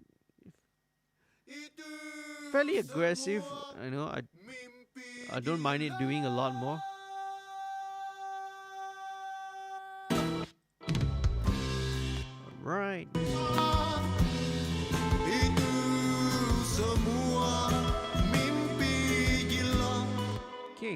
Now for male BVs, right? I probably don't want to pan it too far out. Maybe 50 instead of hard left, hard right.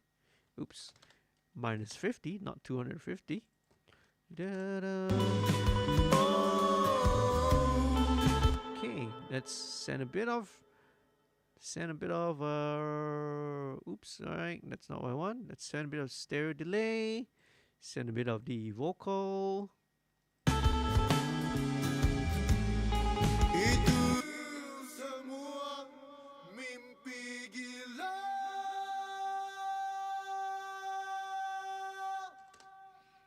Alright, check it out. Itu semua mimpi gila.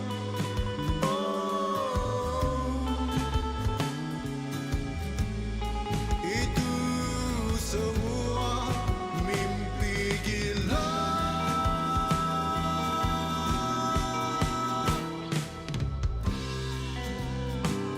Alright, and now we get to the female BVs, right?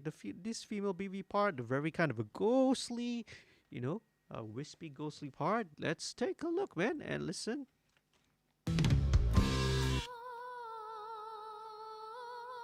Alright. As usual, let's run the little parallel processing chain through it. You don't need all the low end. Don't need all the top end.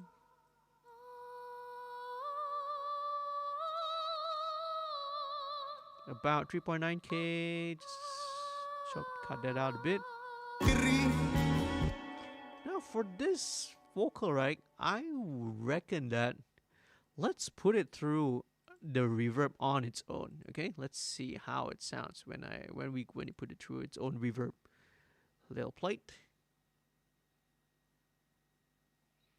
Oh, sweet, man. All right. Well, this is only one stage, all right, of it.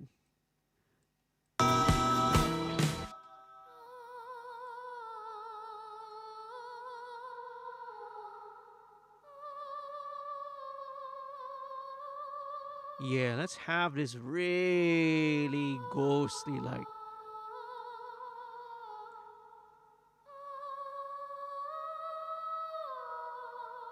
Okay, let's see how it sounds. So this is already reverbed and then sending to the bus, sending to yet another reverb and delay. See, so that's very, very cool. Well, at least that's what I think. Okay. Okay, let's see how this sounds in context.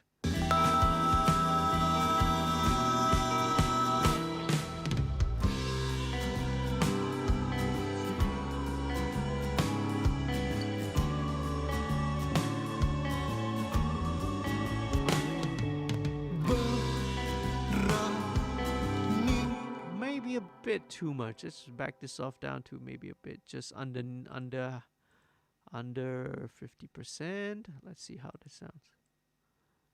Okay.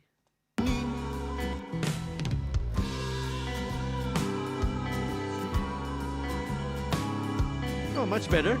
Got a bit of definition there.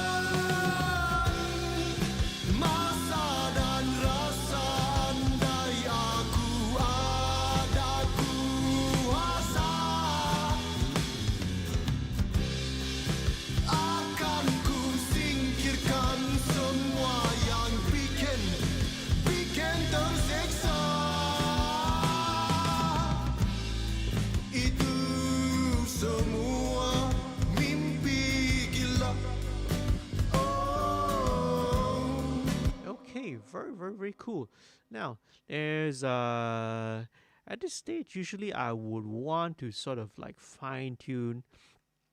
I really work on the vocal a lot first before I, because so much more other stuff to add on. I hope you guys are all okay, because this is like coming up to probably one of the longest mixed stream sessions, and we're just kind of halfway there. If you guys are okay to stick around, that'll be cool. I can go as long as you guys want, man.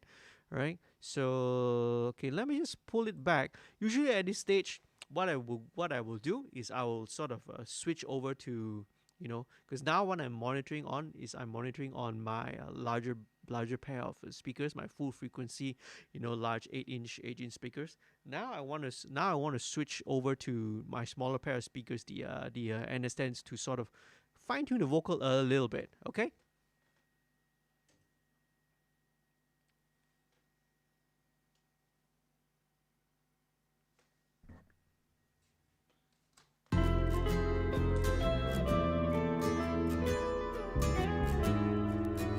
So I use a pair of Yamaha NS10s. These are really, really old speakers, which are like one of the classics speakers that studios use. But you can always use any, sort of a smaller set of speakers to sort of do this job.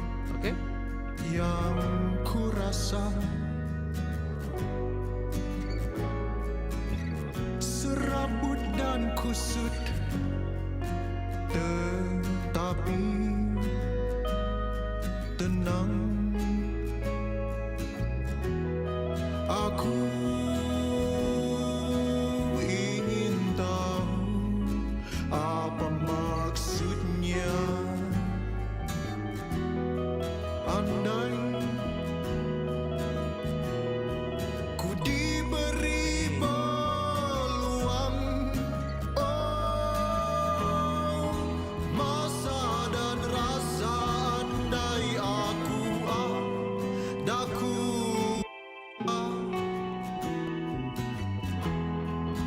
akan ku singkirkan semua yang bikin tersiksa. Okay, let's go back to this first. Some of these are different. Alright, I can use the same, it's essentially the same sound, same setting, it's just a different line. Let's check it out. Ingin tahu apa maksudnya,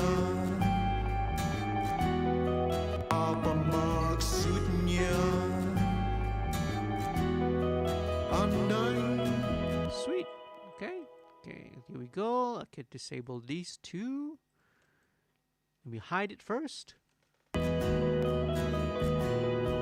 ku diberi peluang, oh, masa dan rasa. Thanks, man. Thanks. Appreciate you guys still hanging around, man. All this while. Tak kuasa akan ku singkirkan semua yang bikin tersiksa. Itu semua mimpi gila. Oh, oh. Itu semua mimpi gila. Okay, right.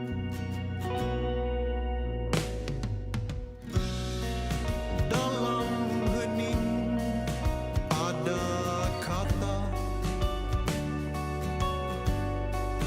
oh, cobalah kau tolong senyap, dengarkan apa yang Okay, let's listen back to that. dalam hening ada kata, oh, cobalah kau tolong dengar. Dalam hening ada kata. Okay, right. also when you get to the it's very important. There's a word, there's a term that we use that is described in poetry. Is like it's called prosody, right? So, but essentially in the context of when we talk about mixing, is that when we hear when the words are implying something, the music should also kind of imply it. So on this part where it says senyap, I'm gonna try and see what if I make everything quiet. So I mean, obviously the guys are also intentionally did it. You see, the tracks, the production, the arrangement also dictates what I should do as a mixer. You see, right? Because what's there already kind of tells you it's a roadmap of what it's supposed to be. But just to make it a little bit more dramatic, right? Maybe I will sort of automate this so that the volume.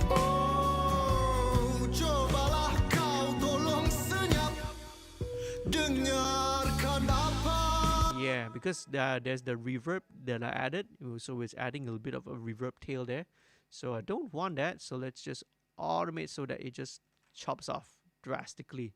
I think it's much more dramatic that way, and it really pulls the ear, the attention of the listener towards the vocal, towards what the not necessarily the vocal, towards what's the words that the vocalist is trying to present.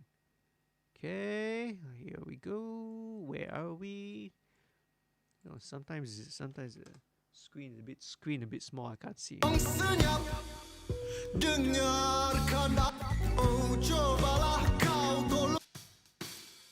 So there's that little hi-hat there.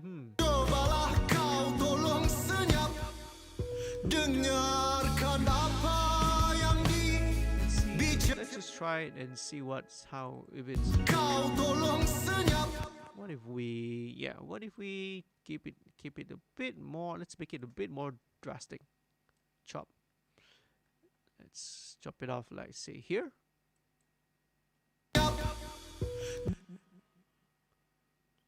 Chop it off.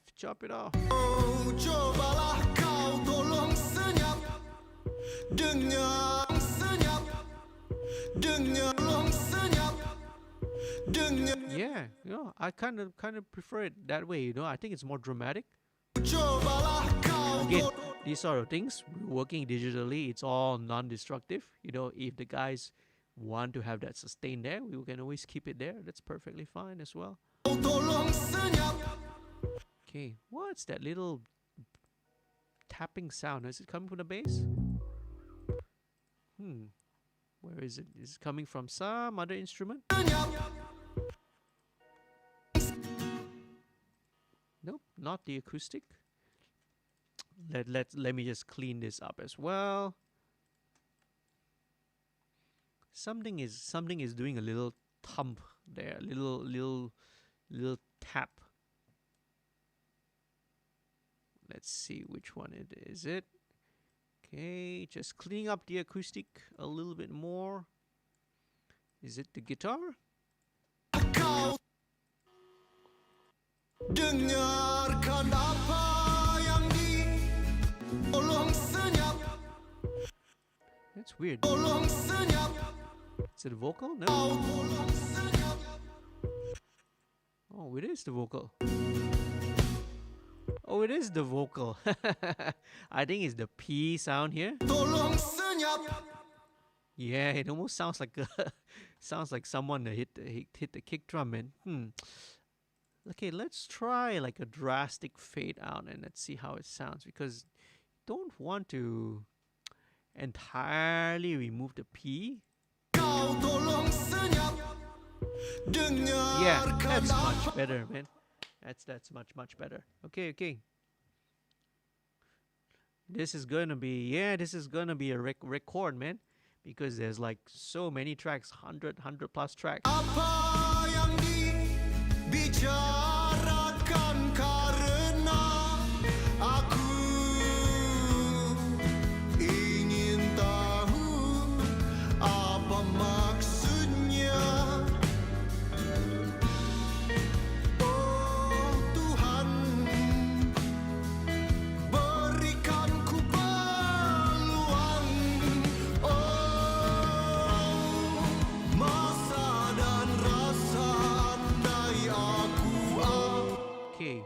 just getting to this chorus. I need to bump it up a bit.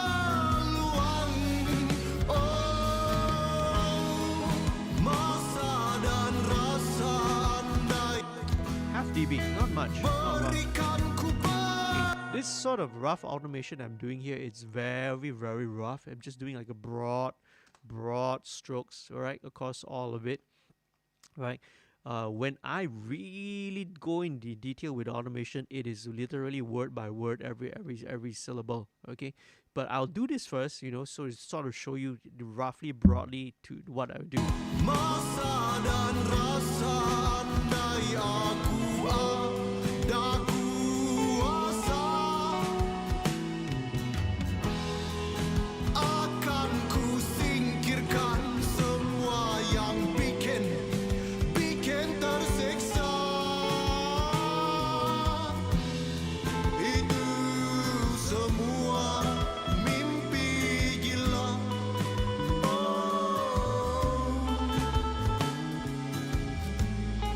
Itu semua mimpi gila. Okay, this goes back down to 0. This is a loud note, so I'll bring it back down.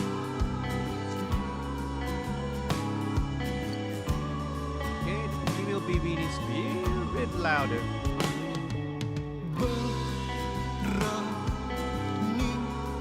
Okay, so here let's bring the vocal down. Got 1 dB overall.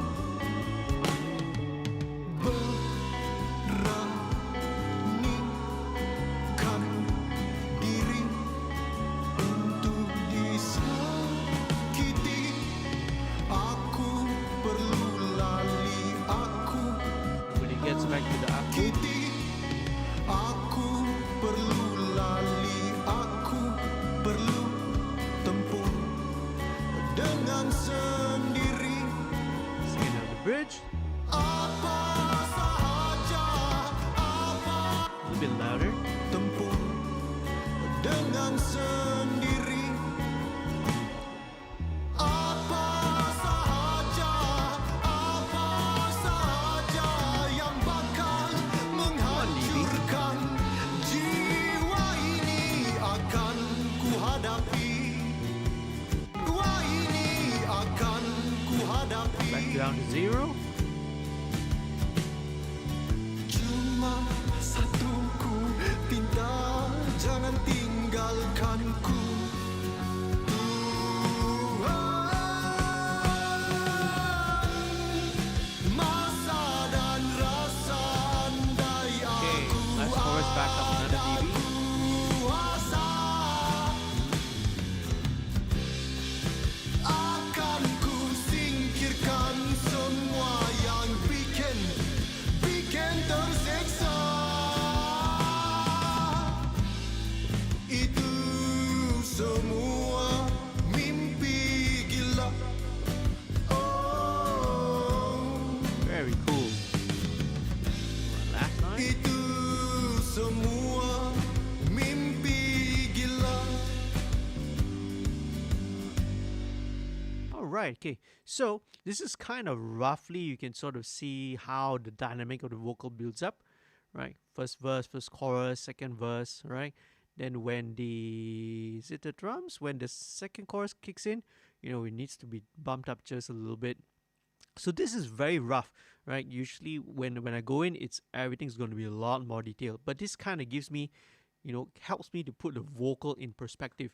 So now once I sort of have the vocal in perspective, I know where it should sit, you know, back and front. Then I can now move on to the other instruments, you see. So let's go now back to this flanger guitar. Okay. All right. I've switched back to my big speakers, all right, because checking the vocals, the small speakers are very useful, very handy to check vocals, all right. So let's go. Itu semua mimpi gila. Okay, let's solo the flanger guitar and see how it sounds like.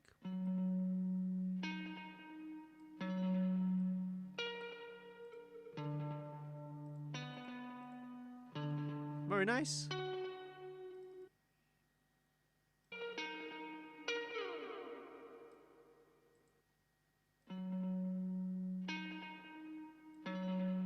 Ada kata, oh cobalah kau tolong. Okay, this one needs, we need to compress it a little bit. Okay, I'm gonna try to use the LA3. Now when it comes to like clean-ish guitars, right, I really love the LA3.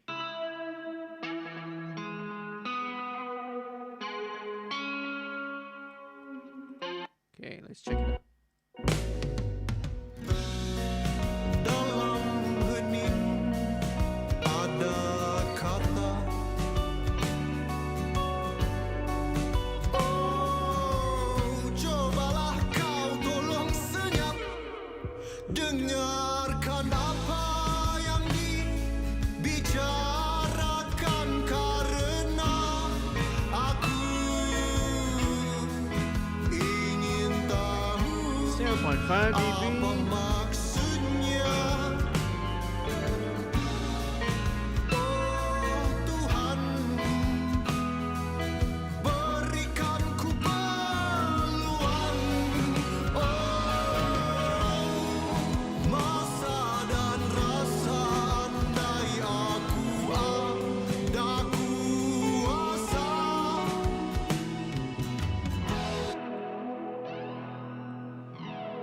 Very sweet. Bikin tersiksa. Itu semua mimpi.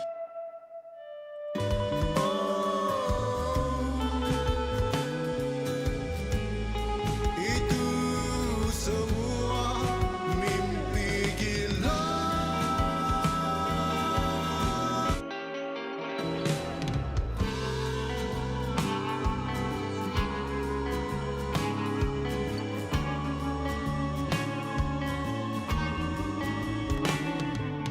Beranikan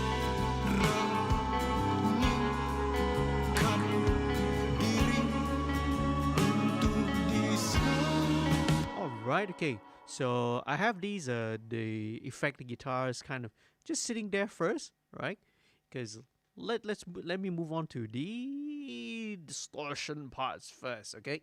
So similarly, this is with the 440, 57 amp sim, right? Let's check it out first. Check it out.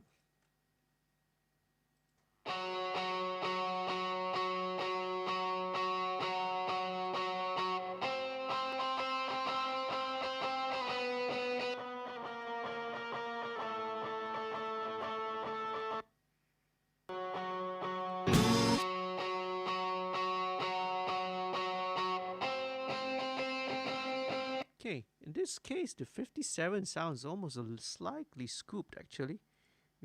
Let's see. Okay, now, so all of these guys are all gonna be going to, similarly going to another group. And where's the group? Here you go. Okay, all the OD guitars. These are all the overdriven guitars. So let's start again with the. We're gonna do the same process, right? With what we had, what we did just now with the acoustic.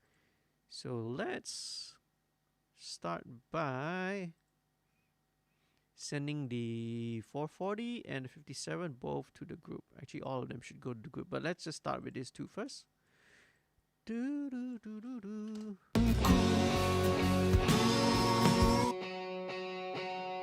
Okay, you can hear that. It does sound a bit, out of phase. Let's bring in the in phase.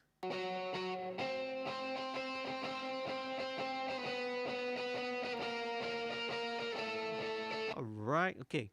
Now this one, yes, this one does seem quite out of phase. So we're gonna have to like take a look at it and sort of work around it if I want to have both of the mics sort of work with each other lah. So first of all, what do? We flip the face. Okay, flip face looks alright. Looks alright. Looks alright. Alright. Alright. Okay, so it's apparently we should. Let me try this. Okay, let's try to delay the 440 first of all. Okay. Yep. Yeah, because it looks like it. So okay, this is getting better.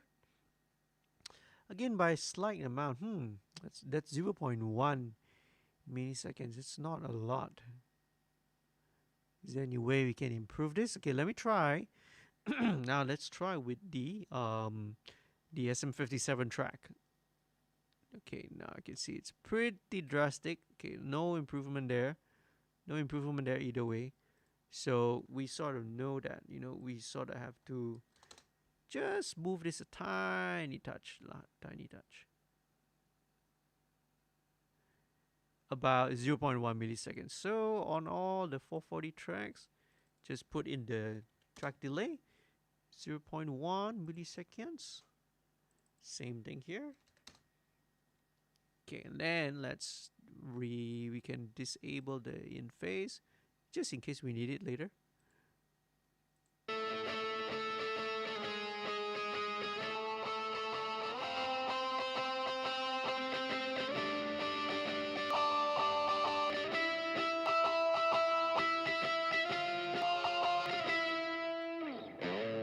Right, sounding good.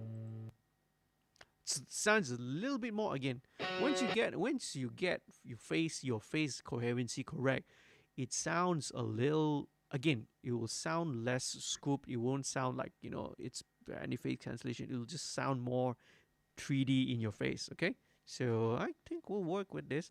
Now the two mics have very, very different characteristics. So sometimes when you have two that's very different sounds, in this case recording with an amp, I would probably give like slightly different EQ settings for both. So let's start with the 440 first. Let's see what we're gonna do.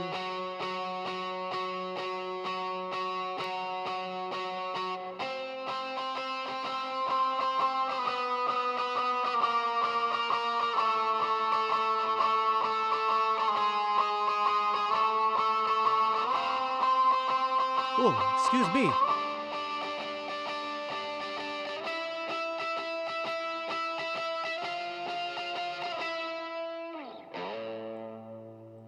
Okay, that will be the 440, and then let's take a look at the 57. 57 sounded a bit scooped to me just now, but let's see. Let's see how it goes.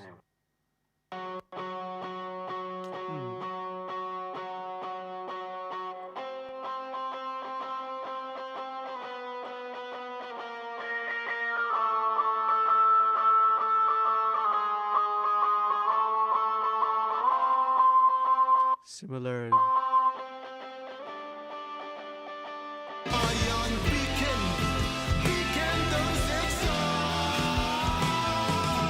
Okay, so now we can just copy the same settings over for the 440. This will go over for the 57. Let's see how it sounds, okay?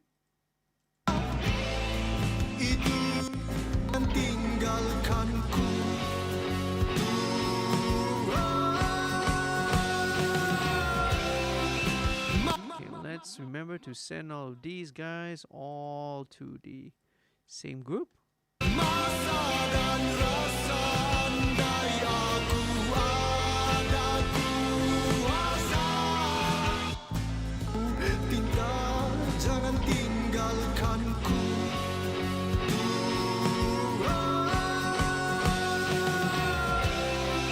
Sweet. Okay, so now in the group, same thing. Let's put the group bus there. Where were we? Okay, there we go.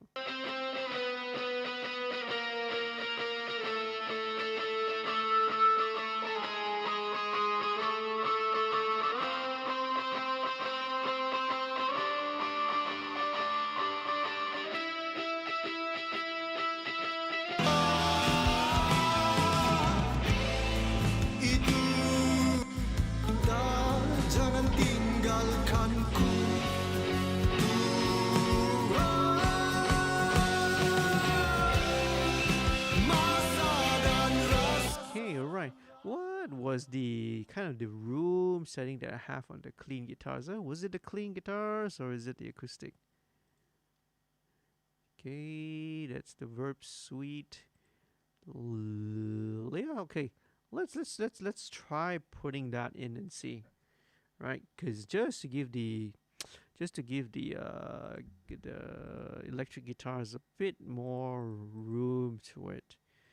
Same thing, verb suite classics, default guitar, acoustic guitar booth. Okay, probably dark acoustic chamber. Let's see how it sounds.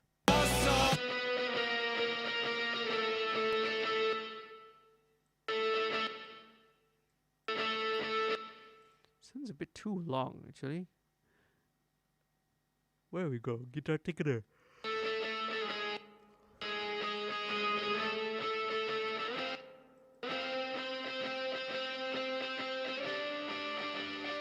Mayan bikin tersiksa. Itu semua mimpi gila. Oh, itu semua mimpi gila.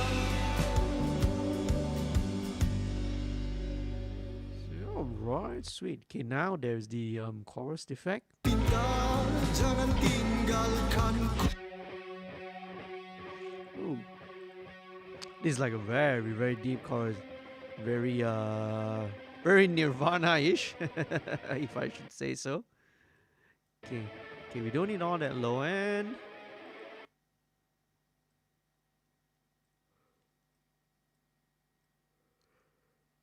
Oh man, I need my coffee too, man. Yep, so don't need all that super top end. Masa dan rasa andai aku ada kuasa, akan ku singkirkan semua yang bikin tersiksa. Itu semua mimpi gila. Okay, very good. Let's move on now to the... Okay, because we don't really need all this, let me same thing. Let me just disable it first. But again, you know, I ended up not using most of the amp sims and all the DIs. But if you are sending your tracks out to, you know, another mixer, it's hard to say, you know.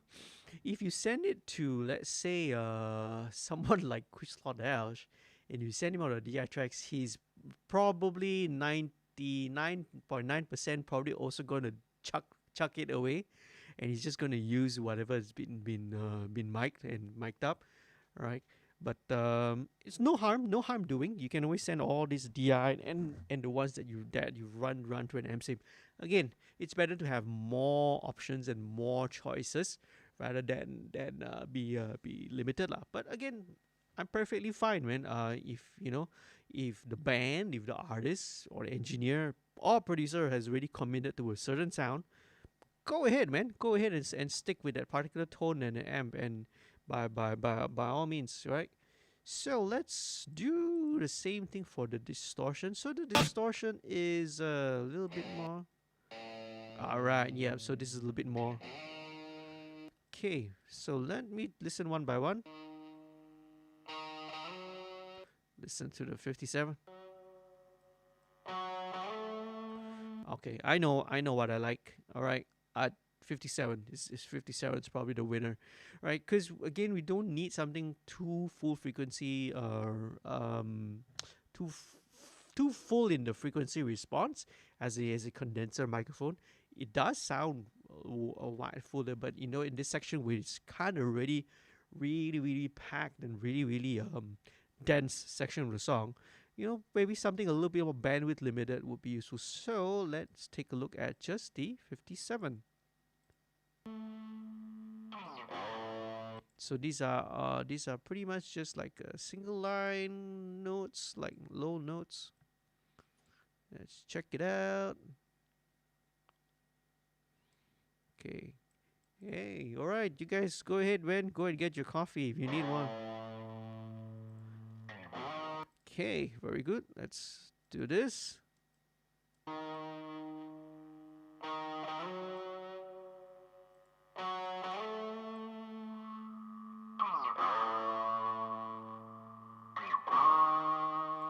So it's resonating around there. Let's get that out. Okay, I think with the SM57, I think the top end, the high end is just nice. So again, don't really need to play with that, I think. Bayan bikin tersiksa. Itu semua mimpi gila. Oh, itu semua mimpi gila.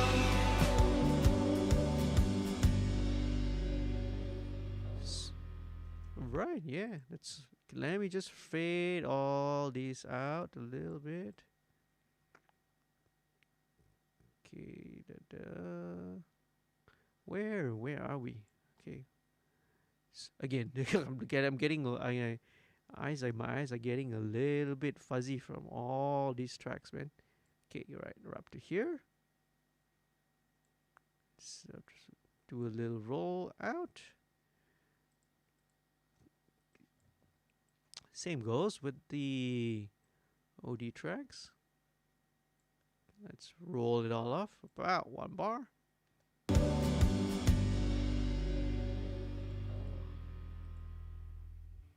Distortion, distortion, distortion, distortion. Okay. Okay, wait, I gotta. Let me just clear all this. I was also getting blur and confused with all these tracks already. So these are not used. This one's not used. Not used. No, don't really need to use it. Remove, select the tracks. Okay, cool.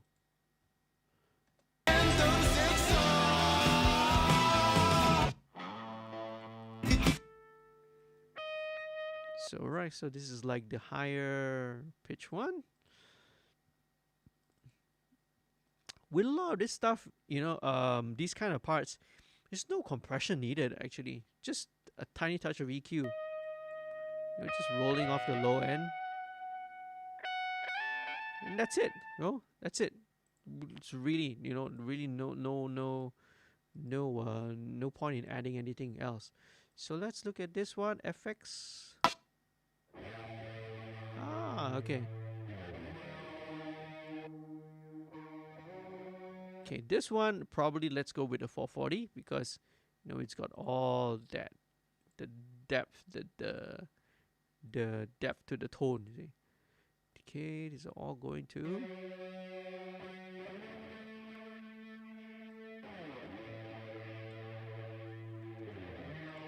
Okay, the effect one is kind of building up.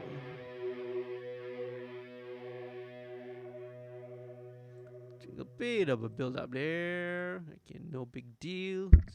Oops. Again, so very tiny bit of EQ. No, doesn't need that much. So we have this one. Itu semua mimpi gila.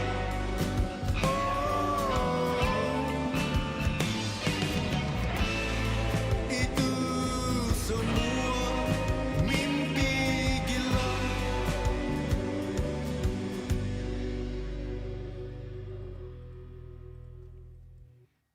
Very nice. Okay. Probably just need to, again, I just need to do the fade out a little bit smoother.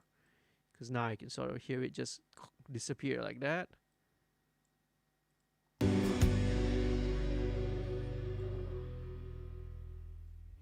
Okay, that's much better. Much better. Okay. Let's listen to all these, let's check out all these harmonics.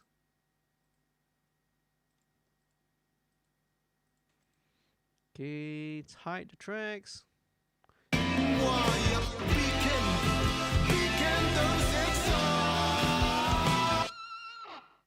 Ooh, all these harmonic squeals.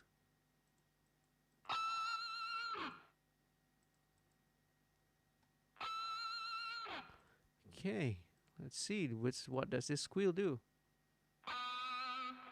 All right. Okay.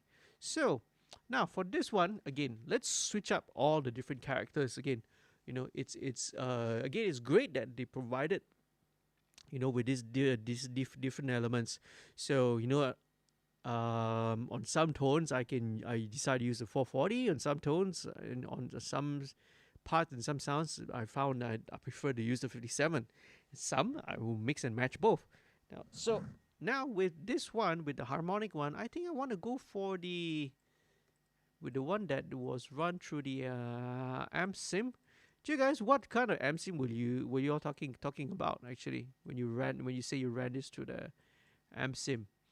Okay, because this one I think the amp sim one will kind of jump out a little bit more. Okay.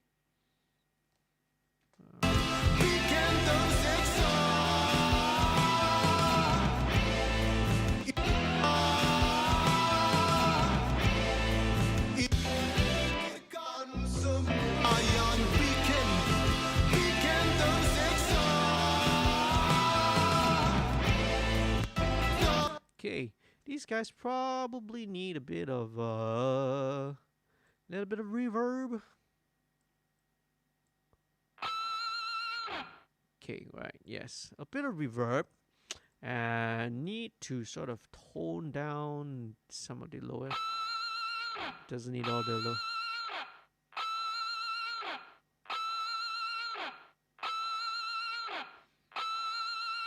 Okay, let's have that on loop. And which reverb should we use? Let's just go with like a stock reverb, man. Stock reverb is good.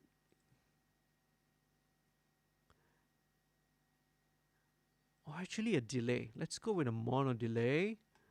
All right, quarter notes.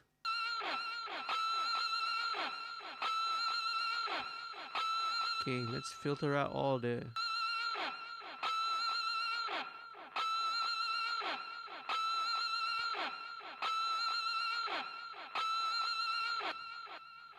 Okay, let's check it out.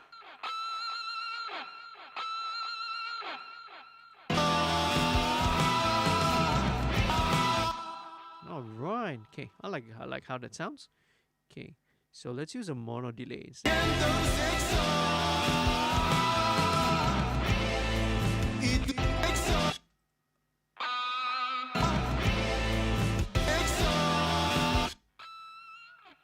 Okay, this is also similar. So this is like two of these are actually high.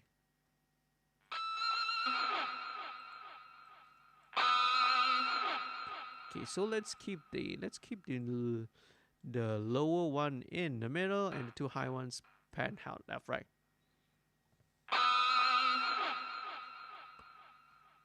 Sweet. Okay.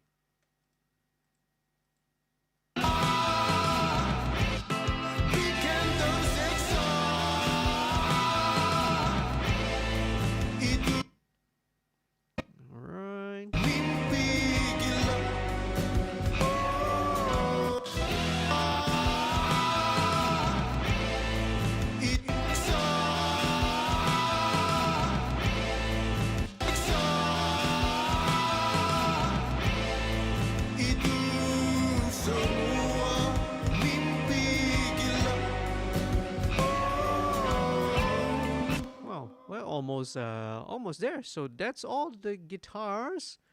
All right, let me go back to this little pad first before I forget. Okay, next thing, let's do this pad first. Okay, sweet little, very warmish pad. And with all this ambient and spacey parts, you guessed it, let's make it even more ambient.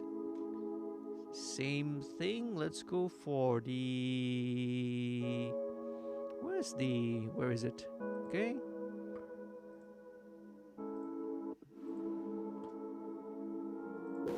church 60%. Berikan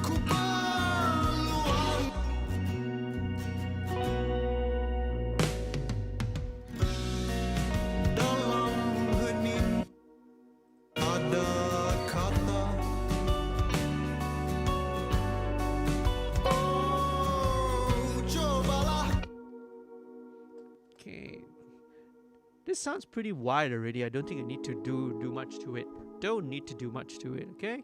Kan karena aku ingin tahu apa maksudnya. Oh Tuhan, berikan ku peluang. Oh masa dan rasa di aku ada kuasa. Oh Tuhan. Okay, when it gets to the chorus, I feel the micro chord also needs to go up. Berikan ku peluang. Oh masa dan rasa. Again, super subtle, you know, movements to again add more energy because the micro chord adds all that higher frequency. So just bring it up by 1 dB. Andai aku ada kuasa, akan ku singkirkan semua yang bikin tersiksa. Itu semua mimpi gila. Alright, okay. So that's most of the musical instruments. I will not gonna leave the so what's that? So leave the strings for the last, I think, right? Because the strings are gonna be more of the supporting role first. Next thing I want to take a look at again, right? Very crucial part would be these guys, this vocal choir thing. And look at the amount of tracks, man. Very cool, very nice. So let's first things first, we sort of need to sort of organize these guys first, right? Or girls, you know. I'm just using the word guys just as a generalization. So let's see which is which. Let's solo them one by one and let's take a look.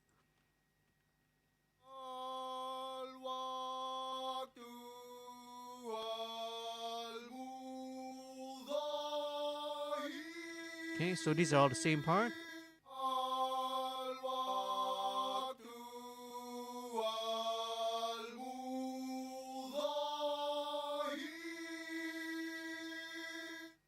Okay, very good. These 5 tracks are singing the same part. All right, so let's remember these first 5, and then let's take a look at number 6, 7.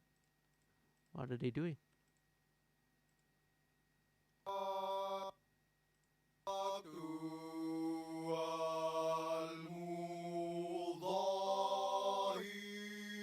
Also, okay, also another 5 tracks.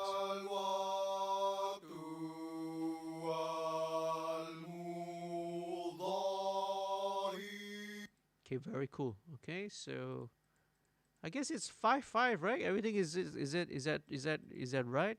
Now everything's like batch of 5, right? It's like a tenor part.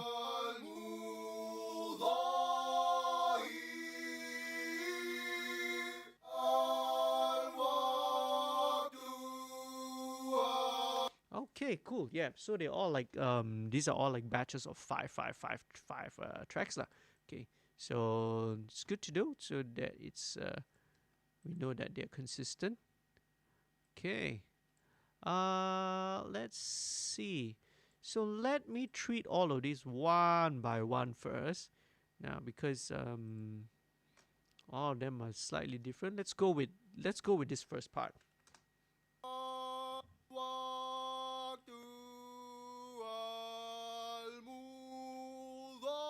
Okay, now when you get to these kind of parts, I sometimes when it's this, I will omit using the tape and emulation and the console emulation plugins because you don't really need it. Okay, yeah, you don't really need it, especially on all these short parts. And there is also a danger in using all this because all of them, you know, are actually as they replicate an actual analog circuitry, there's always a bit of noise inside it. Okay, let me sort of show you. Okay, some of the settings. Let's go. Let's say, look at here. So inside the virtual tape here, you can actually have settings for noise reduction. So here, noise reduction here is around minus 80 dB. So 80 dB is like it's almost imperceptible. It's like almost you cannot hear it, but it doesn't mean that it's zero. It doesn't mean that there's no noise at all. There is, but it's at such a low level that it's technically going to be below the noise floor of anything that you have. Whatever other tracks or whatever parts you have. So same thing. The virtual mix rack also has the option. You have this noise reduction, right?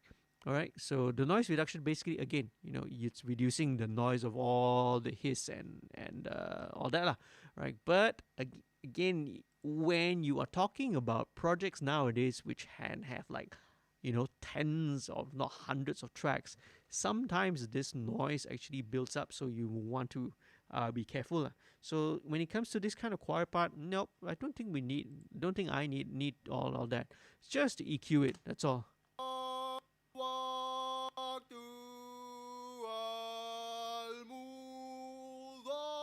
Alright, so here.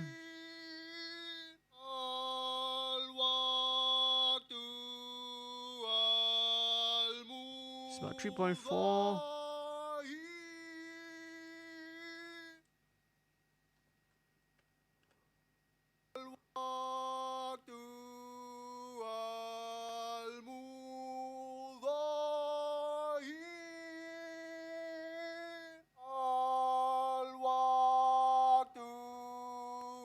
About 700, a bit of honkiness there.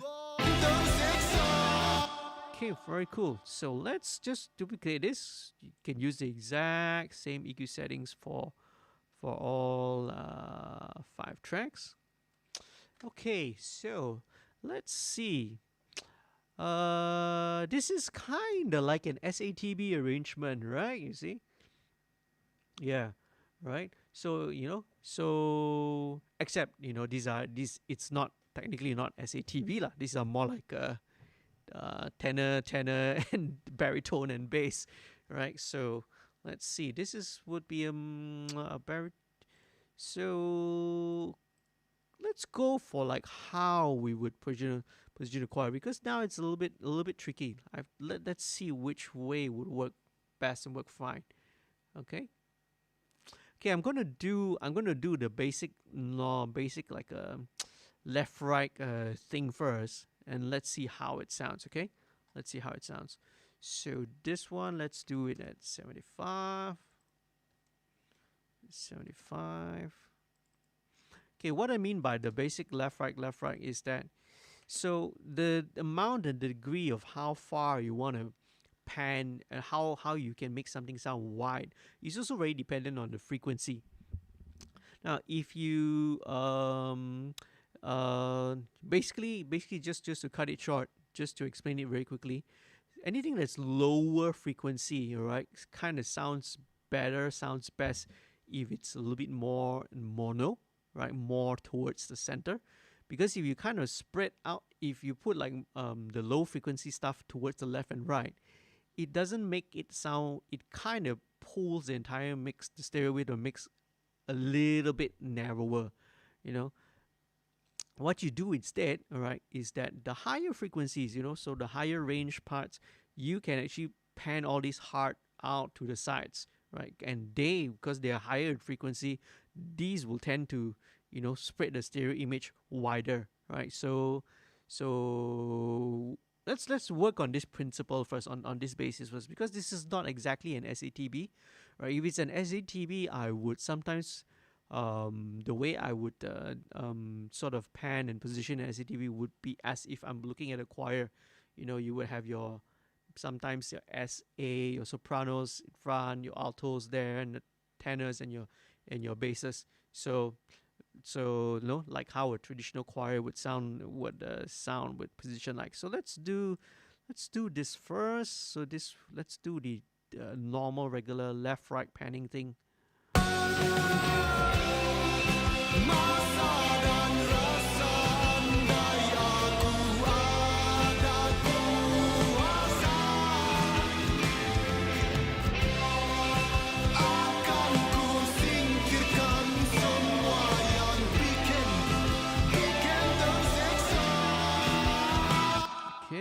Right, so that's one part. That's like the main melody part, I think. So let's go with the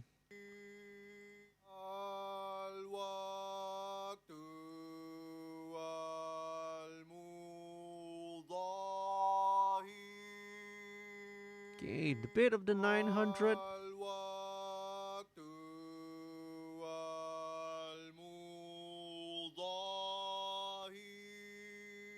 Okay, let's roll out some of that.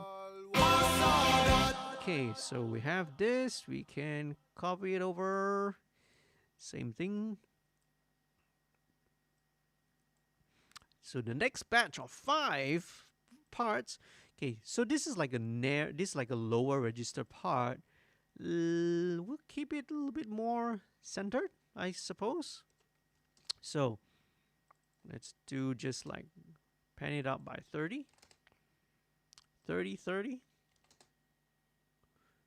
Right. Wow, it's almost 250, man. Coming up to like 5.5 hours already. Whoever's still watching this, champion lah. Really, really champion, man.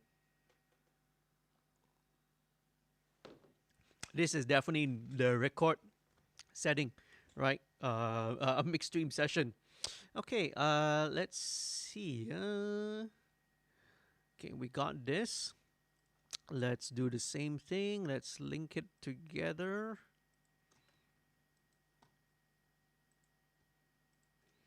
Link. Okay, let's try back.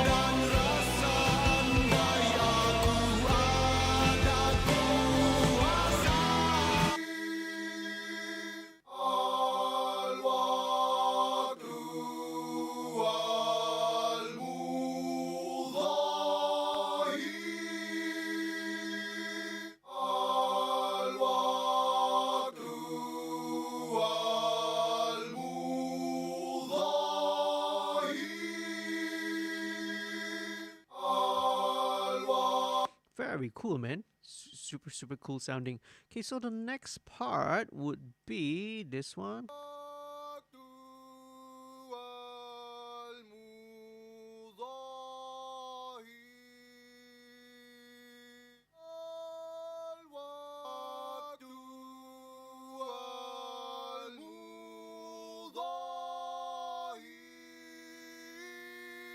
Okay, that sounds like the highest one. So this one will be kind of in the middle. Let's check it out.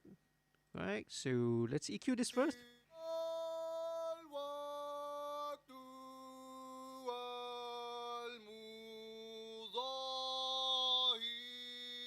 Okay, about 3.5K.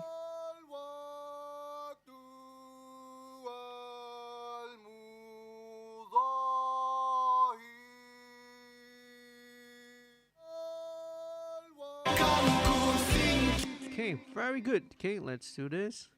So, so the approach, the guys did, which is like, recording all these parts individually. So you're ending up with like about 15, 20 parts for this. It's all right. It's okay. Obviously, it's hard to it's hard to assemble a full choir, and record them. You not only do you need to get the people, but you also need the space. Usually you need to record these in like the proper hall, because it just doesn't sound good inside a studio. It needs to be inside like a hall or some room with a good ambience.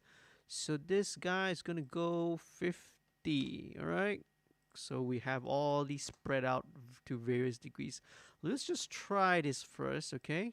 Because normally, well, not to say normally,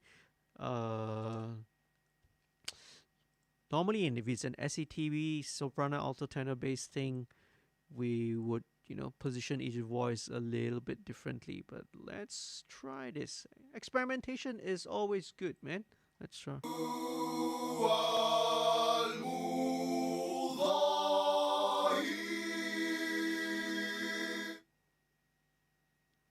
Okay.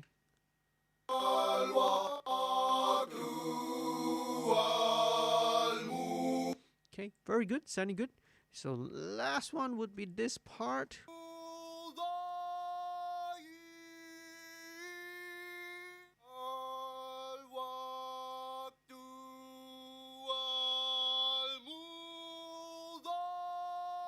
Okay, but I was getting to the point of when you're recording many parts like this, there's one sort of a thing that we always have to be careful for. Now, each microphone, regardless of price or cost, right? The of all the parts, right? Um, i- Basically, what I mean, like, regardless of what type of microphone, lah, whether it's an expensive or a cheap one, they will always have their particular characteristic or frequency response. So the thing with, let's say, some of the cheaper or the more budget entry level microphones is that the way that it's voiced, right? The way that it's designed and the voice is that they usually make it sound very bright, because a bright mic helps to sort of flatter the vocal lah. Flatter as in, it makes it sound a bit brighter. It sounds makes, if the singer doesn't have very good projection, it helps to let the vocal sort of stand out a little bit because of the way of its frequency response. But when you start to double track, when you start to layer multiple tracks of anything, right? With that particular microphone, that's where the problem is going to come in, because every track, let's say this budget mic lah has a boost at about 5k 6k. Then when you record many tracks like this, what's going to happen? Every track is going to have that 5k 6k build up, 5k 6 kilohertz build up, and you're going to end up with something that sounds so ear piercingly painful. That's where the cheaper microphones will sort of falter, will fail, right? Because that's where their weaknesses and their shortcomings is revealed when you use it and on a lot of stuff and a lot of sources. So these guys, so you need to be mindful of that when you're also recording. So even fortunately with the mic that the guys are using, which this was also recorded with the 440, right? The Lewitt 440.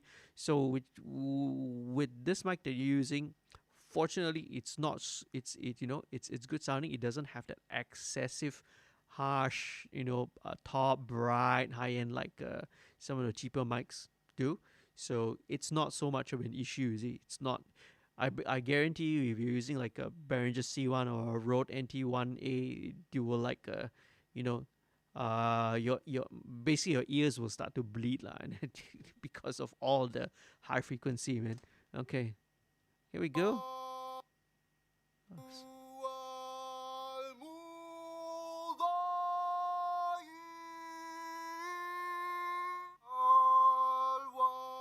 Okay. Okay, all right. We're getting there. We're getting there. Okay, this one I will span much more wider. These guys are gonna all the way. Hard left, hard right. Okay, this is the fourth part. Let's just listen to how it sounds in context first.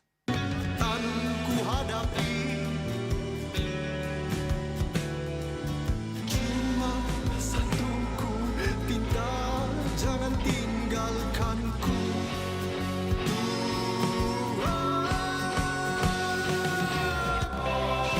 Masa dan rasa andai aku ada kuasa, akan ku singkirkan semua yang bikin tersiksa. Okay, all right.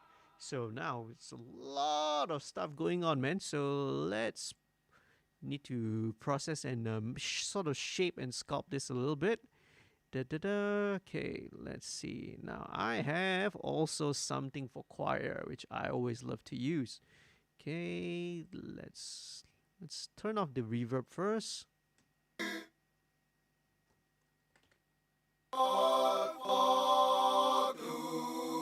Okay, so very useful. Again, our favorite EQs, the TDR Nova, right? Because you see, certain notes are sort of poking out, right? Especially now when you have like 20 tracks, some of those frequencies will tend to, they're building up. Every track you have a little bit of that, so now you're building up across 20 tracks. You see, so that's why it's different when you multi-track or like this to get a choir sound as opposed to recording a real choir. It sounds a lot better and again more realistic like when you're recording a real choir lah. But okay, that's another story.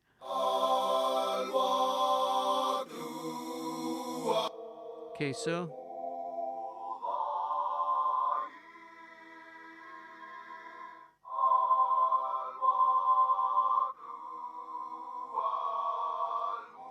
yep, so a lot of build up there at about that 1K range threshold split. Okay, again, favorite settings. Okay, this time round, I'll probably let the release be a little bit slower because it's I don't mind the EQ this time sort of like grabbing onto it a little bit longer. So maybe about 100 milliseconds. Let's check it out.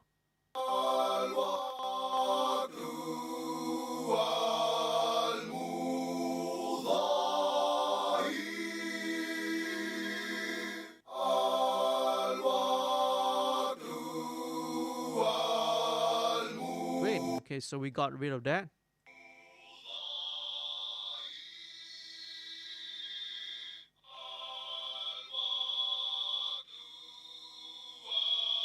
All right, 3.3K. Sorry if you guys are listening on headphones. This can be quite painful. All right, so 3K especially, right? Because our ears are very, very sensitive at that frequency range.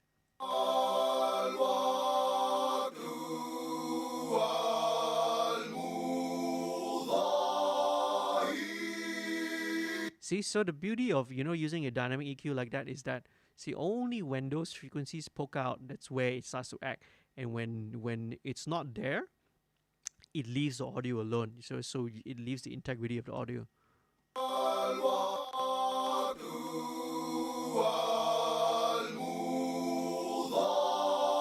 Okay, some of the low end, a little bit of the nasal.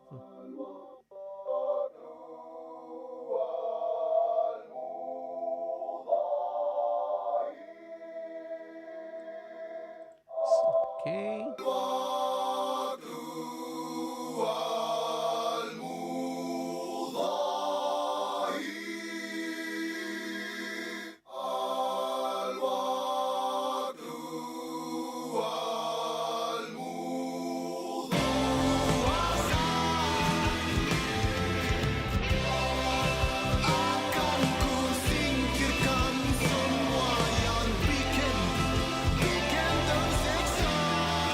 I wonder why does the second time round sounds like it fades in.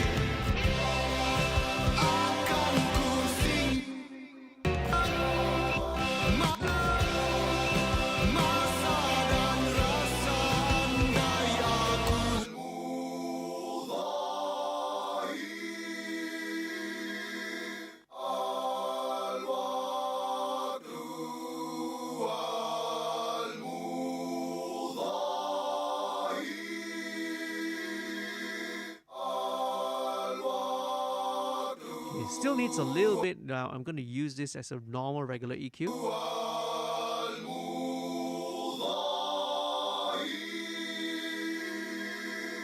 Okay, now let's add in the reverb, all right?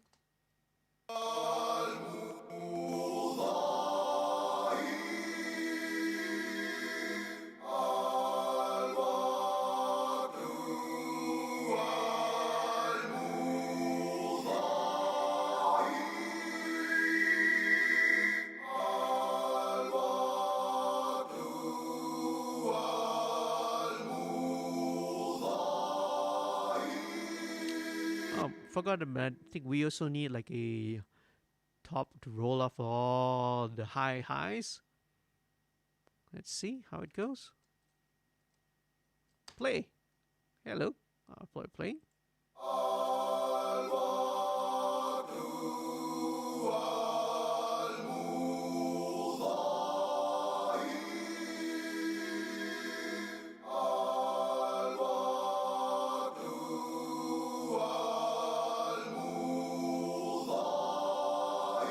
EQ it a little bit more.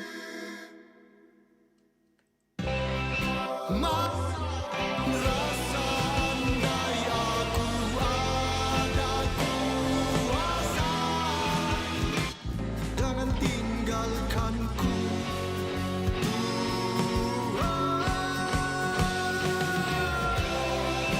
Masa dan rasa andai aku ada kuasa, akan ku singkirkan semua yang bikin tersiksa. Okay, you know what? Let's put in the. Let me try something new. All right. Okay, this is the. Let's look for the. Where is it? Acusonus era voice leveler. Let me try this out and see how this works. Okay, because some of the words tend to get a little bit in the choir tends to get a bit lost, a bit buried.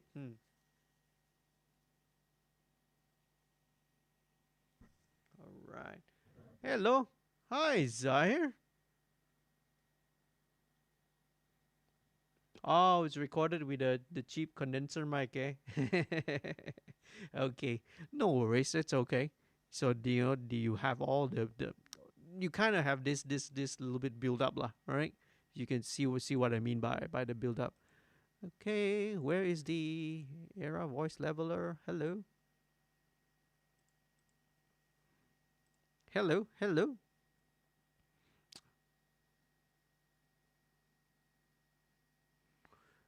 Era voice leveler. Yeah, don't tell me it's hunting for the, looking for the license.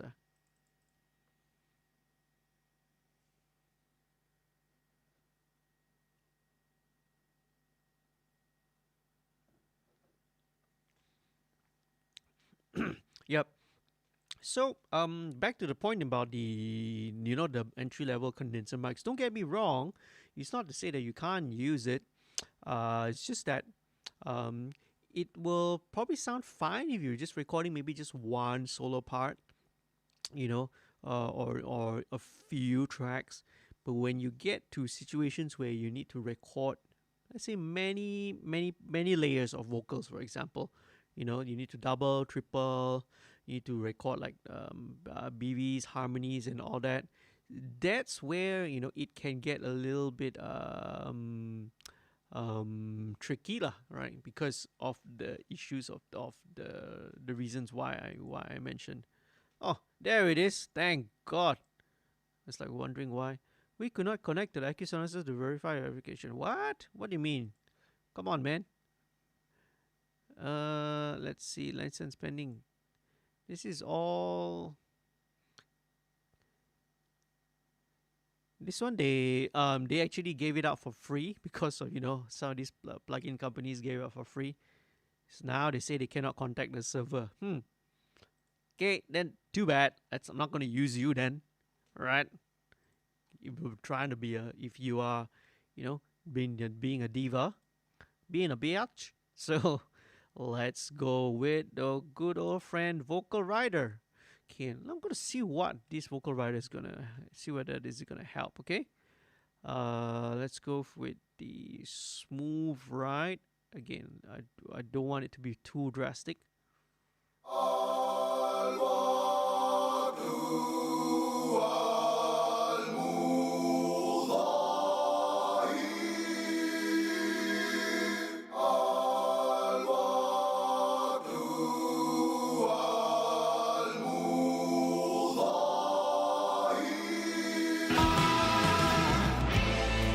Okay, let's listen.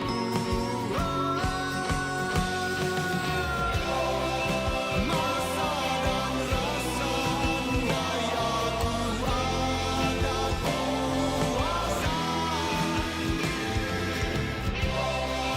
akan ku singkirkan semua yang bikin tersiksa.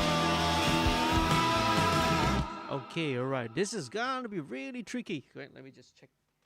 Okay, so what I'm gonna do, I just want to swap it over to my NS10s again, alright? So again, I want to take a different reference point of reference.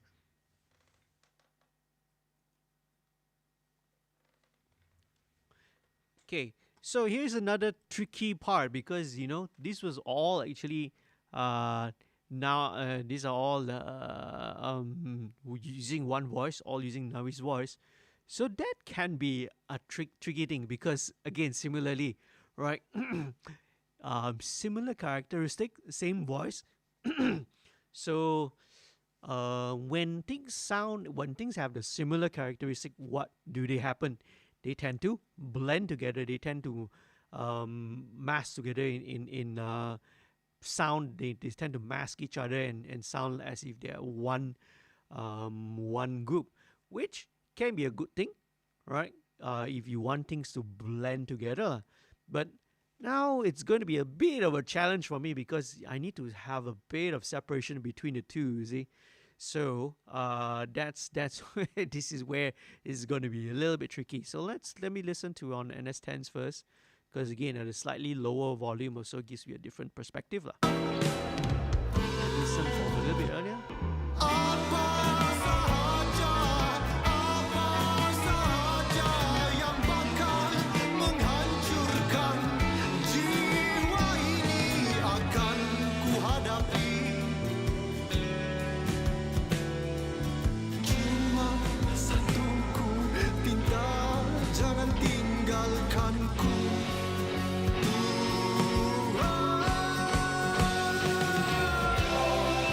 Masa dan rasa andai aku ada kuasa. Okay, I get a much better. That's one great thing about the NS10s is really good for balancing vocals. I'm getting a much better sort of a sense and a perspective lah once I'm listening to it. Okay, so let's see. This needs to be down by about.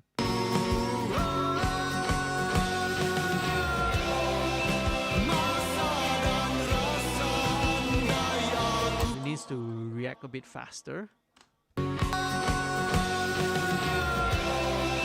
Masa dan rasa andai aku ada kuasa, akan ku singkirkan semua. Masa dan rasa andai aku ada kuasa, akan It always feels like the first word here. These two notes. It feels like it's a little bit late. Because it feels like it pumps a little bit. So I think it needs to. Maybe that's why it feels like it's pumpy because it comes in like slightly, a tiny touch late. Okay, a little bit slightly earlier. Right, because now listening in context, it feels like it's a little bit pumping.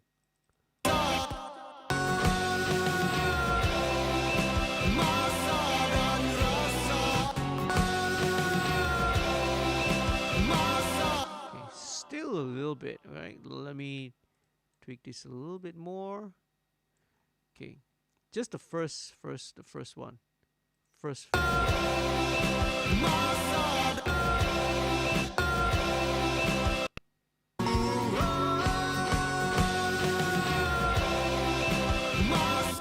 Okay, that's much better. That's much better. Much better. Okay, so let me rejoin these two. Da, da, da, da, da, da, da. Okay, now this is a bit too fast, so I guess we will fade this out. It's gonna sound a bit weird in solo, but I think when in context, because of all the reverb, this little gap here is fine. This solo is gonna sound weird. Yeah, but I think in context. Masa dan rasa andai aku Yeah, I'm fine, man. kuasa. Yeah, I think it sounds alright. Okay, just need to, let's tweak this one as well. This one always comes in a little bit late. This one also, yeah, see? So sometimes, you know, it feels like, oops, this is like the best thing to do to sort of make it like groove a little bit better. Da, da, da, da, da, da. Okay, that's too much.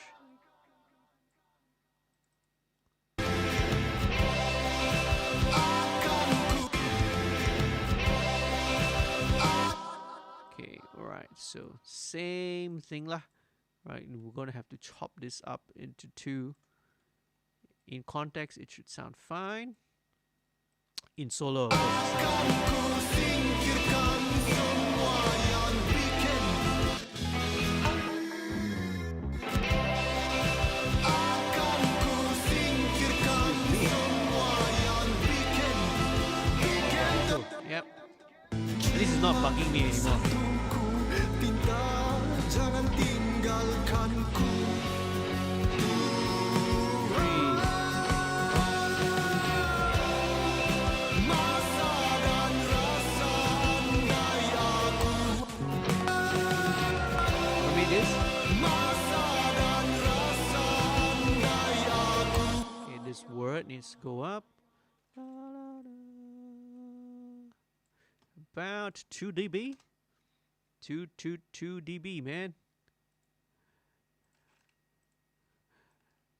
But this song is really, you know, it's really cool, you know, because of all the experimentation. Masa dan rasa andai aku. A bit more, maybe 3 dB. 3. Masa dan rasa andai aku ada kuasa. Andai aku ada kuasa. Yeah, one more time. Ada rasa andai aku ada kuasa. Okay, very cool. Andai aku ada. Okay, CPU is like really taking a bit of a hit now because there's so many tracks and plugins going on, man. All right, time to upgrade to an SSD. Actually, I have an SSD. It's just that I've never had the time to, you know, to take the break and go and install it.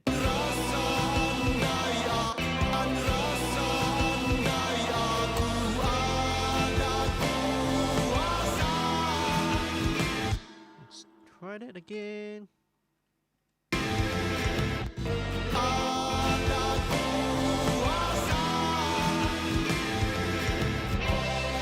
Okay, let's okay.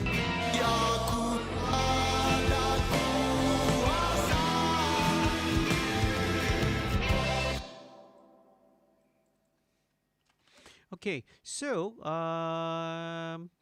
there was also you also kind of gave me the auto tune the tracks, you know, but I sort of listened to it and I didn't feel that I would want to use it because I think with choirs, it's all the out of tuneness that actually helps make it sound bigger.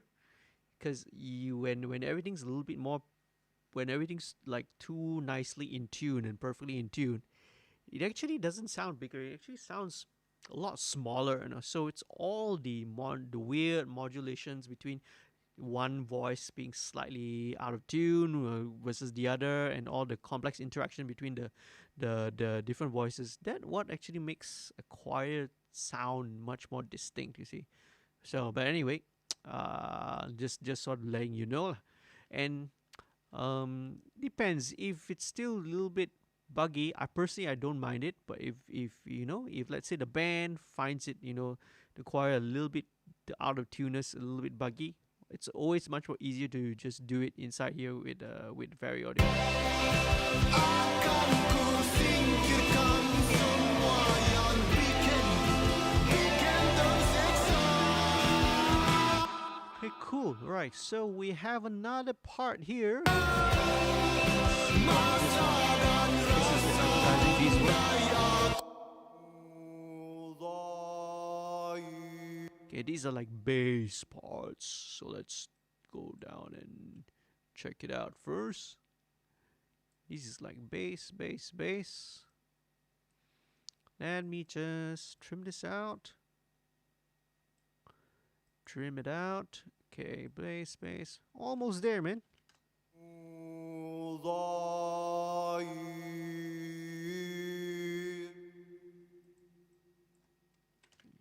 Let's loop that.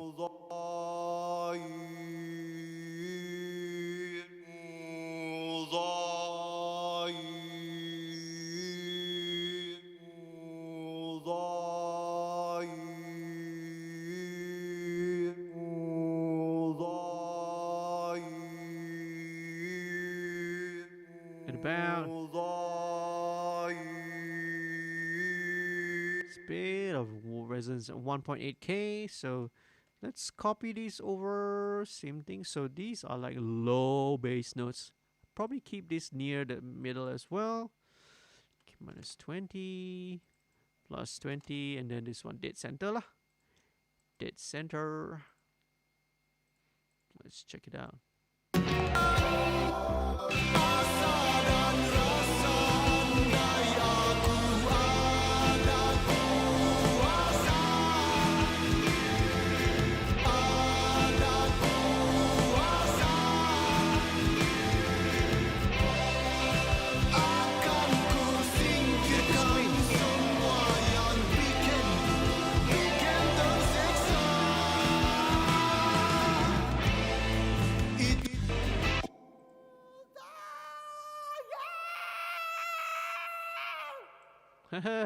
These are like, it's interesting. It's like re-sound of torture, man.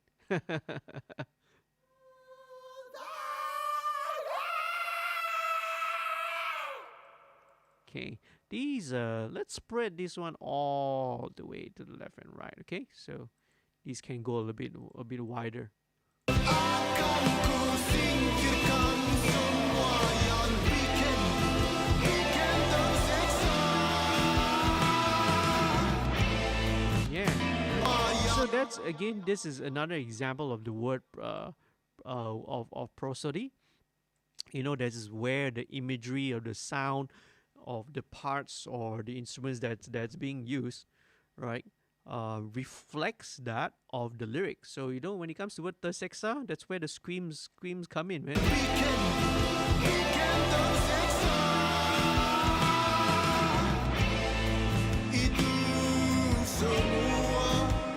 Okay, alright. So let's leave it at that first, okay? Don't want to spend like super long time into that, because the one last part that we want to deal with are the strings. Okay, super cool. Alright, so I've all kind of organized these strings into the different parts. So you have your, you know, like a first violin part, second violin part, so on and so forth, right? Violas, cellos, and then the contrabass. So lots of string parts or so. Okay, so let's start with first the violins. Okay, switching over back to my the big speakers. Okay, because I want to be able to listen to everything a little bit more full range. Okay, so with strings, I have a particular thing which I use. I will use a combination of either MB2 or I use Wave C4, you know, in a kind of an expander mode. So they both kind of similarly doing the same thing. They are trying to bring up all the low level detail, you see. So let's go with, alright, let's go with the mix strings preset. So let's check the first violin first.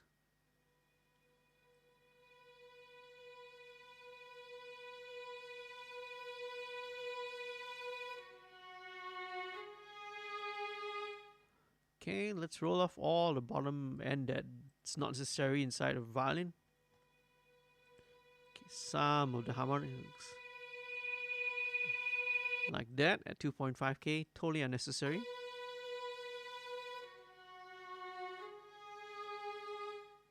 Okay, that's good.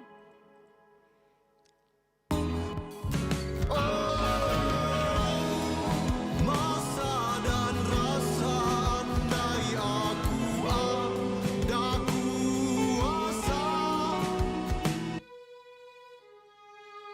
akan ku singkirkan semua yang bikin tersiksa. Itu semua masa dan rasa aku ada kuasa,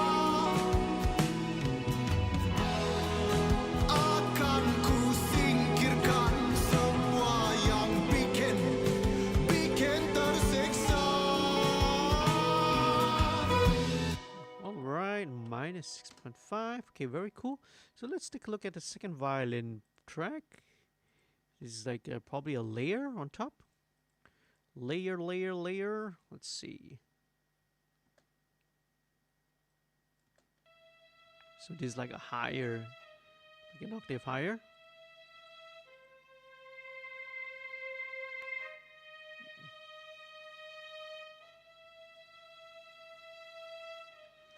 Okay, so one thing I would want to do when it comes to string parts is I would want to pan them according to where their positions are in a real life orchestra. So, right. So in a symphony orchestra, how the string section is laid out is that it's from conductor's point of view, all right, or which is audience point of view, lah. All right. If you're sitting in the audience, the string sections are always laid out traditionally, right? They're always laid out in this way. There are sometimes some variations depending on the specific orchestra and maybe the conductor's preference, lah. Okay, so traditionally it always starts from left to right, all right, going clockwise. It's first violin, second violin, viola, cello, right, and then behind the cellos you have the contrabass, right, double bass. So that is traditionally how a string orchestra is laid out. Okay, so in order to sort of help create a bit more space, so that's where I'm gonna do a little bit of panning. So instead of having this string part, being like all the way taking up all the left right stereo field, I'm just gonna want it to take up the left side. Okay, so let's go.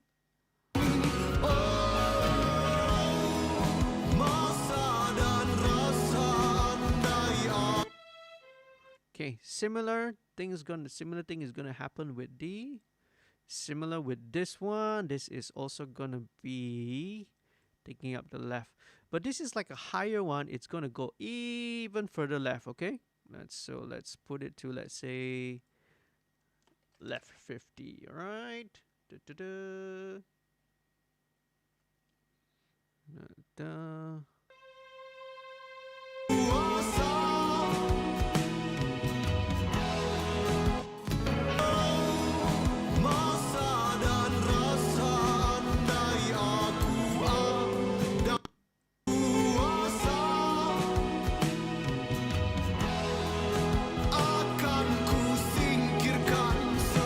Alright, so question from Nawi. So when mixing drums, which one do you prefer? Pan drummer perspective or audience perspective? Well, it's a trend actually. Right? I follow whatever's the trend lah. Okay. Now, I actually started mixing it from an audience perspective because that's kind of the one that was very common. I think I was mixing audience perspective until about 2006 or 2007. Then after that, I switched over to drummer's perspective. Right? So there's no right, no wrong. But for me, why I feel that a drummer's perspective, in my opinion, is a little bit more immersive from the viewpoint of a listener. And here's why. You know, I'm sure you've listened to your favorite tracks, you listen to your favorite songs, and then every musician's done it. And then when it comes to their part, they're like the air guitar or the air drums while they're listening to the listening to the song. So when it comes to drums, when you're air drumming, wouldn't it be so much cooler if, let's say, you are listening to it on the headphones and you're doing an air drum and there's a big drum roll in that song, like the solo drum roll. So you also air drum, left to right, right? But if you are hearing in headphones, if the mix has been mixed from an audience perspective, it's going the other way around. You are hearing it from right to left. So it kind of breaks the immersion. You don't feel like you are part of the band. You are in the band. You are actually performing the song itself. So in my opinion, that's why the drummer's perspective is a bit more immersive to me. So I have pretty much ever since '07 been mixing just drummer's perspective. That's for me lah. Okay. Your mileage may vary. Everyone will have their own preference of what they want to do. It's no right, no wrong. But there is only one situation, one circumstance where the audience perspective will be always the correct one. And can you guess, man? Can you guess the answer? In what situation you will always want to mix audience perspective only? So these are pizzicato parts.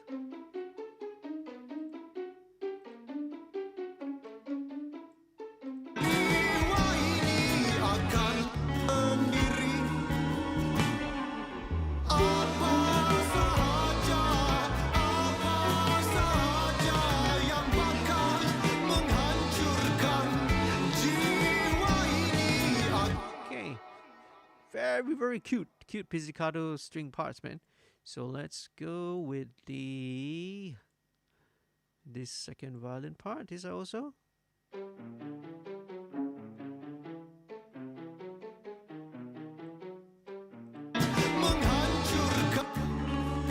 dengan sendiri apa saja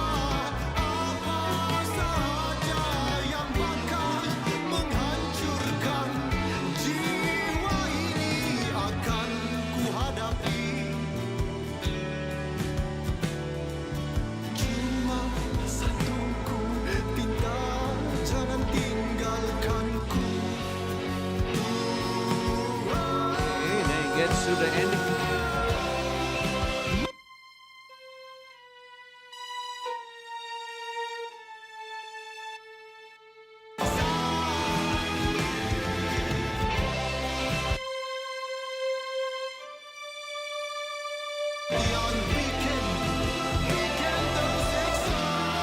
Okay, that's good. All right, we've got the violins, all right, sort of sitting in place already. Let's look next at the jump ahead. I'll go with the cellos first.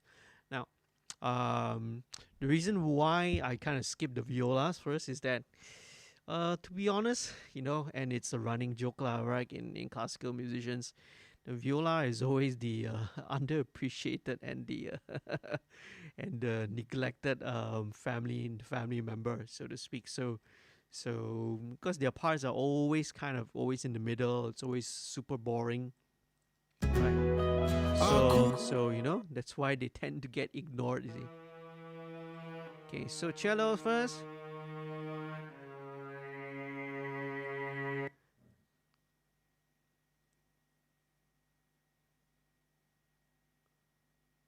Yeah, so yep, that's right, man.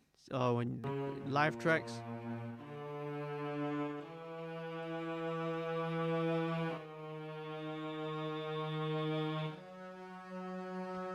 in a situation of a live concert or live performance, yes, audience perspective will be the appropriate and the correct choice lah.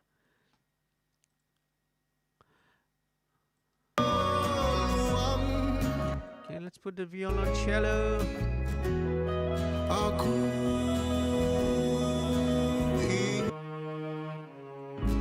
Apa maksudnya?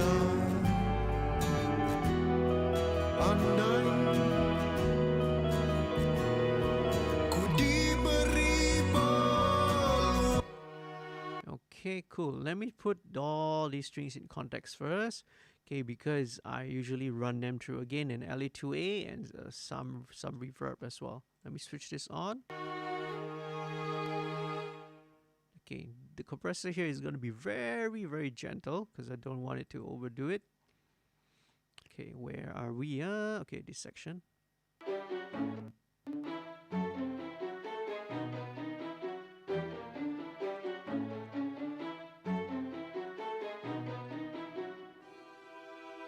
A bit of reverb. Cuma satu aku ingin tahu apa maksudnya. Okay, cool. Let's move on to this other cello. Tempuh dengan sendiri. What is it doing?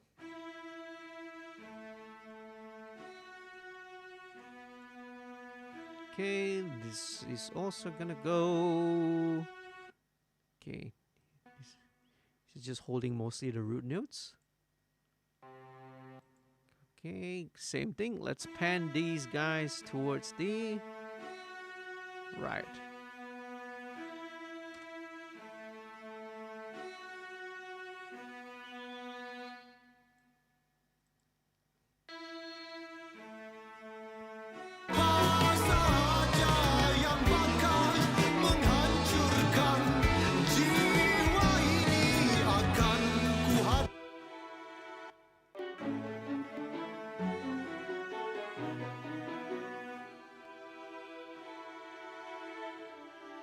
Okay, alright. This is gonna be a real challenge to make it poke through.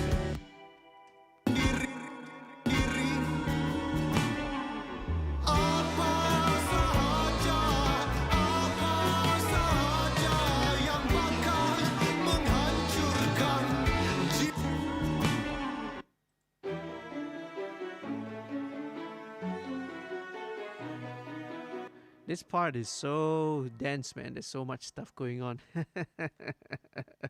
Alright, this is gonna be really, really tricky to do. Okay. Let's see. What's this contrabass doing? Is this the same thing? Oh, different.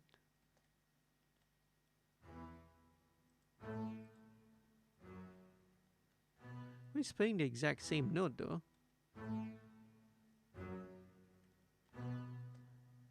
Ooh, in fact, if you actually hear it actually doing something weird, it's like phasing.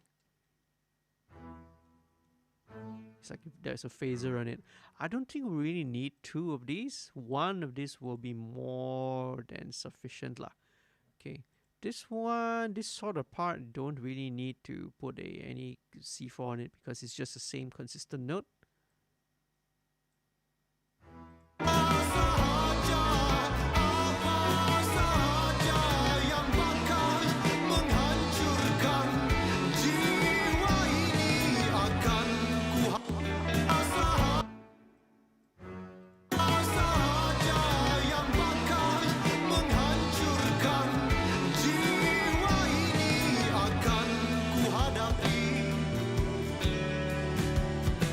So don't really need this. Let's disable this one. Dengan sendiri apa saja yang bakal menghancurkan jiwa ini akan kuhadapi. Okay, At this point in time, a couple of things as well with the drums. The drums obviously now sound a bit too dry, even though with the reverb. So when it comes to situations like this, I might actually add reverb to the snare. So, despite what Chris Laudelge may say, in certain circumstances and situations, if you need to do something, we just do it. If the snare needs reverb, we'll just add reverb. That's perfectly fine, man. We'll make it work. Ooh, what was that?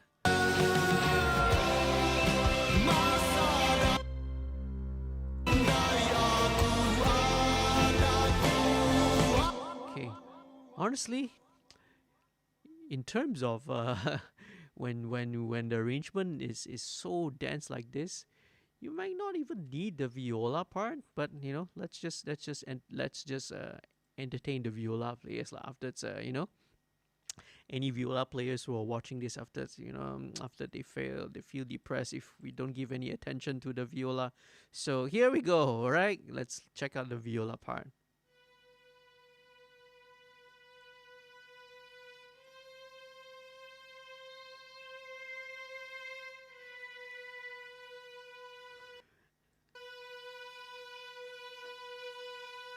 Yep, that's what I mean by viola part being super boring. It's just these two notes. Okay, let's find where we can sort of fit these guys in. Right, so violas usually kind of from the middle, slightly right-ish. So let's put it about 25 and 50, maybe around that, right? So not too wide.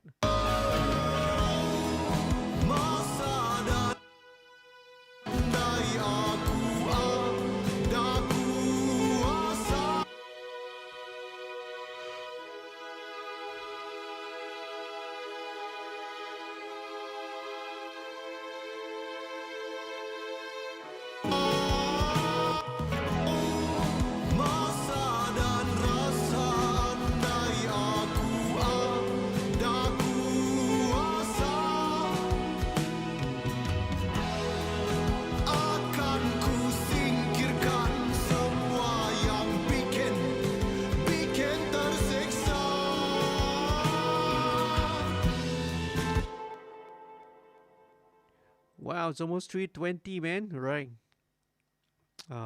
Let's see. Okay.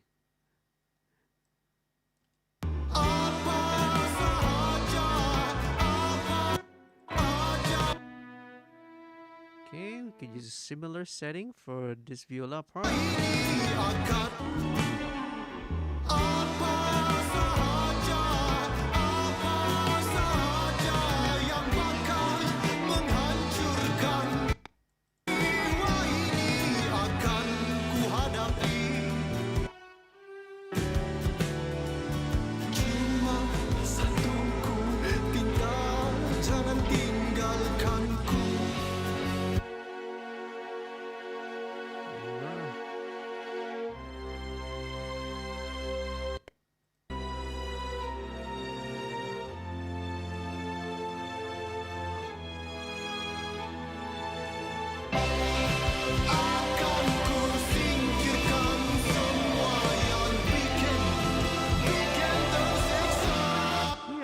There actually, you're right, almost there. So some of these things just need a little bit of fine tuning. Okay, cool. Well, to be honest, now we're coming up to like 6 hours already plus. This is okay. This is definitely the record lah for now lah. Okay, so okay. Let me just pull this in first very quickly so that we can just listen to it context first.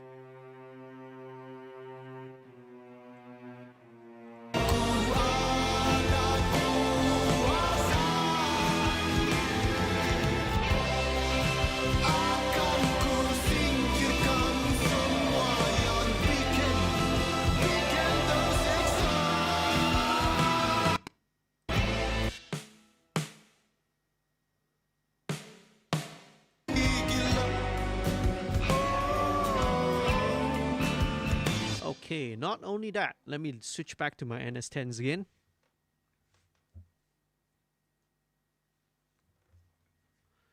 Sweet. Okay. Right. Um. Now, at this point in time, all right, we've gotten almost all the parts there. I'm really, really happy with the way everything's kind of sounding, right? In general, I think we've got most of the important parts and elements there. So it's going to be a little bit tricky now to sort of, get these strings to work, gonna sort of automate and maybe work a little bit around. But the main issue that I want to sort of bring up, and the is that in terms of the time that we're running up, we are kind of reaching like what 6 hours plus already. So the sort of obstacle and the challenge is that, unfortunately, right, I'm sure if you are listening and you are watching too, you are also gonna feel pretty fatigued already in terms of your hearing. Well, for me, I'm not too bad, because I always watch my monitoring levels and make sure that my monitoring levels are sort of calibrated to be the same. I don't go excessively loud, and then switching in between the speakers and then the NS10s really helps as well, you know. But we kind of reached a point where honestly it's a little bit saturated and it's definitely time for an ear break already. Well, so I'm not really gonna spend so much time further on and too long, right? Now, because there's lots of other areas which I can cover. Basically, things like when I want to do the vocal automation. Usually, when I fine tune all this automation, all right, I would usually have done it. Usually, I'll do it on a separate session, or once I do it, I'll usually take a couple of hours break, like an ear break. Then I come back to it with a much more fresh ears and a fresh approach to doing it. So in terms of mixing a song, yeah, would usually take around this long in total, maybe about 5 6 hours to do, right? A typical song, but this is not typical because we have so many parts. Okay, but it's always a little bit better to come back, right, with fresh ears and to work on all this fine tune stuff, right, and fine tune all this stuff, especially with some of the vocal levels. I'm pretty happy with it. Just need to fine tune, like make sure that the some of the words and some of the syllables are going to be consistent. Okay, maybe some of the choir, things to make it sit a little bit better as well, and also the strings. But everything else, I am pretty happy, man. There's some other stuff as well which I may want to point out. You know, maybe look, maybe we'll do it. Maybe we should do maybe a part two of this, man. Because it's so long, right? Maybe we should do a part two, and let me know what you think. Okay, let me know what you guys let me know what you think. Maybe the part two will be like how I finalize and do a little bit all this kind of a fine automation fine tune, right? I'll probably do this over the weekend, and I'll sort of maybe I can show it to you lah, right? Either in a video or doing another live stream like this. Okay, right. So who is still there, man? There's still a couple of you guys who are watching. You are really awesome, right? Because we are definitely way past the usual time where we usually do these episodes of MixStream. So what I'm gonna do now is probably let's run and let's listen to this song one more time. Let's listen to it one round more. Again, thank you so much, guys, for watching this and sticking around. Right, um, for all of you guys, right, our Muslim friends. Okay, I'm gonna wish all of you very selamat Hari Raya Aidilfitri, maaf zahir dan batin. I hope you guys are going to have an awesome celebration, right? And have a good time with your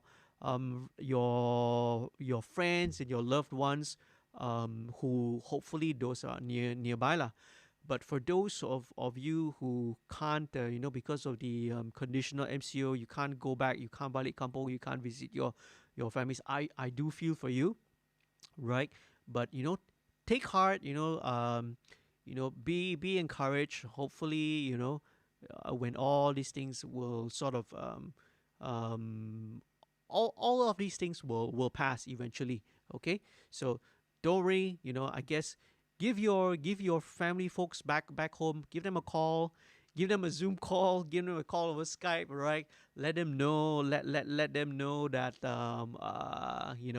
let them know that you care. Let them know that you're thinking of them, right? So even though we may be apart, in this celebration, right? But still, in our hearts, in our spirits, we're all still together. Okay. So again, very very selamat hari raya to all my friends and all our Muslim friends who are celebrating Idul Fitri. Please take care, right? Continue to remember to always continue to take care of your personal hygiene. Always wash your hands. Remember to practice your social distancing. Okay, right? We want to take care and we want to be concerned for those that are vulnerable, our elderly folks, our elderly parents, our elderly relatives, and especially and also those who are very very young, or those who may have their immune systems compromised due to illness, sickness, or other situations. Let's always think about other people around us. Let's not just make things about ourselves. So I really really appreciate. All right, thank you for everyone, you guys who are watching, who have really really stayed around. After this, all right, I'm going to do a little bit of few more tweaks, and then usually I'll go around and do a lot of these revisions with the band itself, with Navi and the rest of the band, right? And then hopefully once it's out, once the song is out, and the guys are going to put it out, so stay tuned to the band's social media. All the social media links are all down below in the description, so do go and check it out. If you enjoyed the video, as long as it may be, epic 6-hour stream today, right? Actually, it's not so epic lah. I think for those gamers who are those streamers, right, 6 hours is like nothing lah. For them, it's quite normal. So for if you really enjoyed what you watch, if you like what you see, if you want to see more of it, please leave a like down below, okay? Or so that I know that you guys enjoyed watching this video. Please do subscribe, click the notification bell, and if you want to consider helping to support my channel, and also helping to support the featured artists, in this case Dewataraya, do consider signing up to become a patron. Head on to www.patreon.com/studio2105. The link is right up there, right in the video, the screen, which you can see. Remember to mention the code MixStream06, so that I know that your pledge is gonna go towards Dewataraya and the band. Okay, so thank you again so much for watching. You guys stay safe, take care, have a happy holidays. God bless you, and see you in the next one real soon. I'll close it off. We'll play the song once more from top end, so that we all can enjoy. And here's initial sneak peek, the first draft of the mix for Dewataraya's new upcoming single, Masa dan Rasa. Right? Thank you very much to the band for being part of this. Alright, so stay tuned. Alright, and here we go.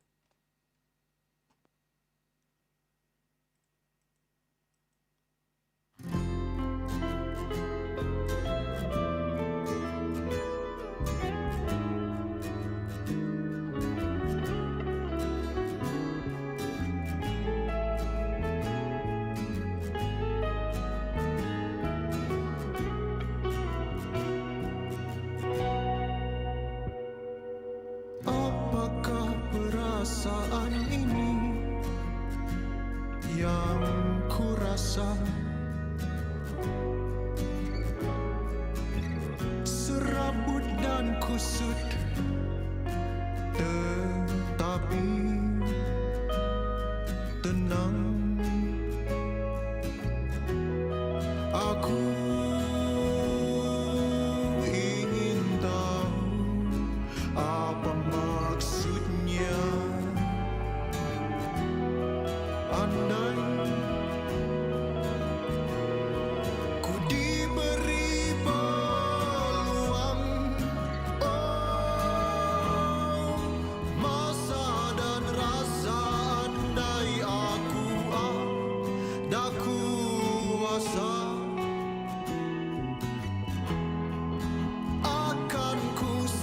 singkirkan semua yang bikin tersiksa.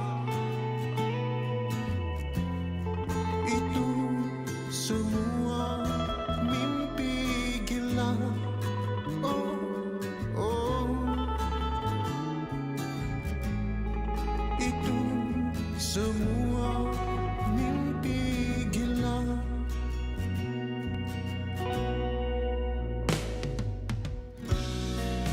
Dalam hening ada kata, oh, cobalah kau tolong senyap, dengarkan apa yang dibicarakan, karena aku ingin tahu apa maksudnya. Oh Tuhan, berikan ku peluang.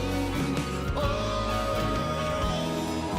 masa dan rasa, andai aku ada kuasa,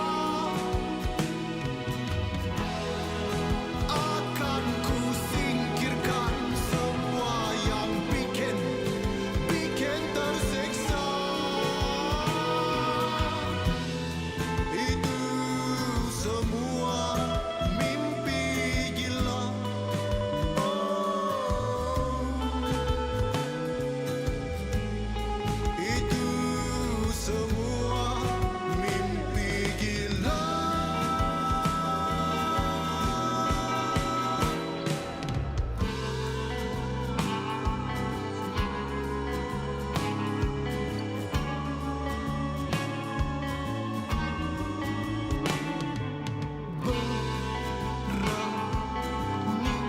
Beranikan diri untuk disakiti. Aku perlu lali, aku perlu tempuh dengan senang.